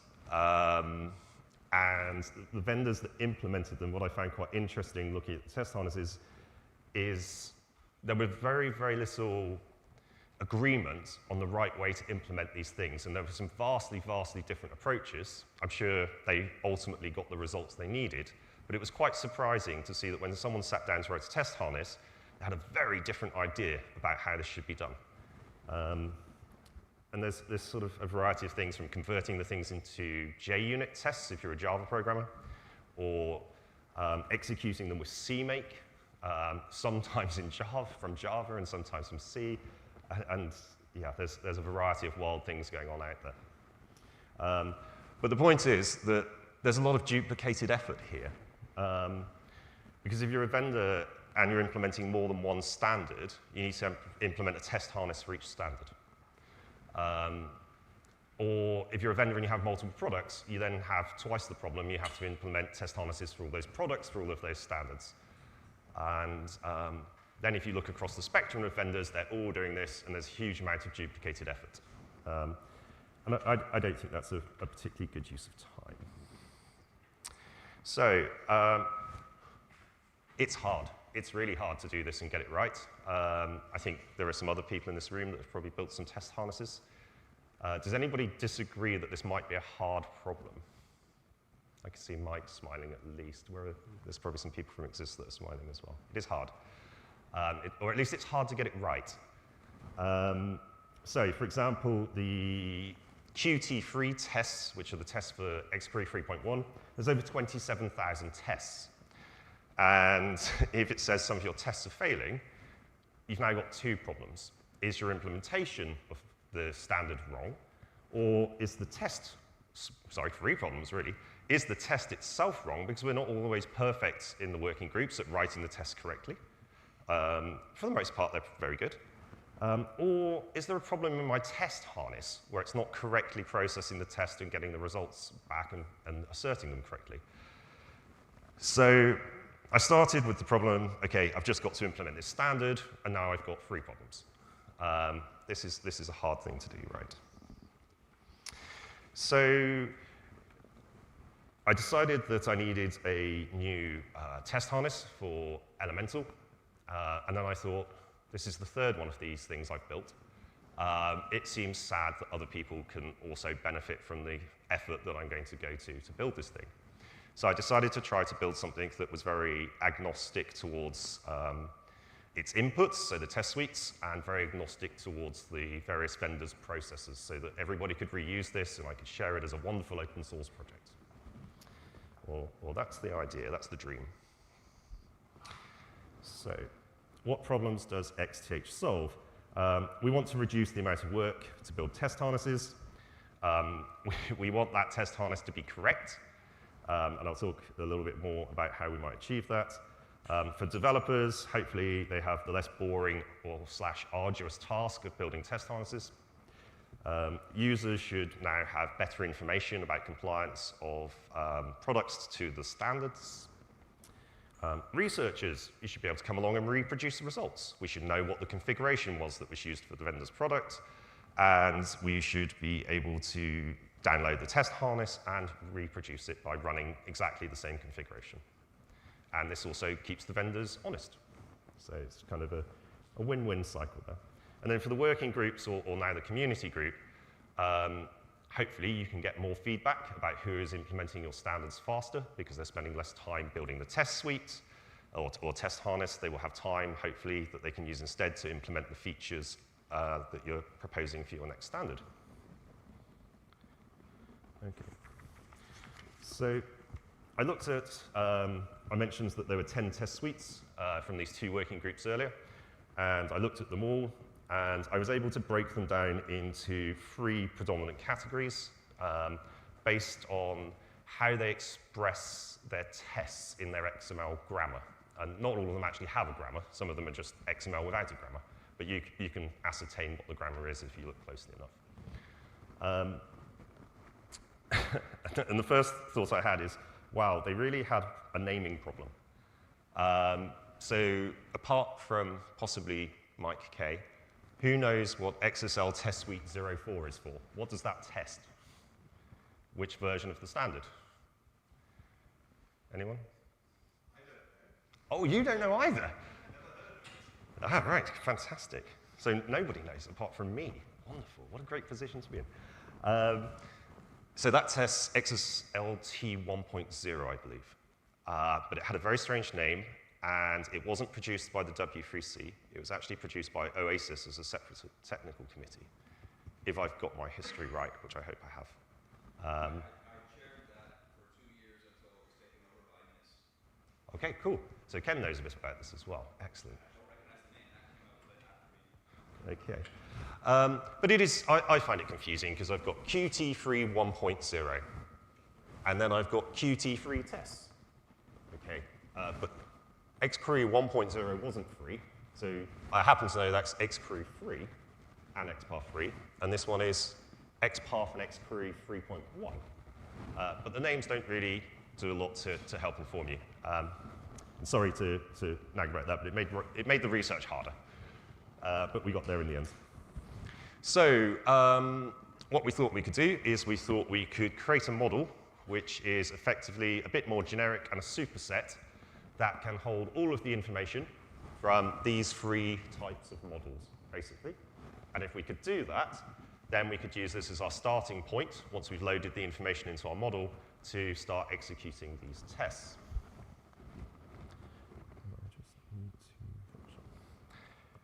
Right, so a little bit earlier on, I showed a slide from XQTS 1.03 where it said you have to implement your own test harness and you have to do A, B, C, and D. I actually think you really only need to do a bit of B. If you could create some common software that was customizable, A can be completely common, C can be completely common, and D can be completely common as well. There's nothing vendor-specific about those things, or there doesn't have to be anything vendor-specific about those things. So we've created this model that can hold all 3 types of the models from the test suites. We have created an architecture where you can have 1 parser for each model type. So it will go and read the test suite files from the W3C or the community group off of disk and load them into the model.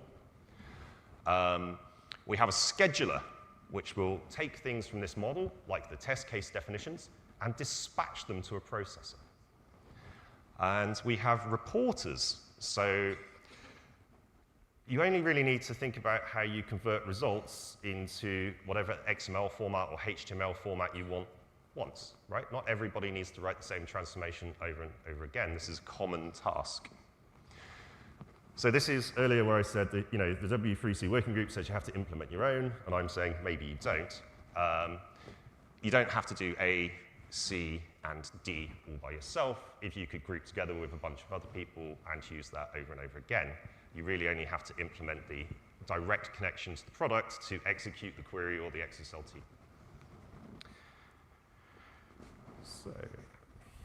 So we've written some software to go with the research paper. It runs anywhere if you like. It's Java, very modern Java, actually. And for those of you that are thinking, well, my product's not in Java, Java has a historic API for executing native code called JNI, and it has a much more modern one since Java 24 called FFM. So you can go and execute all the C and C++ and pretty much any other language you can imagine that you wish to. So we should be able to work with any implementation, any vendor's product of XSLT or XQuery. And the whole thing is designed to be modular. So I'll talk a little bit about that. Oh, and it's on GitHub. So use it. Send us pull requests if you like. So the dotted boxes here are APIs, or in this case, the vendor's product. We have the command line interface, we have an API for parsers, we have an API for connecting to XSLT processors, XQuery processors, vendor products, whatever you need to call these. And we have an API for creating reporters, and in the middle, we have a scheduler that dispatches things from the parser that have been read into this larger generic model that we have, sending them to the vendor's connector. They execute it. They send it to a reporter, and we produce a nice XML or HTML report or whatever you wish. So the idea is that we've written this using a Java service loader pattern, and you can just add more and more parsers if you wish, more and more connectors, and more reporters. But as I said, really the only bit that is vendor-specific is this. So we can add common reporters to the project and common parsers. So we really only need one parser for each of those 3 types of model. So what do we have? Today we have a Qt3 test parser. We're working on a XQTS103 and an XSLT3 test parser, but they're not there yet. People are welcome to contribute them for Qt4 if they wish, or any of the other test suites. We have the scheduler we talked about. We built a Saxon connector to execute these against Saxon. So why Saxon? I mean, I work on Elemental. I didn't want to be unfair. I felt that if I built this against my own product, it wasn't really a fair test of whether this is possible to build against multiple products. So I chose a product that I have no control over. I just have to read their API documentation and try to implement this. And we wrote a connector for Saxon. This isn't finished, but it has enough that I can execute quite a lot of the tests. We then wrote reporters for printing stuff to the console, because it's nice to see what's happening when you're running the thing. But also open test reporting. So open test reporting is a relatively new standard designed to replace JUnit. It's an XML format, but it's event-driven, and it allows you to add lots of metadata. So you can start adding things to your test output about the environment that you needed and the dependencies for your tests and things like this. It's much more powerful. And I'm getting a little bit short of time, so I'm going to skip over the codey ones and probably go straight into a demo. But the good news is it's very simple to implement. As a parser, you basically implement the parse method that takes some input and produces something into our model. A connector, you need to tell us the things that your product supports. Do you support XPath 1? Do you support XPath 3? These kinds of things. And then we allow you to prepare a test case for execution. We allow you to execute it and return the result to us. And that's all you need to do as a vendor, is just implement that. Reporters, easy peasy. You open a reporter, and in that function, you basically listen to these events. And when you receive these events, you output something, whether you're writing XML or HTML or an SVG image, whatever it is you want to produce. OK, demo time. So I've got a copy of this literally downloaded from GitHub and built earlier today. You can run --help to see the options. You can configure various test sets and patterns for executing test sets. I haven't yet added in the stuff for features, so you can choose which dependencies are enabled or which parts of the standards are enabled. But if I just run it, so you can get a feeling for how this works. So I'm going to run this against Qt3 tests. I'm going to exclude these test sets because there's a slight bug there that will show up, and I really just want to show you how it works. And off it goes. It's executing all of these against Saxon. As we can see, it's quite fast. Some of these are taking 0 milliseconds even. So fast, it's less than 1 millisecond. Some of them take a little bit longer. And this should complete pretty quickly. Not too worried. So off we go. Okay, so it's executed most of the FN tests against Saxon HE I'm using. It's some version of Saxon 12, probably the latest one of 12, I think, because 13 surprised me when it came out, which was great. We've written this OTR open test reporting result file. We've got the raw events XML, and then we convert it, or there's a library that does it for me, but it converts it into a nice HTML report.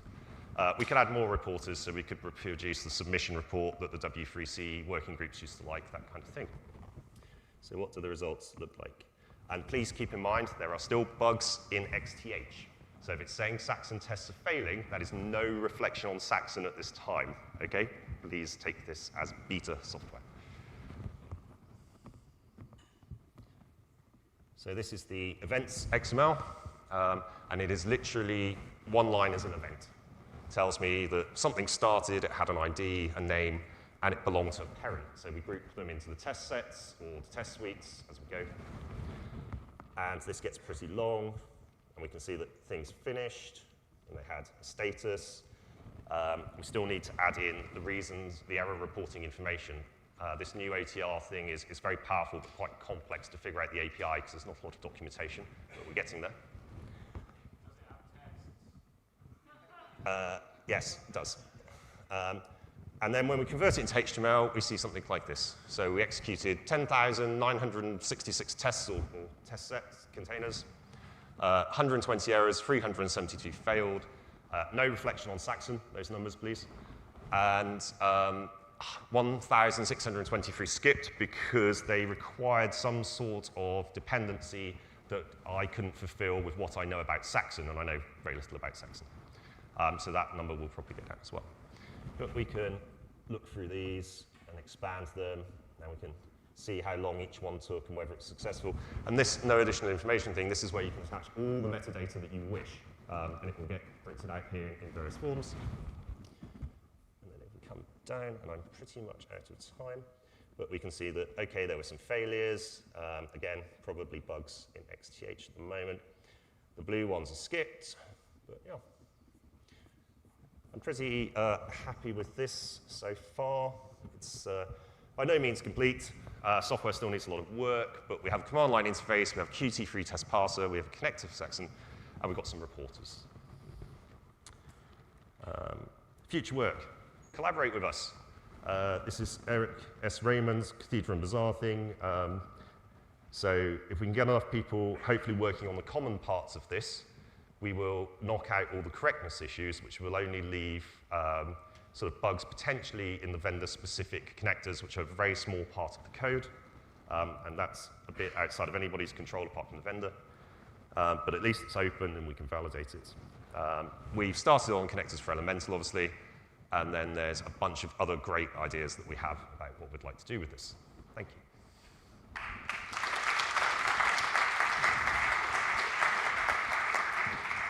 Thank you very much. We have time for question. I see a bunch of hands. 1, 2, 3, 4.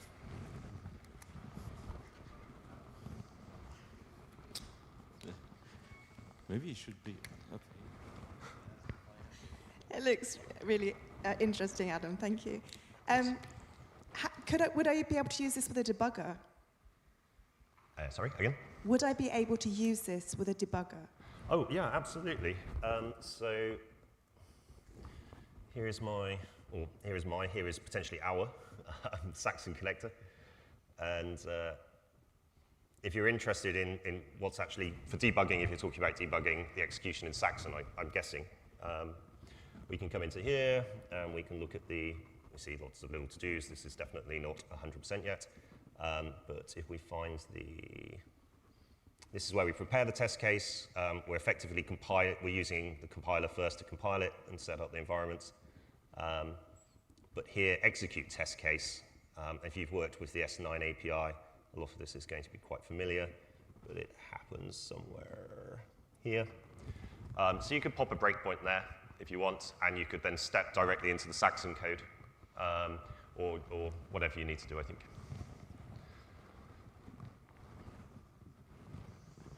Speaking as someone who has looked at this issue,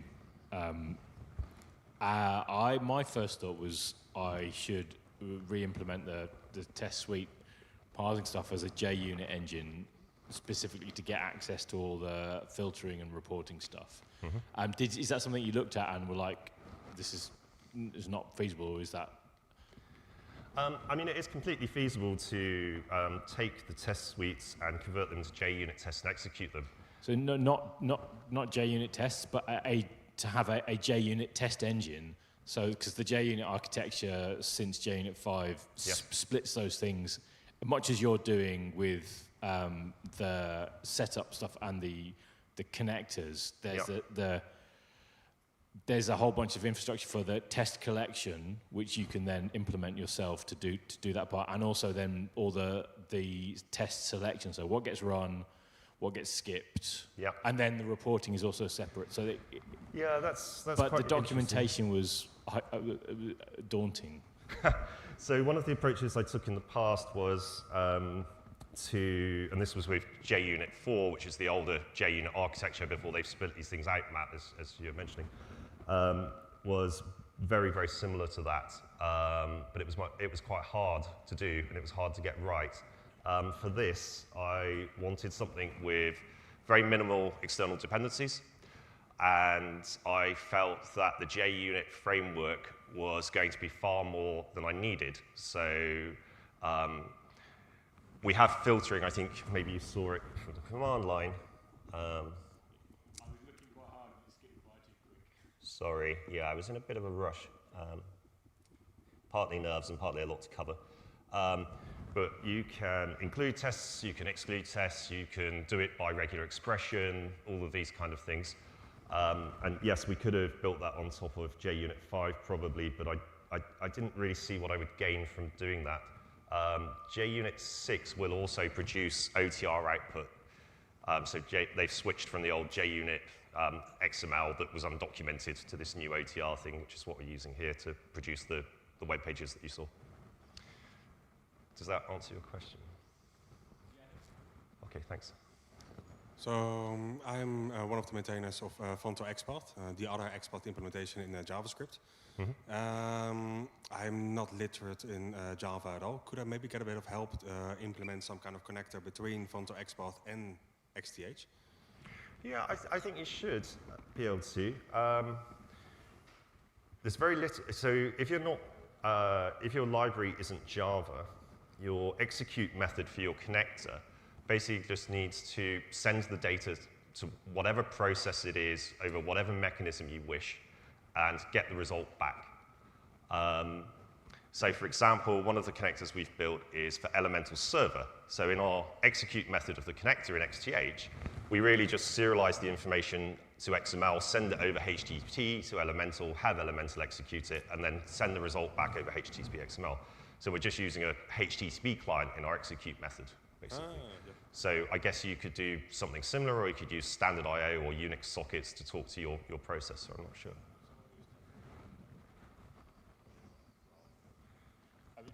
So they're also, depending on the dependencies your tests have on their runtime environment, specifically DOMI stuff, things like GraalVM, Polyglot, Java plus JavaScript in the same process might work, but I suspect your DOM dependencies would probably make that quite hard for some of the cases. Yeah, GraalVM is interesting. So one of the benefits, now I think about it, of having minimal dependencies here is we should be able to compile this with Graal. I don't really know enough about Graal, but there is a gentleman here, Emil Del Prat, who is very knowledgeable on this. So maybe that's interesting for you to talk to him, Martin. And there is a question from Stephen. So what are the limitations on the things that the technologies that you can test? I mean, you've only been talking about XML-based technologies. Are there any limitations on what you can test? So the main limitation at the moment is the kind of common model that we've developed. So this model is based off the idea that all of the test suites from the XSLT-X3 working group fall into these 3 categories. Within those categories, they're all very similar. There's some variations, but they're all effectively quite similar. And then we've created a sort of Uber model, if you like, around this. So if you wanted to go and test, I don't know, output from CSS working group or something, if they have a test suite, we would need to understand what their data model for that test suite is, create a parser for it. The parser bit's relatively easy. And then maybe it fits into the model we already have. If it doesn't, we need to think about whether we want to change it to do that or just say, actually, no, it's not really designed for this. I haven't looked at test suites from other working groups because, yay, XSLTX crew. So I don't know without looking, to be honest. But potentially you could use it for anything, really. Ooh, yeah, sure. Yeah, the two obvious additional test suites that spring to mind for me are the iXML test suite and the XPrague test suite. But what I wanted to say was that I hate every test driver I have ever written with a sort of white-hot passion. And that includes the ones I've written for myself, and it includes the debugging I've done in the ones that we have at Saxonica. But they always end up being tailored very much for the product they're testing. And it isn't obvious to me, it may be the case, but it isn't obvious to me that this kind of separation is going to make the job easier. And the real problem I have is that we're a small team, and re-implementing the test driver, given how complicated I know it is, to fit into this framework doesn't look like a good use of engineering time in the short term. So I think it's an interesting idea, but I'd have to see how it deals with the complexities of the actual implementations you're testing before I was confident that it would be that it would work. But anyway, it's very cool. I think as a vendor, that's totally valid. I've basically written a test suite for your product, and obviously you're going to have some reservations about whether that is correct or not.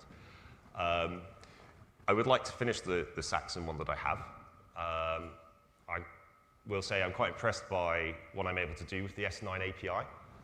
There are definitely improvements that have to be made to APIs from ExistDB and by extension, because we inherited those in Elemental, there so that we have better control over setting up the environment for executing the tests, whereas you guys seem to have quite good control for that. And last question. Firstly, everything Norm said. I wrote a lot of our test drivers, and they're the most embarrassing code I've ever written. There are reasons for that. I mean, there's the cobbler's children sort of phenomenon that when you're running tests and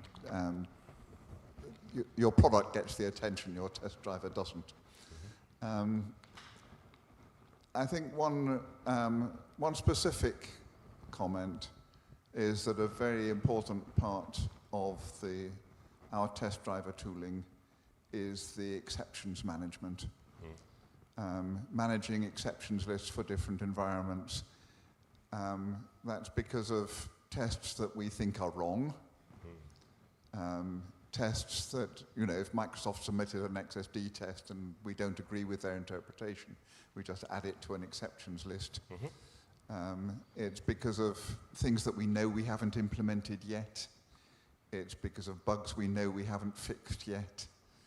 And it's also managing different environments. We don't just run each test once. We run it with a lot of different configuration options. We run it on different platforms. The latest thing I've added last week is running every XSLT test in parallel, so that we're testing multi-threading, those sort of things. And although all those are ad hoc developments that we do in a hurry, and when we've got another objective in mind, and that's what creates the mess, they're nevertheless an important part of the value we have in our test suite harness and driver, that we have all that flexibility of what tests we run and in what modes we run them. And that would be the sort of hesitation in adopting this. That's really incredibly valuable feedback for me. And some of the things that you're talking about there, so exclusions lists and marking these ones as don't run because we know there are bugs that we're going to fix later. Some of that information I'd like to see put into a configuration grammar for how you run the test harness, and that's one of the future pieces of work that we were looking at.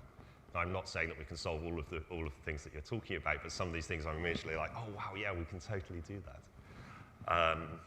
I guess I'd like to keep pushing it and see how far I can take it. And it doesn't mean that it will succeed. But I'm quite excited by it at the moment. I'm quite enjoying it. which I never thought I'd say about a test harness, because I've had my fair share of sleepless nights with them, but as I'm sure we all have. Anyway, thank you. Thank you very much. It's now time for a coffee break, and we have a surprise for some of all of you. We have a new outfit, which is labeled XML Prague, that we want to show to you. It's the new 2026 model of the XML Prague T-shirt. Right. Are you interested? Yeah. Okay. So we can show it to you on our very. It's not AI. It's still human. Yeah. So we have the. So Katja here is showing the new model to you. Here it is. Thank you very much. So it says XMLNS not dead. Okay, you have to. It's for you. Thank you very much. It's over there. So now it's coffee break, and we reconvene in 20 minutes. Thank you very much.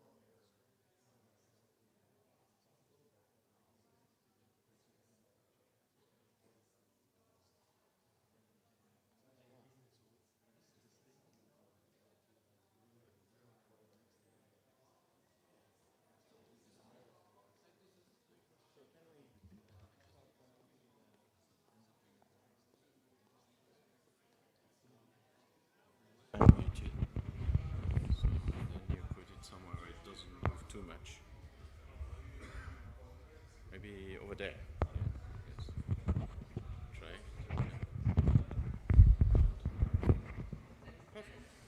Thank you.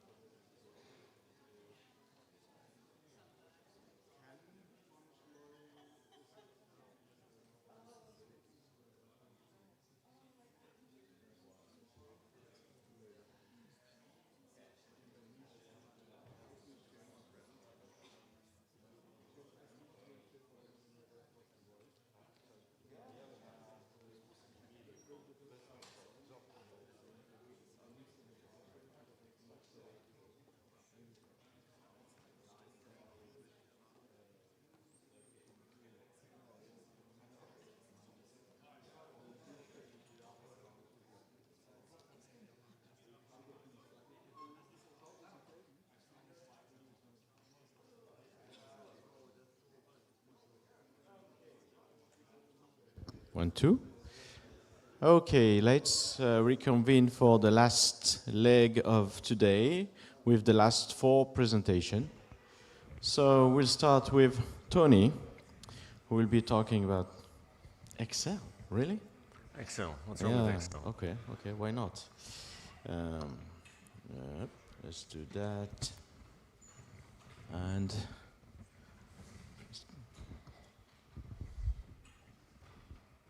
you can start. I can start, thank you. Well, thank you, Mohammed. Thank you. Glad to be here. Sorry if you're here for the CSS debug XML report. As Boris Johnson might have said, it wasn't oven ready. So today I'm talking about turning Excel into XML for a commercial bank to submit to the Central Bank of Ireland. The background for this is that every so often the Central Bank of Ireland issues to banks in Ireland a requirement to submit some new information in XML to be uploaded to the bank. They provide a schema, they do extra checking that they don't provide much details about. They provide a template Excel file and a template XML file, but they provide no support for actually doing the transformation yourself. So every so often, I've been doing this for a commercial bank in Ireland, the first time in 2010. It was fairly simple data, a 1 row per record. Croatia joined the EU, they revised the XML, so they had to modify the processing, and I added configuration so they could do the old report with the new report format. 2022, another one that was pretty similar. 2023, they had a different sort of report where every record was a couple of hundred columns wide, with a lot of it being optional. So the XSLT for that put the populated cells into a map, and then it went through and made XML for the ones that are actually present in the map. The one I'm talking about today is from 2026, implemented with XSLT, and makes use of accumulators to walk through the XML and work out what to do. So the steps in the process is that the bank populates the Excel worksheet based on a copy of the worksheet provided by the central bank, looking at the template or the sample document, sample worksheet provided by the central bank. For the sake of simplicity, I get them to save it as Excel 2003 because it's the simple XML format for Excel. I use Saxon, or they use Saxon. I don't see the real data to transform that into XML. They're a Windows shop, so in recent years they've used Saxon N, and then they upload it to the Central Bank of Ireland. Now the actual steps are more like this. The bank doesn't quite trust the Saxon software, so they keep it on a laptop that's off their network. So they sort of sneak in the Excel to the laptop. In this case, it'll be once a year. Some of these reports are once a quarter. Sneak it, net it to the laptop, produce the XML, sneak in that back to their network, and then upload it to the central bank. So, as I said, Excel 2003 is a fairly simple format. Workbook contains worksheet, contains row, contains cell, and it can be described as sparse format. If there's a gap in the cells or the rows or whatever, the next cell or row after the gap will have an index attribute telling you what it is. Otherwise, if there's no index, then it obviously follows from the number of the one that came before. So in early iterations with XSLT 2.0, if we can see this, the column number is either the SS index if it exists, or it's to add one to the previous column number that we were given, which is a parameter. And of course, that parameter, we just iterate over the cells. When we've done whatever processing we do, we select the following cell and provide our current column number as the previous column number for the next cell. Fairly simple recursive processing. So the 2006 report that I'm mainly talking about, there's a lot of single fields that appear once in the Excel, as well as a lot of fields that are one field per row and repeated. Quite often there's required to be one for every country in the EU. Other worksheets, they put in one row for every country in the world with which they deal. And as before, we're provided with template Excel, a blank XML document, and the schema. So example of a single field is this value here, standalone entity, which in the XML, there's an element with an identifier attribute that is the identifier for that field. And the type of what the field is given by an attribute value, and the value to use is the value of the attribute.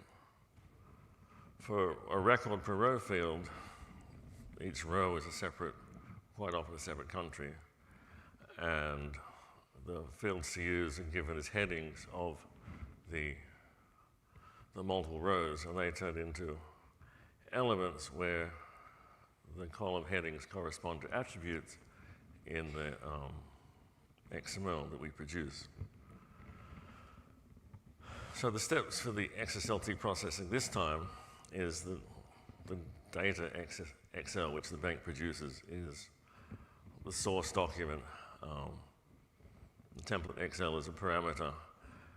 The style sheet finds the identifiers in template XL, like this one here, where that's the actual literal value of the identifier. And then it walks the provided blank XML and looks up, and based on the attribute name or the element name, looks up the corresponding location in the data XL using the location identified for the blank XL. And then we serialize it. We have to talk about serializing it because that's a bit of a special case for these people. So walking through the blank XL uses multiple accumulators to keep track of the worksheet, the row, the cell number, and the actual cell itself. This is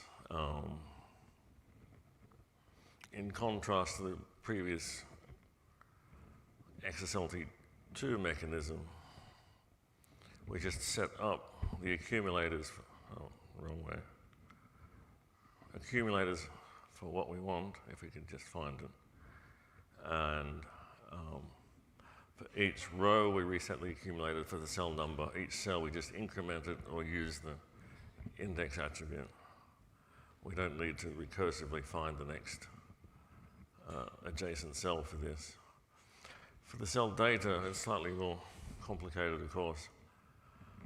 We have a map of the data and its location. For the blank XML, the data is the identifier for the thing.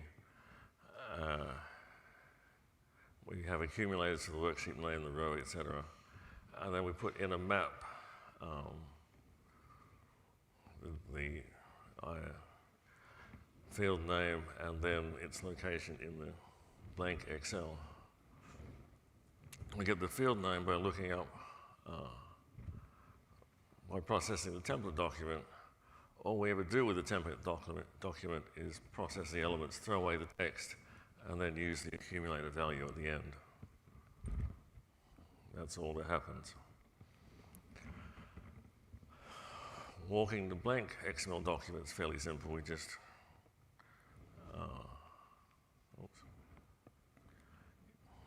process that straight through to the output. For a single field, a field that has an element that has an identifier, we copy the element and the identifier because that's the significant information. And then we look up in the data XL the location corresponding to the identifier in the blank XL. So there's very little information about the structure inside the XSLT itself. Incidentally, we use the schema information to work out how to sort out the text values for this. The lookup for a cell, I'm not sure whether this is a good idea or a bad idea, but we have a key for cells where the value looks up the accumulated value for that current cell. I'm not sure whether that's in Saxon, whether that's worked out in advance and whether Saxon's going to run through the accumulator every time for every new lookup. But these are comparatively small documents, so it hasn't really affected the processing time as far as I can tell. For a record row field, we find that it's an element that does not have an identifier attribute. We work out the field name. There's a bit of checking I haven't shown to make sure that we have all of the attributes and we have columns for all of the attributes. And then for each column we add, we generate a new element for the row. A new element, we provide the worksheet, the row column, as you might expect. The element name, which is different for each type of row field, and then we generate the element for each row record that we have. And too many buttons. Every column in the XL becomes a new attribute in the element that we create. And then, since we're doing this in possibly an unknown number of rows, here we recurse into the next row. So I'm going to say a word about error checking and The word is none. Even from 2010, it was agreed that the style sheet that I produced doesn't do any error checking, which I didn't mind, but there's no telling how many hours are put into producing the data in the Excel that the commercial bank does. And the Central Bank of Ireland does its checking, including checking that isn't specified exactly to the commercial bank. So the transformation is treated as a black box. The central bank checks the uploaded XML and will give you a report if it finds something wrong. So what they don't want, they don't want cryptic messages from the XSLT, because they're not really XML or XSLT people. And what they really, really don't want is the XSLT silently correcting the XML that it produces, because there's a mismatch between their Excel and the XML. They'd have trouble finding it. Another reason is that the central bank is quite capable of deprecating entries fields. If we put error checking in and the central bank deprecated it in future spreadsheets had a zero value or a blank value, there's a possibility that the error checking could complain about something that is in fact no longer used. And as I said, there's sometimes checks that the central bank half specifies and doesn't provide enough information that we could always accurately reproduce the error checking. Just before the submission of this report for this year, they got back to me and said, what does this error message mean? They've done quite well with this string 500 value actually means an attribute value that contains up to 550 characters, but this extra checking about having only keywords and semicolons wasn't something that they'd recognized they needed to do. Now, there is a downside to this. In one case, they came back with a schema validation error that says the integer value of this is, well, it's not an integer value, and they couldn't work it out, because this is their XML. This is the value it's complaining about. Can anyone see what the problem is? Well, you have to squint, I guess. No?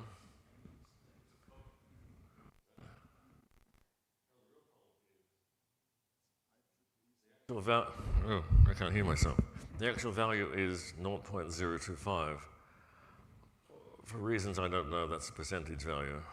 All percentages are represented as numbers between 0 and 1. And it's quite possibly a copy and paste or mis-entry from that one. But Excel formatted this small number as a 0, and no one could see until the bank complained, and then we checked up on what the problem was. I mean, there is actually some error checking on how the style sheet runs. Got to check the parameters that are provided to the style sheet. It will complain if the external documents don't exist. It will complain if what's supposed to be all the record labels in a row are not actually in a row. And again, I'm not showing you the schema values, but the text in the Excel style sheet, Excel worksheet, are formatted different ways depending upon their type in the schema. And then we come to serializing. I'm not sure how well you can read this screenshot, but for reasons I don't know, they require that every empty element has to have an end tag, which is surplus to requirements for XML and very hard to guarantee. So the first thing I tried worked as expected. So for the sake of clarity, I made a function to do this, but all that empty element content does is generate an object replacement character. So every element that should be empty contains a single printing character. Then, yes, here we go. And then when it's serialized, we use a character map that replaces our object replacement character with an empty string, and happily the serializer doesn't turn that back into a single empty tag. We have a start tag followed by an end tag.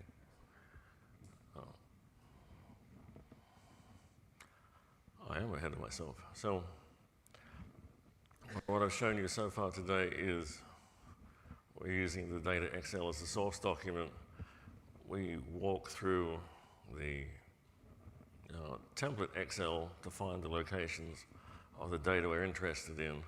We then walk the blank XML document to find the arrangement of the elements corresponding to those fields. And we use that to look up locations in the data XL, copy the blank XML with the proper values to the output, and then serialize it with the proper, I use the word proper, ironically, end tags for the empty elements. So thank you for your time.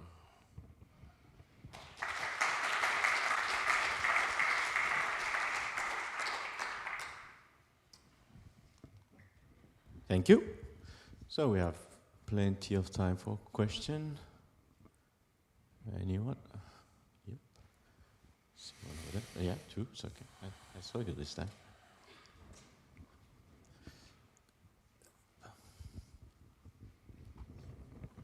Hello.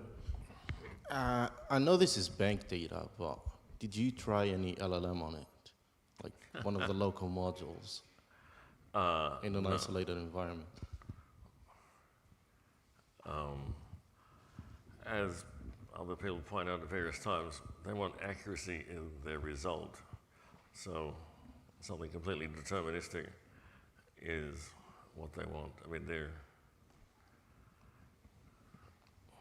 their information is getting sent to the European Central Bank, and any inaccuracy would be a severe problem for them.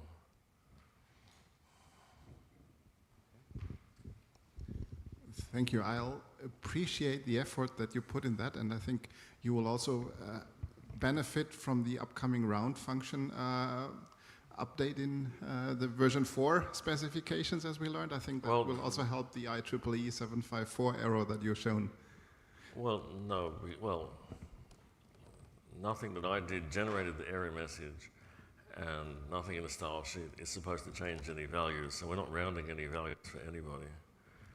Right, then, well, Excel is potentially not the best source if you want exact data. Well, we knew that before we started, but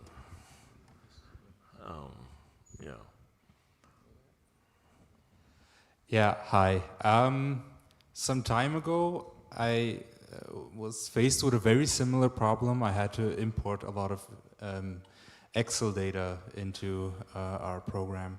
And the question that I have is, I just want to know if you you were forced with the task to extract not only the information from the Excel cells, but also the formatting. Well, no. The schema has all the values are typed. You saw for the single value, the single fields, the type is actually encoded as an attribute name and then the value. And for the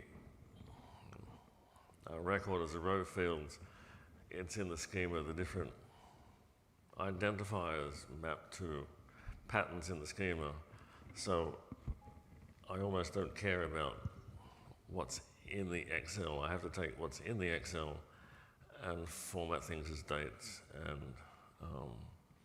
because Excel, some of the dates come out looking like date times, so they get normalized into dates, and some of the dates are real dates and they get normalized into dates because I don't trust Excel either. So yeah, so these style sheets, what's in the Excel is just text. Yeah, Tony, I was just curious why read the version 2003 XML version rather than OOXML? Well, if you think it started back in 2010, and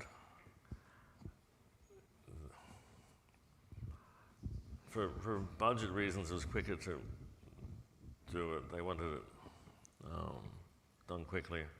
Back in 2010, they're now used to doing things as generating 2003 XML. So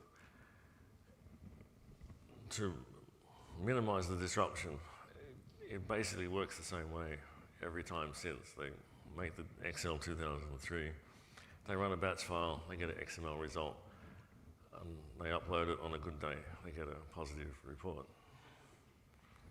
Last question. So you showed how they transport the data via sneaker nets, and then it's converted. I Well, wonder, that's my assumption from the comments I've heard. yeah. Is there anyone checking your software if that doesn't sneak in something? Because as you also showed, you can very easily hide something in an Excel sheet, and Yeah, even so better they- in XML.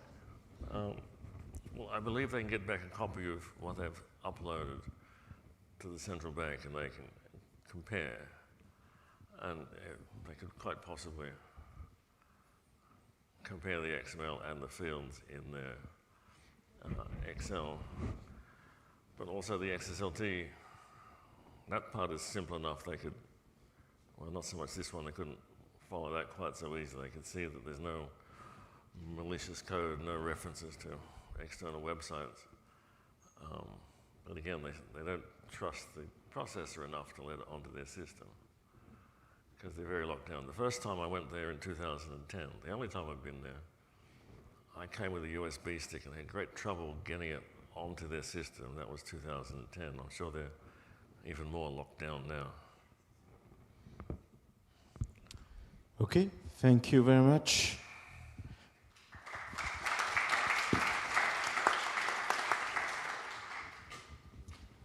Next speaker is Harry. Is going to talk about insects. Insects, yeah. Yeah.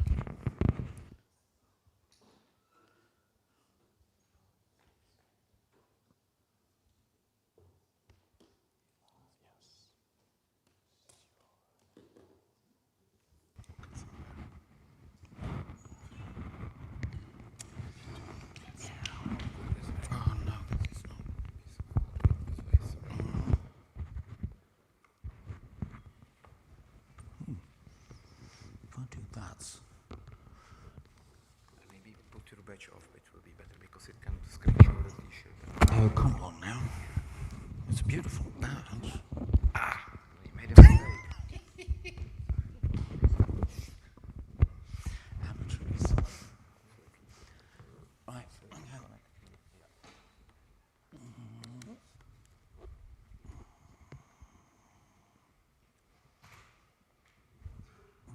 Oh, right. He already remembers what he did, doesn't he?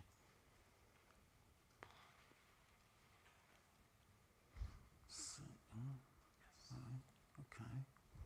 Let me just do that. You don't want to see those. Oh, hang on, no. It's not for you. What does it do? Yeah, perfect. We'll go there and we'll press that. Yay.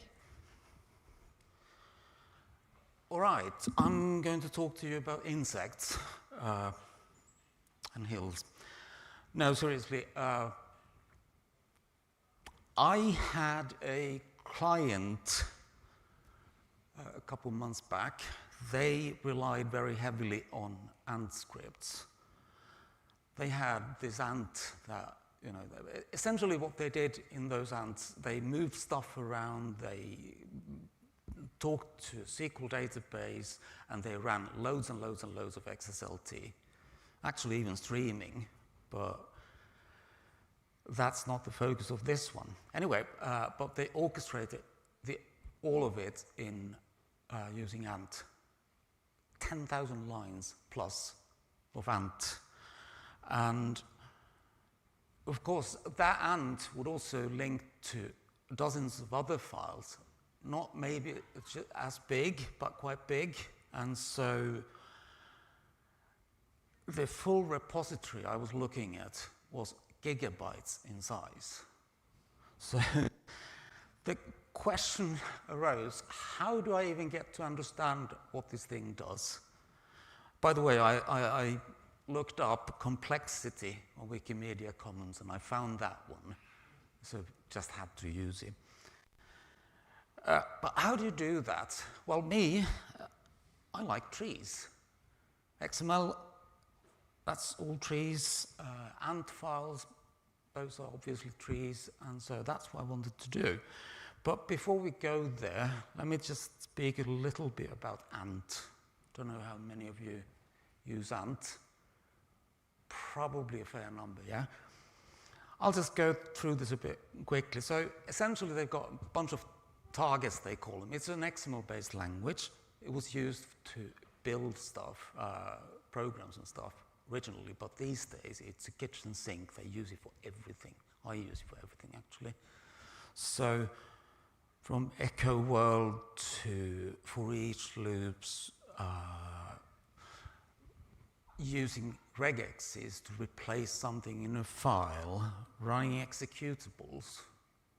This is all things that are better to sometimes now with XProg 3, but Ant's been around for a very long time.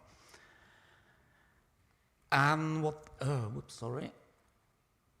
they also do, so each XML file it's a project, and sometimes they've got a default target. So this just says that you run this thing first and you go from there. And a target could simply be something that points to any number of other targets. So in this case, a bunch of dependencies, other targets. What you're seeing here is actually something that converts HTML to XML. Thought it fitting. And well, so this looks like kind of easy to do, to create something that I can visualize as trees. But, so Ant imports things, other Ant files, library stuff in any number of ways. You can do ants, you can do sub-ants, and you can create macros in separate files and use those. So, and you can write an Ant script in any way, basically. So there's so many styles of writing Ant that it's really difficult to get an idea of what an Ant script does unless you are used to that particular person's style. But there are also properties. So properties are variables for Ant, and I'm really sorry, Mike, but they are said to be immutable. So once you set them, they do not change. That's what they say.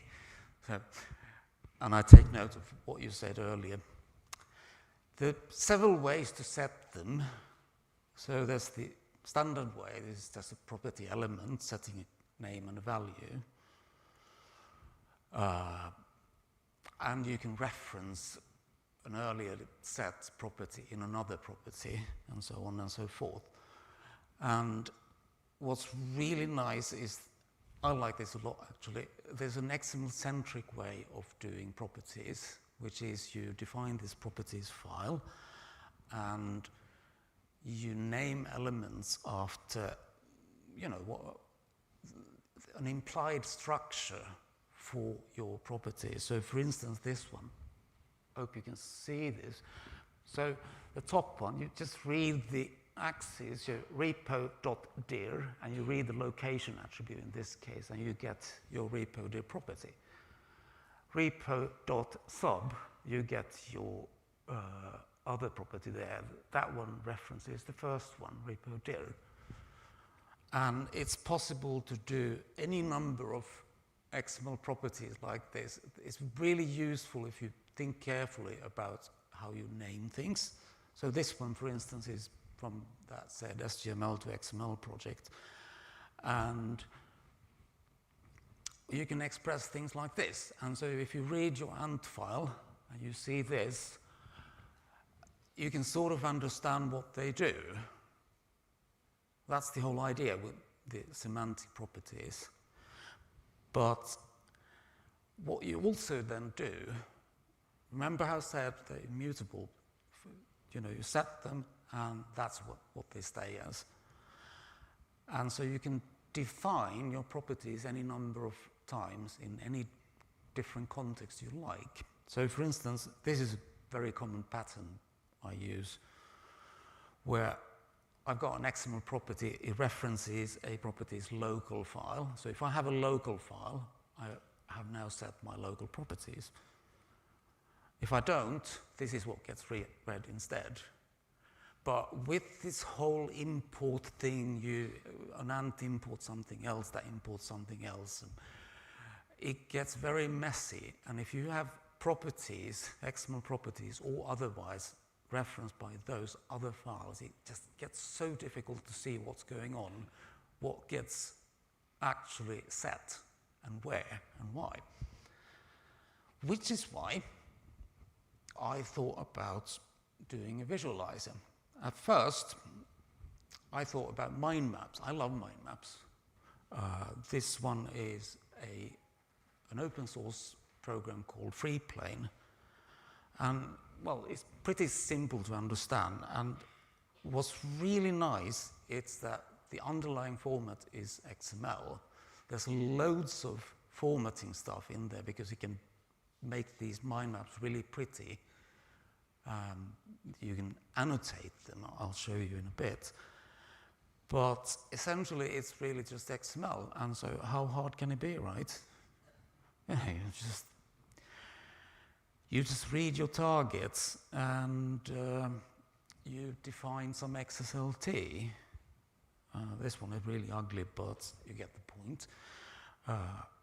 In this case, I'm just creating a node out of a for each instruction in a target. And you get something like this. It's kind of pretty. Job done, yeah? Whoops, sorry.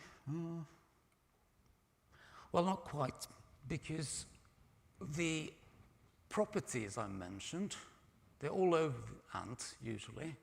Really useful, because you can have your properties file list all of your resources and your config files and whatnot. And so instead of just hard coding them in an import or something, you use the property. And if you're really clever about it, you can change the property value depending on how you run your ant. So it gets really hairy. So what I realized I should do is I should, whoops, sorry. Yeah, sorry. Just lost my thought there. Anyway, the XML properties, those are any number of files in any number of structures.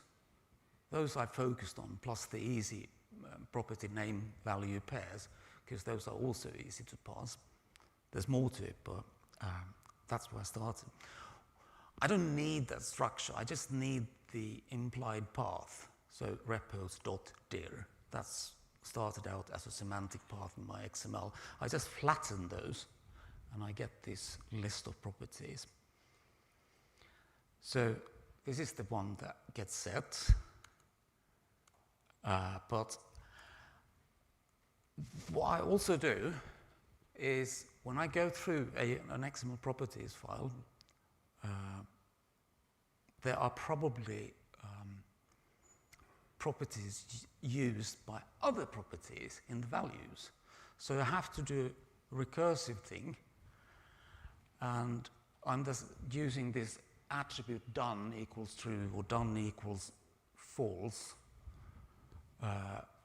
because whenever I still have another property to resolve, I'm not done, so it gets to do another round. This is quite dangerous, actually. So these are false, so this means another round. But eventually I get to resolving all of it, and I use that property. Yeah, Ken? What is the done attribute in property? It's just an invention of mine, because what I do is I flatten the properties, but if that property value still has, it references another property, is not fully resolved, I don't get the string value. I just didn't recognize it in ant. No, it's not ant. It's just something I invented to. be able to do. Yeah, that's all I did. So I grabbed what I have resolved. It's a list of properties, multiple copies of anything that is, declared more than once. And I just take that with me and I use that to open the next imported build and see if there are any other properties or XML properties I need to resolve. So rinse and repeat until done. And eventually I get a really large file where I get things defined multiple times. This one is defined 3 times here. But, where's the fun with our exceptions? Because what Ant also does is they read in environment variables, things like that. And so those are set at runtime. They're not set in the script. So they never get resolved. And I discovered that, by XSLT would just loop, because they would always be done equals false. Let me try again. I'll sort it 10,000 times. Right now, I have a horrible hack, because I'll just name the properties I'm not interested in resolving. There needs to be a better way to do this, and I'm thinking of one, but I'm not there right now, because I thought I would be discussing more about visualizing cool stuff other than properties, but this became very much about properties. So a couple of notes then. Again, my focus was on properties, but I also realized that usually I'm not interested in all properties, obviously. I'm just interested in what gets run. And so if there's a default attribute, for instance, I read that, and then I go and read the target matching that attribute, and I just render that tree.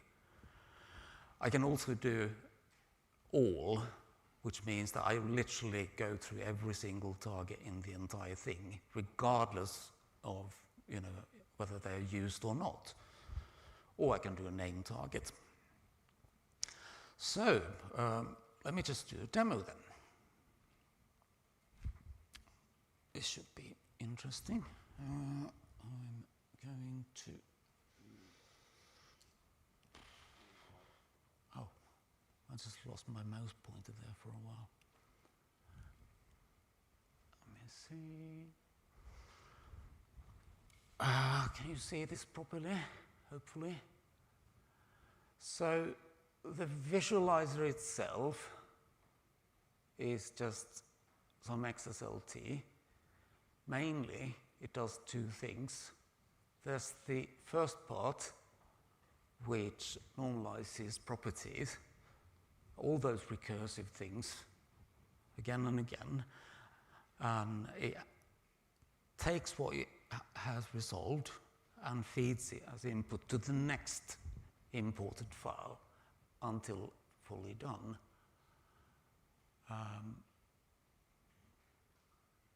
This one here, that's supposedly all your resolved properties. And then it essentially transforms the actual XML, the ANT XML, into a mind map. This is quite tedious to look at, but there's a bunch of things I could show here. For instance, you can style these things so they look really pretty. So I did some of that, but that's not really interesting, it's just pretty. So I'm not going to do that. It's easier to just demo the thing. So I picked the build file. That's the one that is used for converting HTML to XML. So it does have a default target here, no unzip. And if we scroll,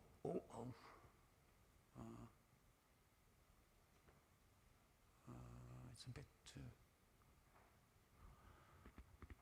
If we scroll all the way here, this is the one. There's plenty of other targets to run, so this is just one. This is why did as default on this particular one. But other than that, it's a long list of targets doing various ant things, exec files. For instance, it runs James Clark's SP parser, spam actually, so it's not the parser, it's the normalizer, and so on and so forth. So let's just look how it works. And the visualizer, again, I mentioned that it takes an input parameter, initial target, and this time I've set it to, I think I've set it to default, so it's supposedly running the default. Let's just look. And what it does, it's not very exciting because it saves on disk right away. So I do that, and there's some output, and eventually it saved it to a temp location and called it build MMM. I need to do something about that because that's not good enough naming, and it's not going to be unique. Anyway, so let me open FreePlane. I think FreePlane crashed. That's interesting. No, it did not.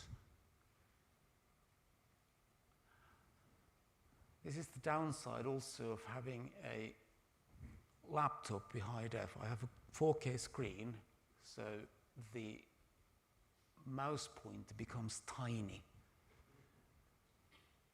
Anyway, I'm just opening that particular mind map, and it's not letting me open, is it?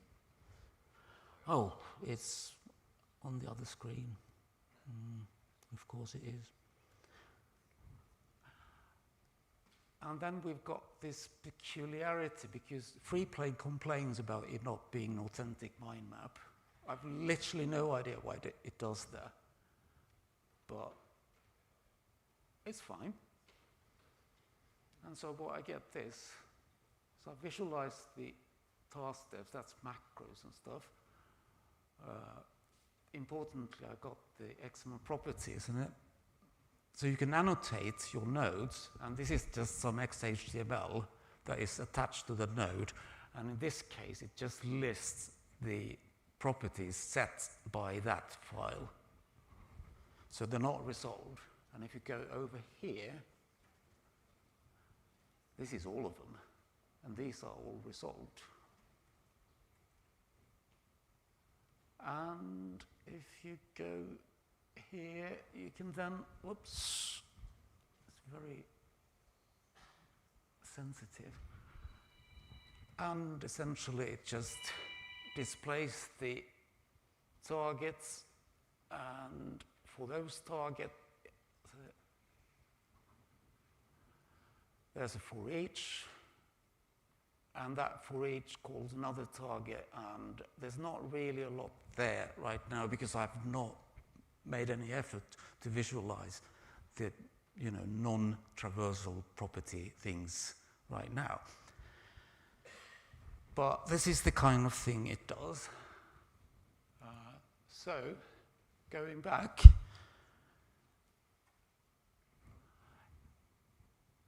obviously I was planning on, again, discussing other things than properties, but there you are. So I want to spend some time next to fix all that stuff that is not shown what an actual step does. If it's an exec step, what should I show and how?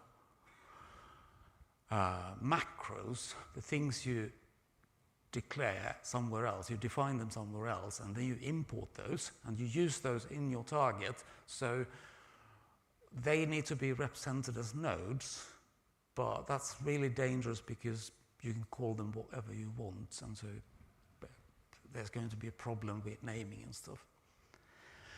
But ant being ant, there's yet another way to define properties, which is just text-based. You can just call a text file, and you have your name value pair. Text equals other text.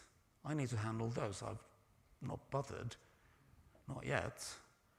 there's something called extension points, which you use to extend the functionality of a target. I need to do that. And there's the general kind of cleanup needed to do, more clarity, have a proper think about how to represent various things. But also, I mean, this started out as what I thought was a really simple XSLT. It was nothing but. And having done this as an XSLT, I realized I should redo it as a pipeline. Maybe as, completely in XSLT using transform, maybe using XProc. And there's an evil part of me that says, I should do it in ANT. But there's also, I was thinking about a graph-based approach, because this kind of lends itself well to that sort of thing, except that it's a very different animal, because you don't really have document order in that way. So I would have to think about that. So it's going to be version 2 maybe. And if you want to play with this, such as it is, it's on my GitHub. Please enjoy. And with that, questions. Thank you.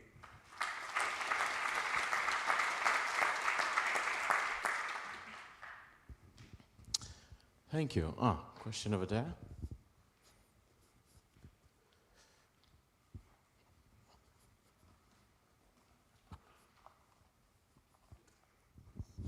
It's good for you, Mohammed.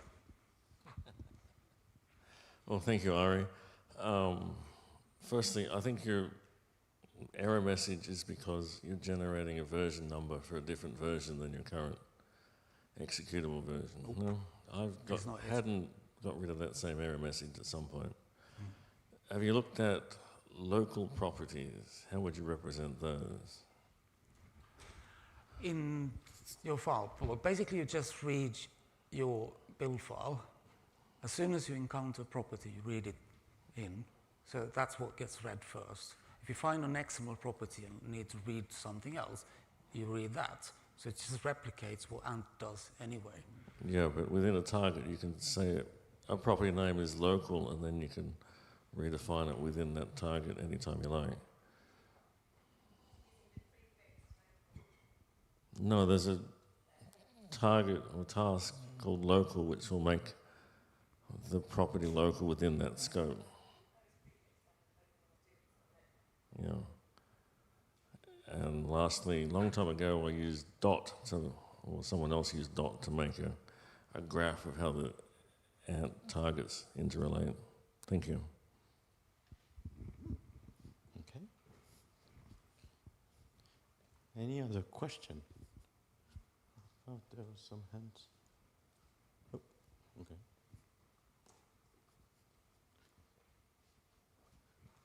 No other question. Okay. Thank you. Then. All right. Thank you.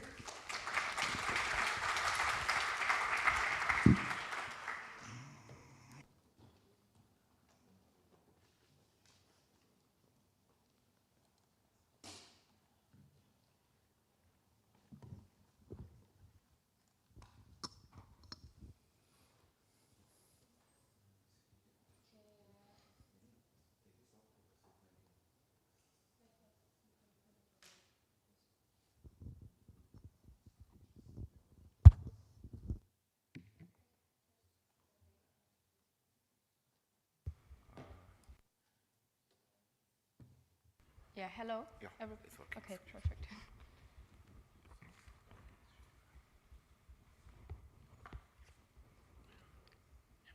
Perfect. Okay. So, hello everybody. I'm Elena Montero, trainee at Data2Type, and today I would like to give you an insight into a comparative study we are currently working on. In this study, we've looked at how different tools convert PDF documents into AI compatible formats. Our aim was to establish an objective basis for comparison and to evaluate the structural accuracy, completeness, and semantic quality of the conversion results.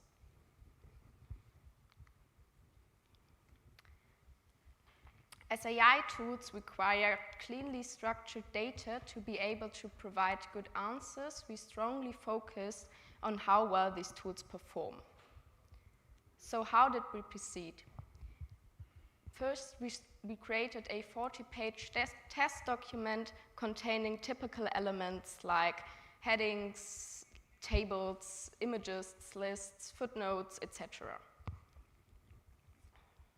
All tools used this PDF document as input for their conversion.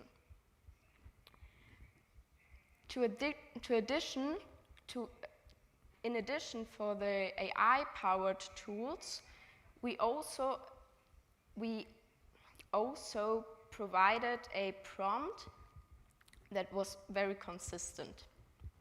This ensured that all tools could review operated under comparable condition and had to process the same content. The 6 tools we've tested are Gemini, Mistral, ChatGPT, the Open Data Loader tool, Pandoc, and our in-house software, Octopus. All results were exported into Markdown, and in case of ChatGPT and Gemini, also into XML. To ensure an objective comparison of the results, we created a scoring system. As well as that, we have developed a dynamic weighting system that can be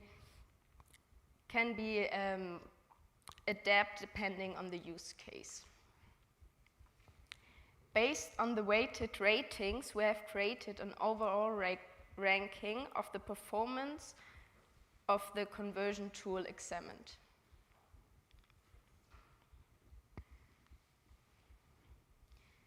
This table shows the tools examined have different approaches.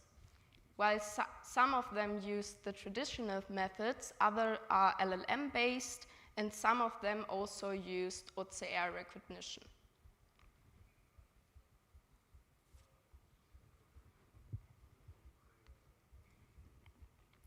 For this presentation, I will only show you a small selection of our results.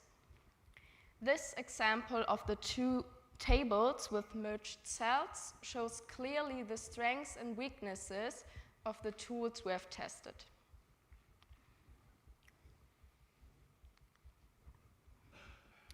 This highlights a common problem affecting conversion into XML using Gemini and ChatGPT.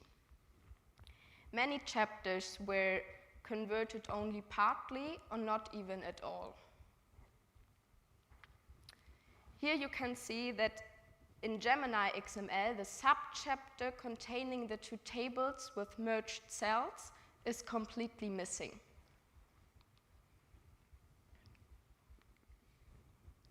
With Pandoc, we were facing with a problem affecting numerous chapters. The semantic structure of the tables were completely removed as they were completely processed into plain text. This problem of lost structure can also be observed with the Open Data Loader tool in a lesser extent.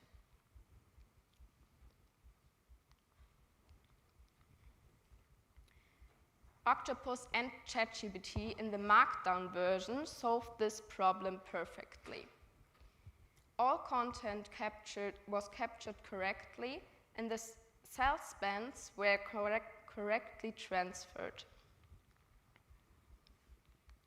Here you can also see the ChatGPT version, which was very similar to Octopus. Yes? How is the vertical merge of the 2 80-kilometer-hour express? The 2 80-kilometer-hour Yes. cells are merged. Yes. How do you know they're merged from this? What do you mean? They're merged, and normally it would look like this. Yes. And now they're just doubled, and the... Okay, so that's the direction you're going in. You're not trying to go in the other direction.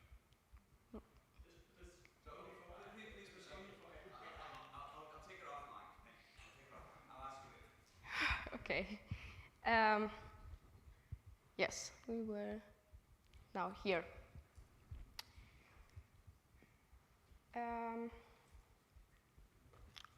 Okay. Here you can see the results of the chapter with the tables, which includes the example I just showed you all. The top table shows the scores achieved by the various tools, and the bottom table shows the scores, the weighting of the criteria. Only the weighted scores were included in the final results. Yes. This is the overall summary, showing all the points achieved per chapter, respectively examined document structure. It shows the total point to be achieved, and for each tool, the actual score achieved after weighting.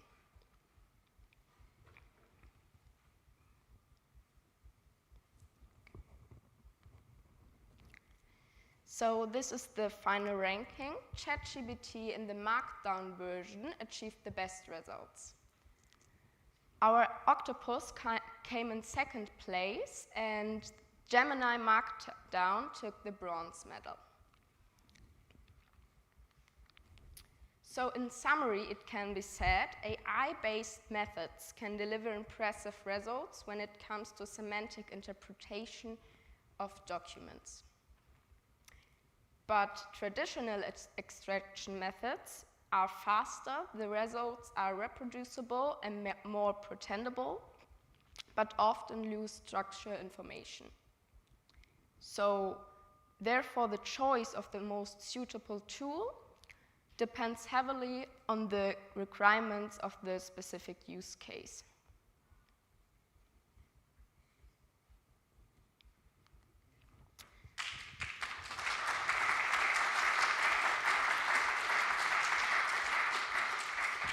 Thank you very much. So, Ken, do you still have a question? Or? Well, I'll take it offline. Okay, okay.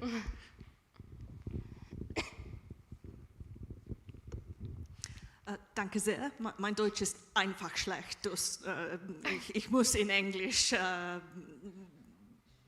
sprechen. Ja, alles gut. Aber Ja. Danke schön. So I'm interested in, I noticed that your data were in German. Were they all in German? Yes, they were all in German. Oh, yes. that's interesting. And sorry, go ahead. I just, the screenshot you've seen, I just translated them so you could understand. Thank you. As you can tell, I needed Yes. it. But I'm wondering, do you have any, do you know at all whether these tools perform differently with data in English or other languages? Do you have any information about that? We have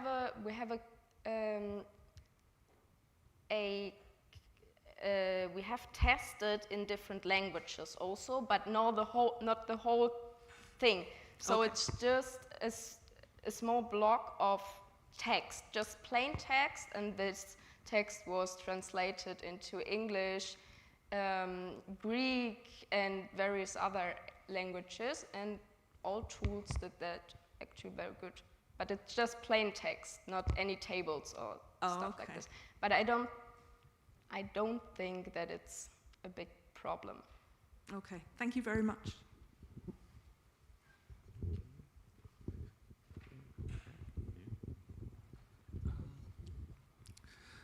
Yeah, thank you for your great talk. I have just one question. In your result table, Yes. you Which one? the last one, I guess, with the percentages. Yeah, this one. You showed the results of Mistral and ChatGPT, and I wondered, you also put Octopus there. So Yes. Octopus is also like a large language model. No. No. But so Mistral and Gemini, they used an LLM to convert the documents, but there are also Poplar Pandoc and Open Data Loader who doesn't even use any AI. Ah, okay. But, and Octopus also didn't use any. Ah, okay. Maybe it was a bit short when I showed you the table. Ah, okay, yeah, then I missed Here. this somehow, yeah. Yeah, as you can see, our Octopus is more like a classic translation tool, and it also uses OCR recognition. Okay, yeah, thank you. One more question.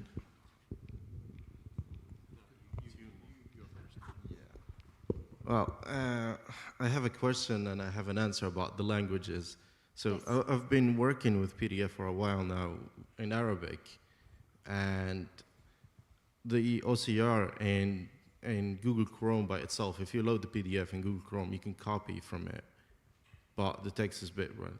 Then I started using every tool that's possible. I haven't tried Octopus, by the way, but anything that I managed to get my hands on at the moment, and none of them gave me good results. Most of the LLM truncate the results, doesn't give you like one-to-one. It's always messed up, especially when it comes to tables or any special symbols. So the PDFs that I'm interested in are legislations, and they have a lot of symbols, and most of the time, a lot of references, and the AI just ignores that stuff and just tries to give you what's important, no matter what prompts you give it.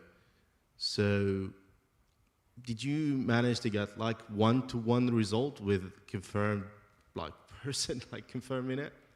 Okay, I don't know exactly how good the tools performed, but there were tools who did it less better, and there were tools who did it better. But Arabic, I think, was a language that is written from right to left, so the tools had more problem with languages like that. That's what I've noticed. Yeah. Were the PDFs you tested tagged? Excuse me? The PDF that you tested, was it a tagged PDF? No, no. Okay. Thank you. Thank you. So no more question. Thank you very much for this presentation.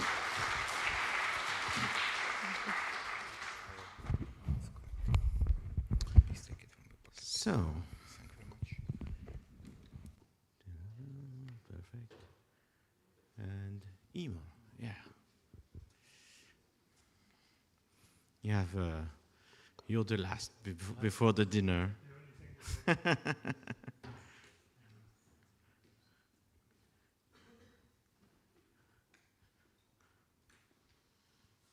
Okay, maybe I have to, okay.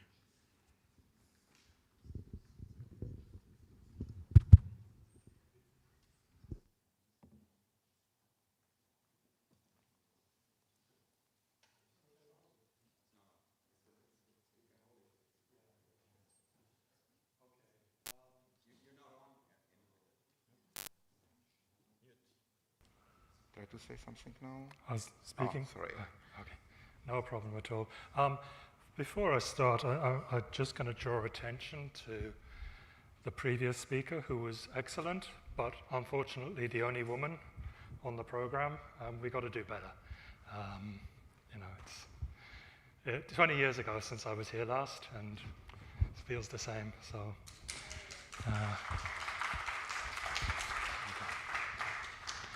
Hi, I'm Eamon. As I just mentioned, I was here 20 years ago. And just to introduce, there's more words on these slides than I'm expecting you to read. I want to get through this in 10 minutes because it'll take time for a few questions. The key things here are I don't have any language skills, but I'm going to talk to you about languages. My background is publishing, my background is markup, and my background is standards. So all those things are going to come out in this. I'm also a director at Rialto, but this presentation has nothing to do with Rialto. It's just stuff I did in my own time. So Creptal, has anybody here used Creptal? Excellent. Okay, a few. Actually slightly better than I thought, but only because it's quite obscure.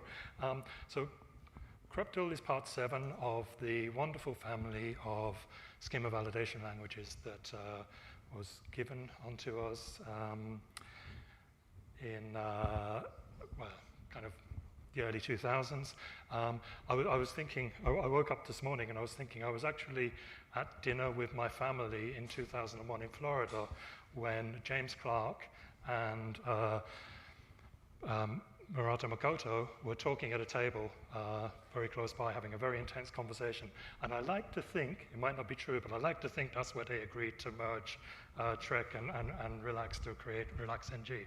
That's my worldview. Of course, we all have our stories.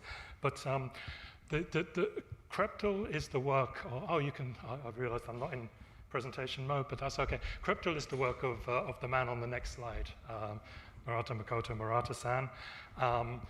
And it's unfortunately a not very widely known specification, but it's actually really useful. And my goal here today in the next 5 to 10 minutes is to turn you all into CREPTL users.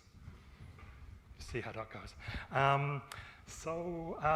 What CREPTL does, it tells you if your input, I didn't say document, input, is character valid according to a specification that you construct or download from a library that I'm making available, but I'd rather you all learn how to do this.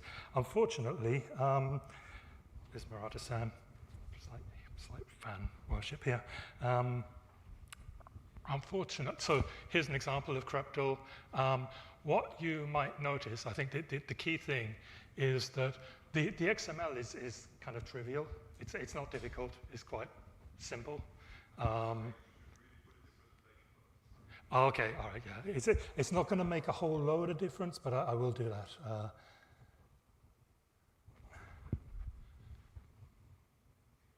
Yeah, okay. So the XML is very simple. This is a trivial example. What's important if you're writing CREPTL is knowing what the Unicode characters and ranges are about. So really, to construct CREPTL schemas, it's about being familiar with Unicode. The XML is trivial, particularly for this audience. Fortunately, the schema for CREPTL is, unfortunately for everyone up until now, the schema for CREPTL is embedded in the standard. The standard costs 100 Swiss francs. It's smaller than the Schematron standard, so you get it for slightly less money.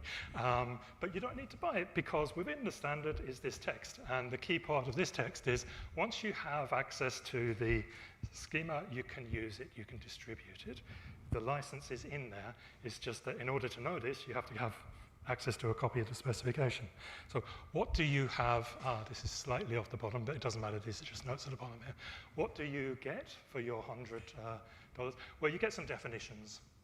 But what you get is basically this RelaxNG compact syntax, which describes the various things that can happen. Basically, you can combine characters or ranges of characters using 3 main set operations, union, intersection, so everything, the things that are in both, or difference, so the things that are in, or not in both. I probably need to go faster because I'm going to talk about LLMs as well in relation to this. But yeah, CREPTL is actually quite easy. What can you use it for? Lots of things. Why is it important? You can all read, you can read this. Why is it important? It's important because when we try to find things, it becomes critical that they're correctly represented. So any characters that look like something that's intended makes the thing much harder to find. So it's important that we know that things don't just look right, but that they are within boundaries that are defined, within expectations. So CREPTL, nobody uses it. A few honorable exceptions, but yeah, it really is not very widely known or used. Why is that? Well, one reason is that we have some quite good data validation tools. Schematron in particular, and they operate at a, above the character level. So if we're looking at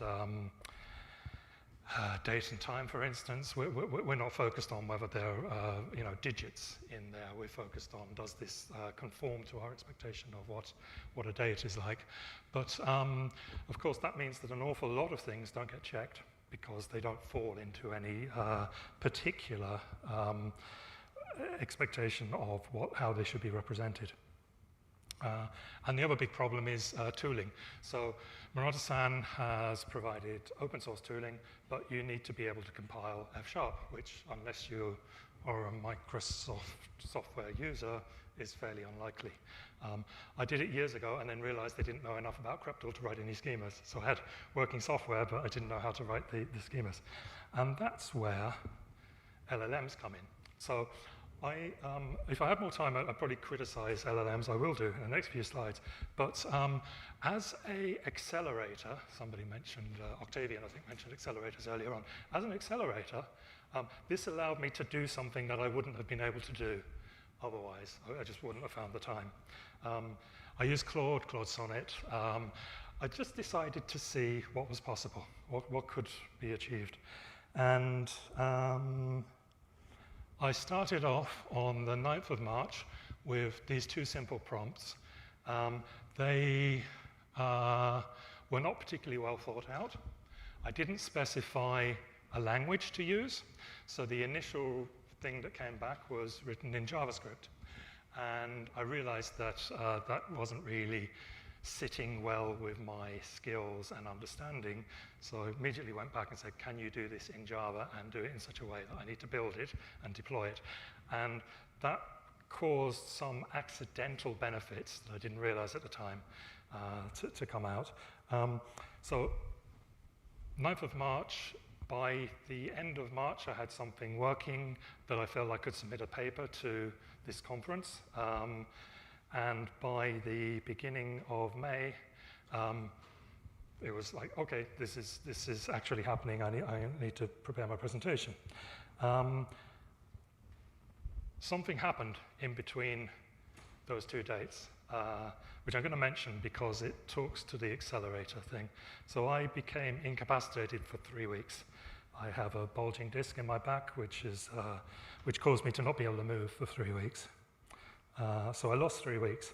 Nonetheless, before that happened, I managed to do a lot of iterations around the build of what's at the end of that URL. And the iterations were absolutely necessary because what was coming out was not good.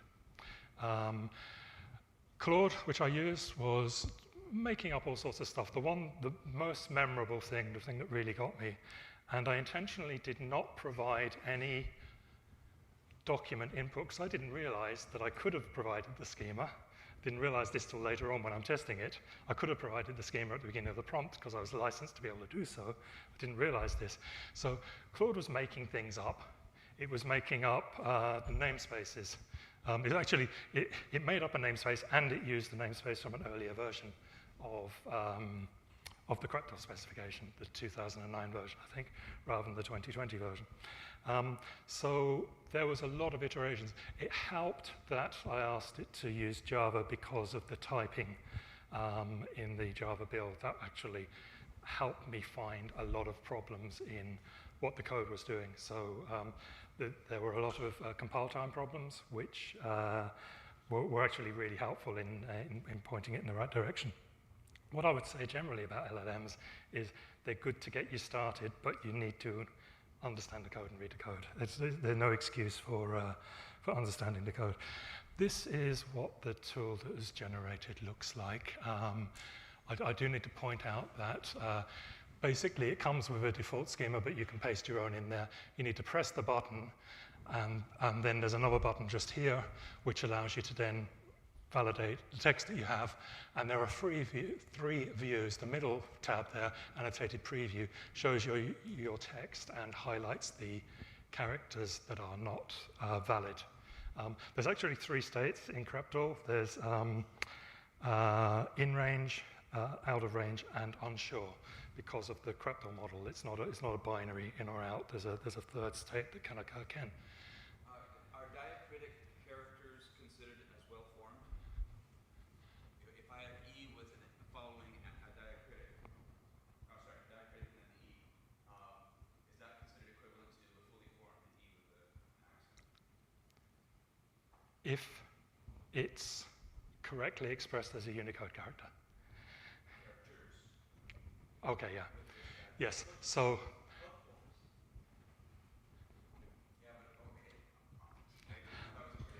okay. So I want to get through this because there's some other things to say. So it's particularly around standardization. What I then realized was that this is the kind of the ongoing process of learning, was that Murata-san had already created a test suite for me to use, which I had forgotten about. In his open source implementation, he has tests. I could have been using those tests. That would have made things go a lot faster.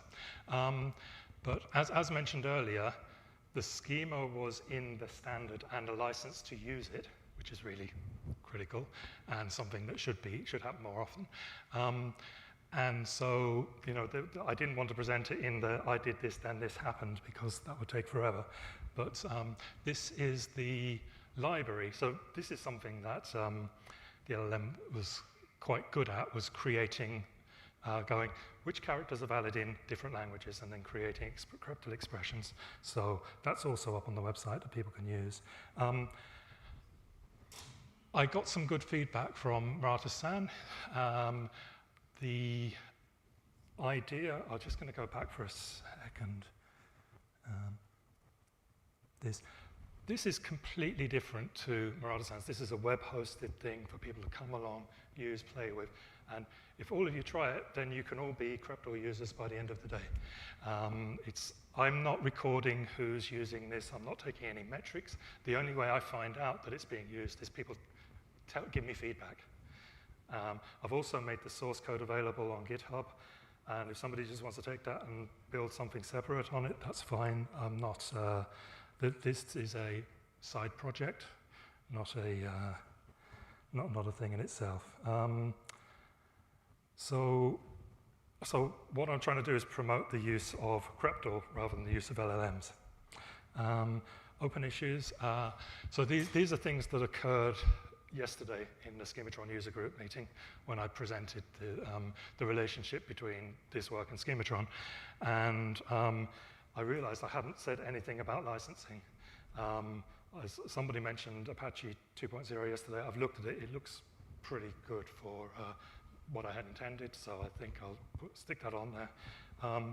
Also, between what I've got, the web tool, and what Murata-san has, which is a F# implementation, I think there's scope for other tooling.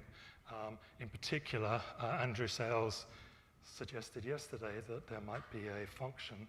It might not deliver the full Kreptal range of expressiveness, but it might be able to say is something definitely within the range. So as a function, which might take a path to a node and a schema as an input document, and then give a result.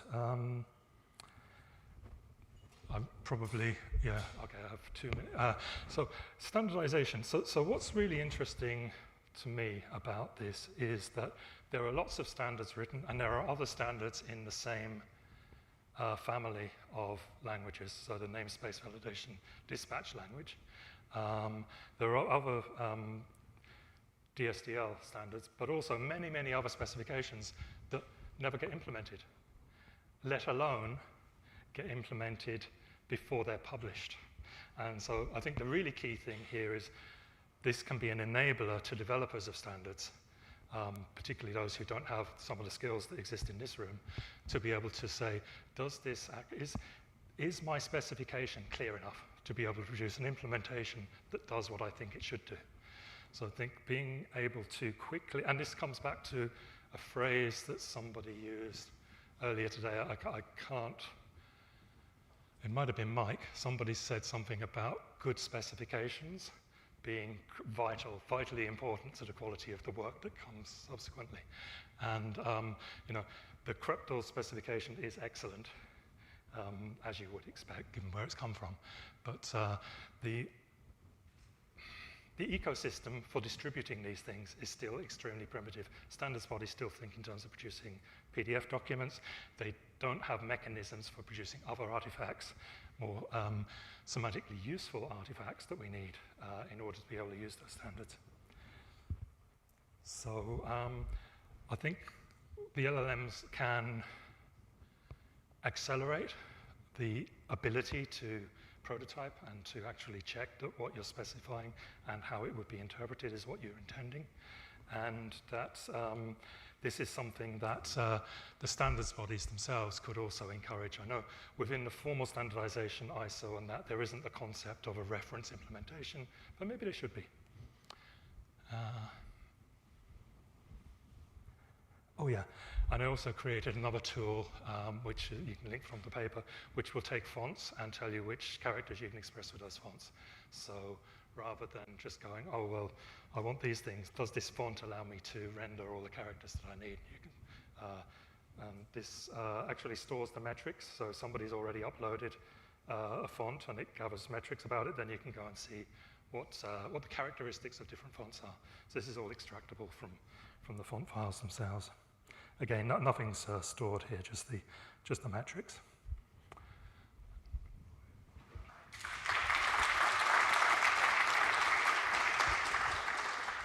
Thank you. Any question? 1, 2, 3. Okay. Thank you very much. You're obviously someone who cares about the minoritization of various groups in various circumstances, and thank you very much for what you said at the beginning. As a Welsh speaker, I'm honestly offended to see anybody using tools like these LLMs to do anything at all with minoritized languages, because if you read up about it, you'll discover that these LLMs, not machine learning in general, but these large commercial models, are absolutely murdering.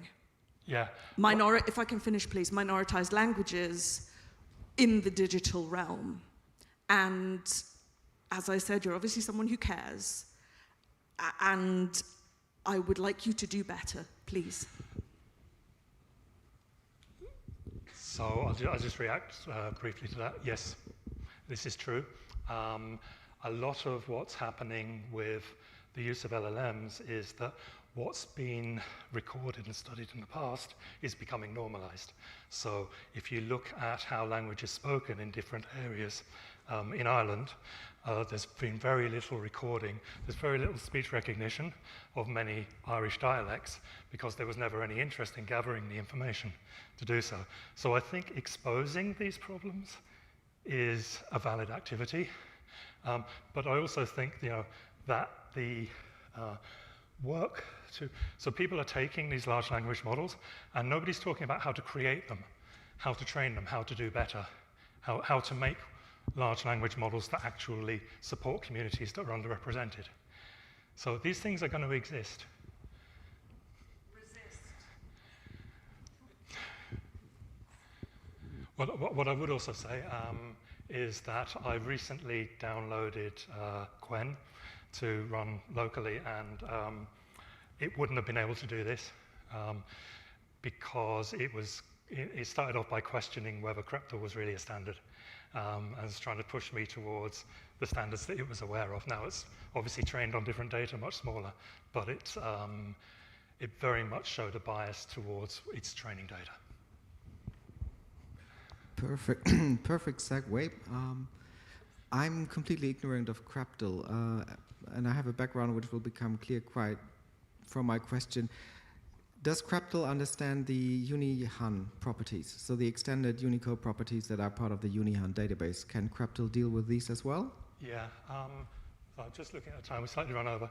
Yes, so one thing, I mentioned Schematron and Creptal. So Schematron is useful for checking Creptal representations. And one mistake that gets made when people write Creptal is that they literally include the characters rather than how they should be encoded in the Creptal expressions. So I have some schematron, which I haven't put up yet, but I'm intending on linking from the same site. And one of the things it does is tell you if you're using characters directly rather than the encoding of them in ASCII to specify the ranges. So that's a better way of representing the character because, again, it's the visual problem of, is this character really what the person intended who's put the schema together? And the last question from Gwen. Your last slide really sparked an interest in the use of Creptal for font libraries. Are there tools that will merge, like if I had a Creptal specification of the font support, of the character support for a given font, and I know I'm using 5 different fonts, is there a merge that will give me the Creptal of those 5 fonts so that when I run my input file against that merge Creptal, I'll know I'll not have any font rendering issues downstream?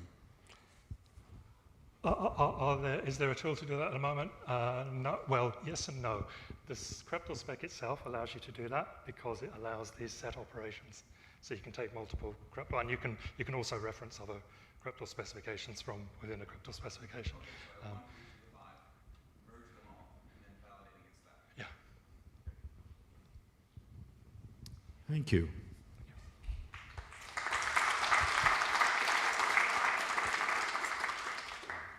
So it was the last talk of the day, and I don't think we have much things to say to you for today, except that we expect all of you at the social dinner, and the place is, if you go on the website, you can follow the link. Yes, you have to show this, perfect. Something is frozen. It's frozen? Yeah, it's frozen. Ah. Still presenting. Frozen No, link. it's okay. Just PowerPoint. Okay. So here you click over there, and you have the place. Of course, you can follow the crowd if you want not to be lost alone. You can be lost together, and so the place is closer to the place we were 4 years ago. So it's so yeah, it was over there, and the place we're going is in the same direction. So it's in the middle of the park. It's a big park, kind of a forest in Prague. So, do you want to say? Yeah, so about the location, so you can either walk, and if you prefer a shorter walk, you can take the public transport to the Pohořelec station and then walk through the park. It's nice walk for like 20 minutes. So over there you may be lost. It's clear. Yeah. And if you are lost, it's just below a small replica of Eiffel Tower. But you can follow us if you want to not be lost. So we will be expecting you at 7 or a little bit later. There still will be beer and something to eat, no worries. Yeah. So if you have an AirPod and you want to give us your localization, we can follow you and give you some hints to go to the right direction. So see you over there. No, and don't go back. No? Just short notice for tomorrow. Yeah, it's not So we there. are starting at, just be seated for 1 more minute. Yeah, you're right. We are starting at 9:30, and there will be 2 tutorials. So if you would like to learn something about Invisible XML or about XQuery 4, please go to those tutorials. Invisible XML will be in this room, and XQuery 4 will be in the room which is next to the entrance to this auditorium. So we will show you the way, and you can see the schedule. So see you during the evening, and then tomorrow morning. Enjoy. Yes. Thank you.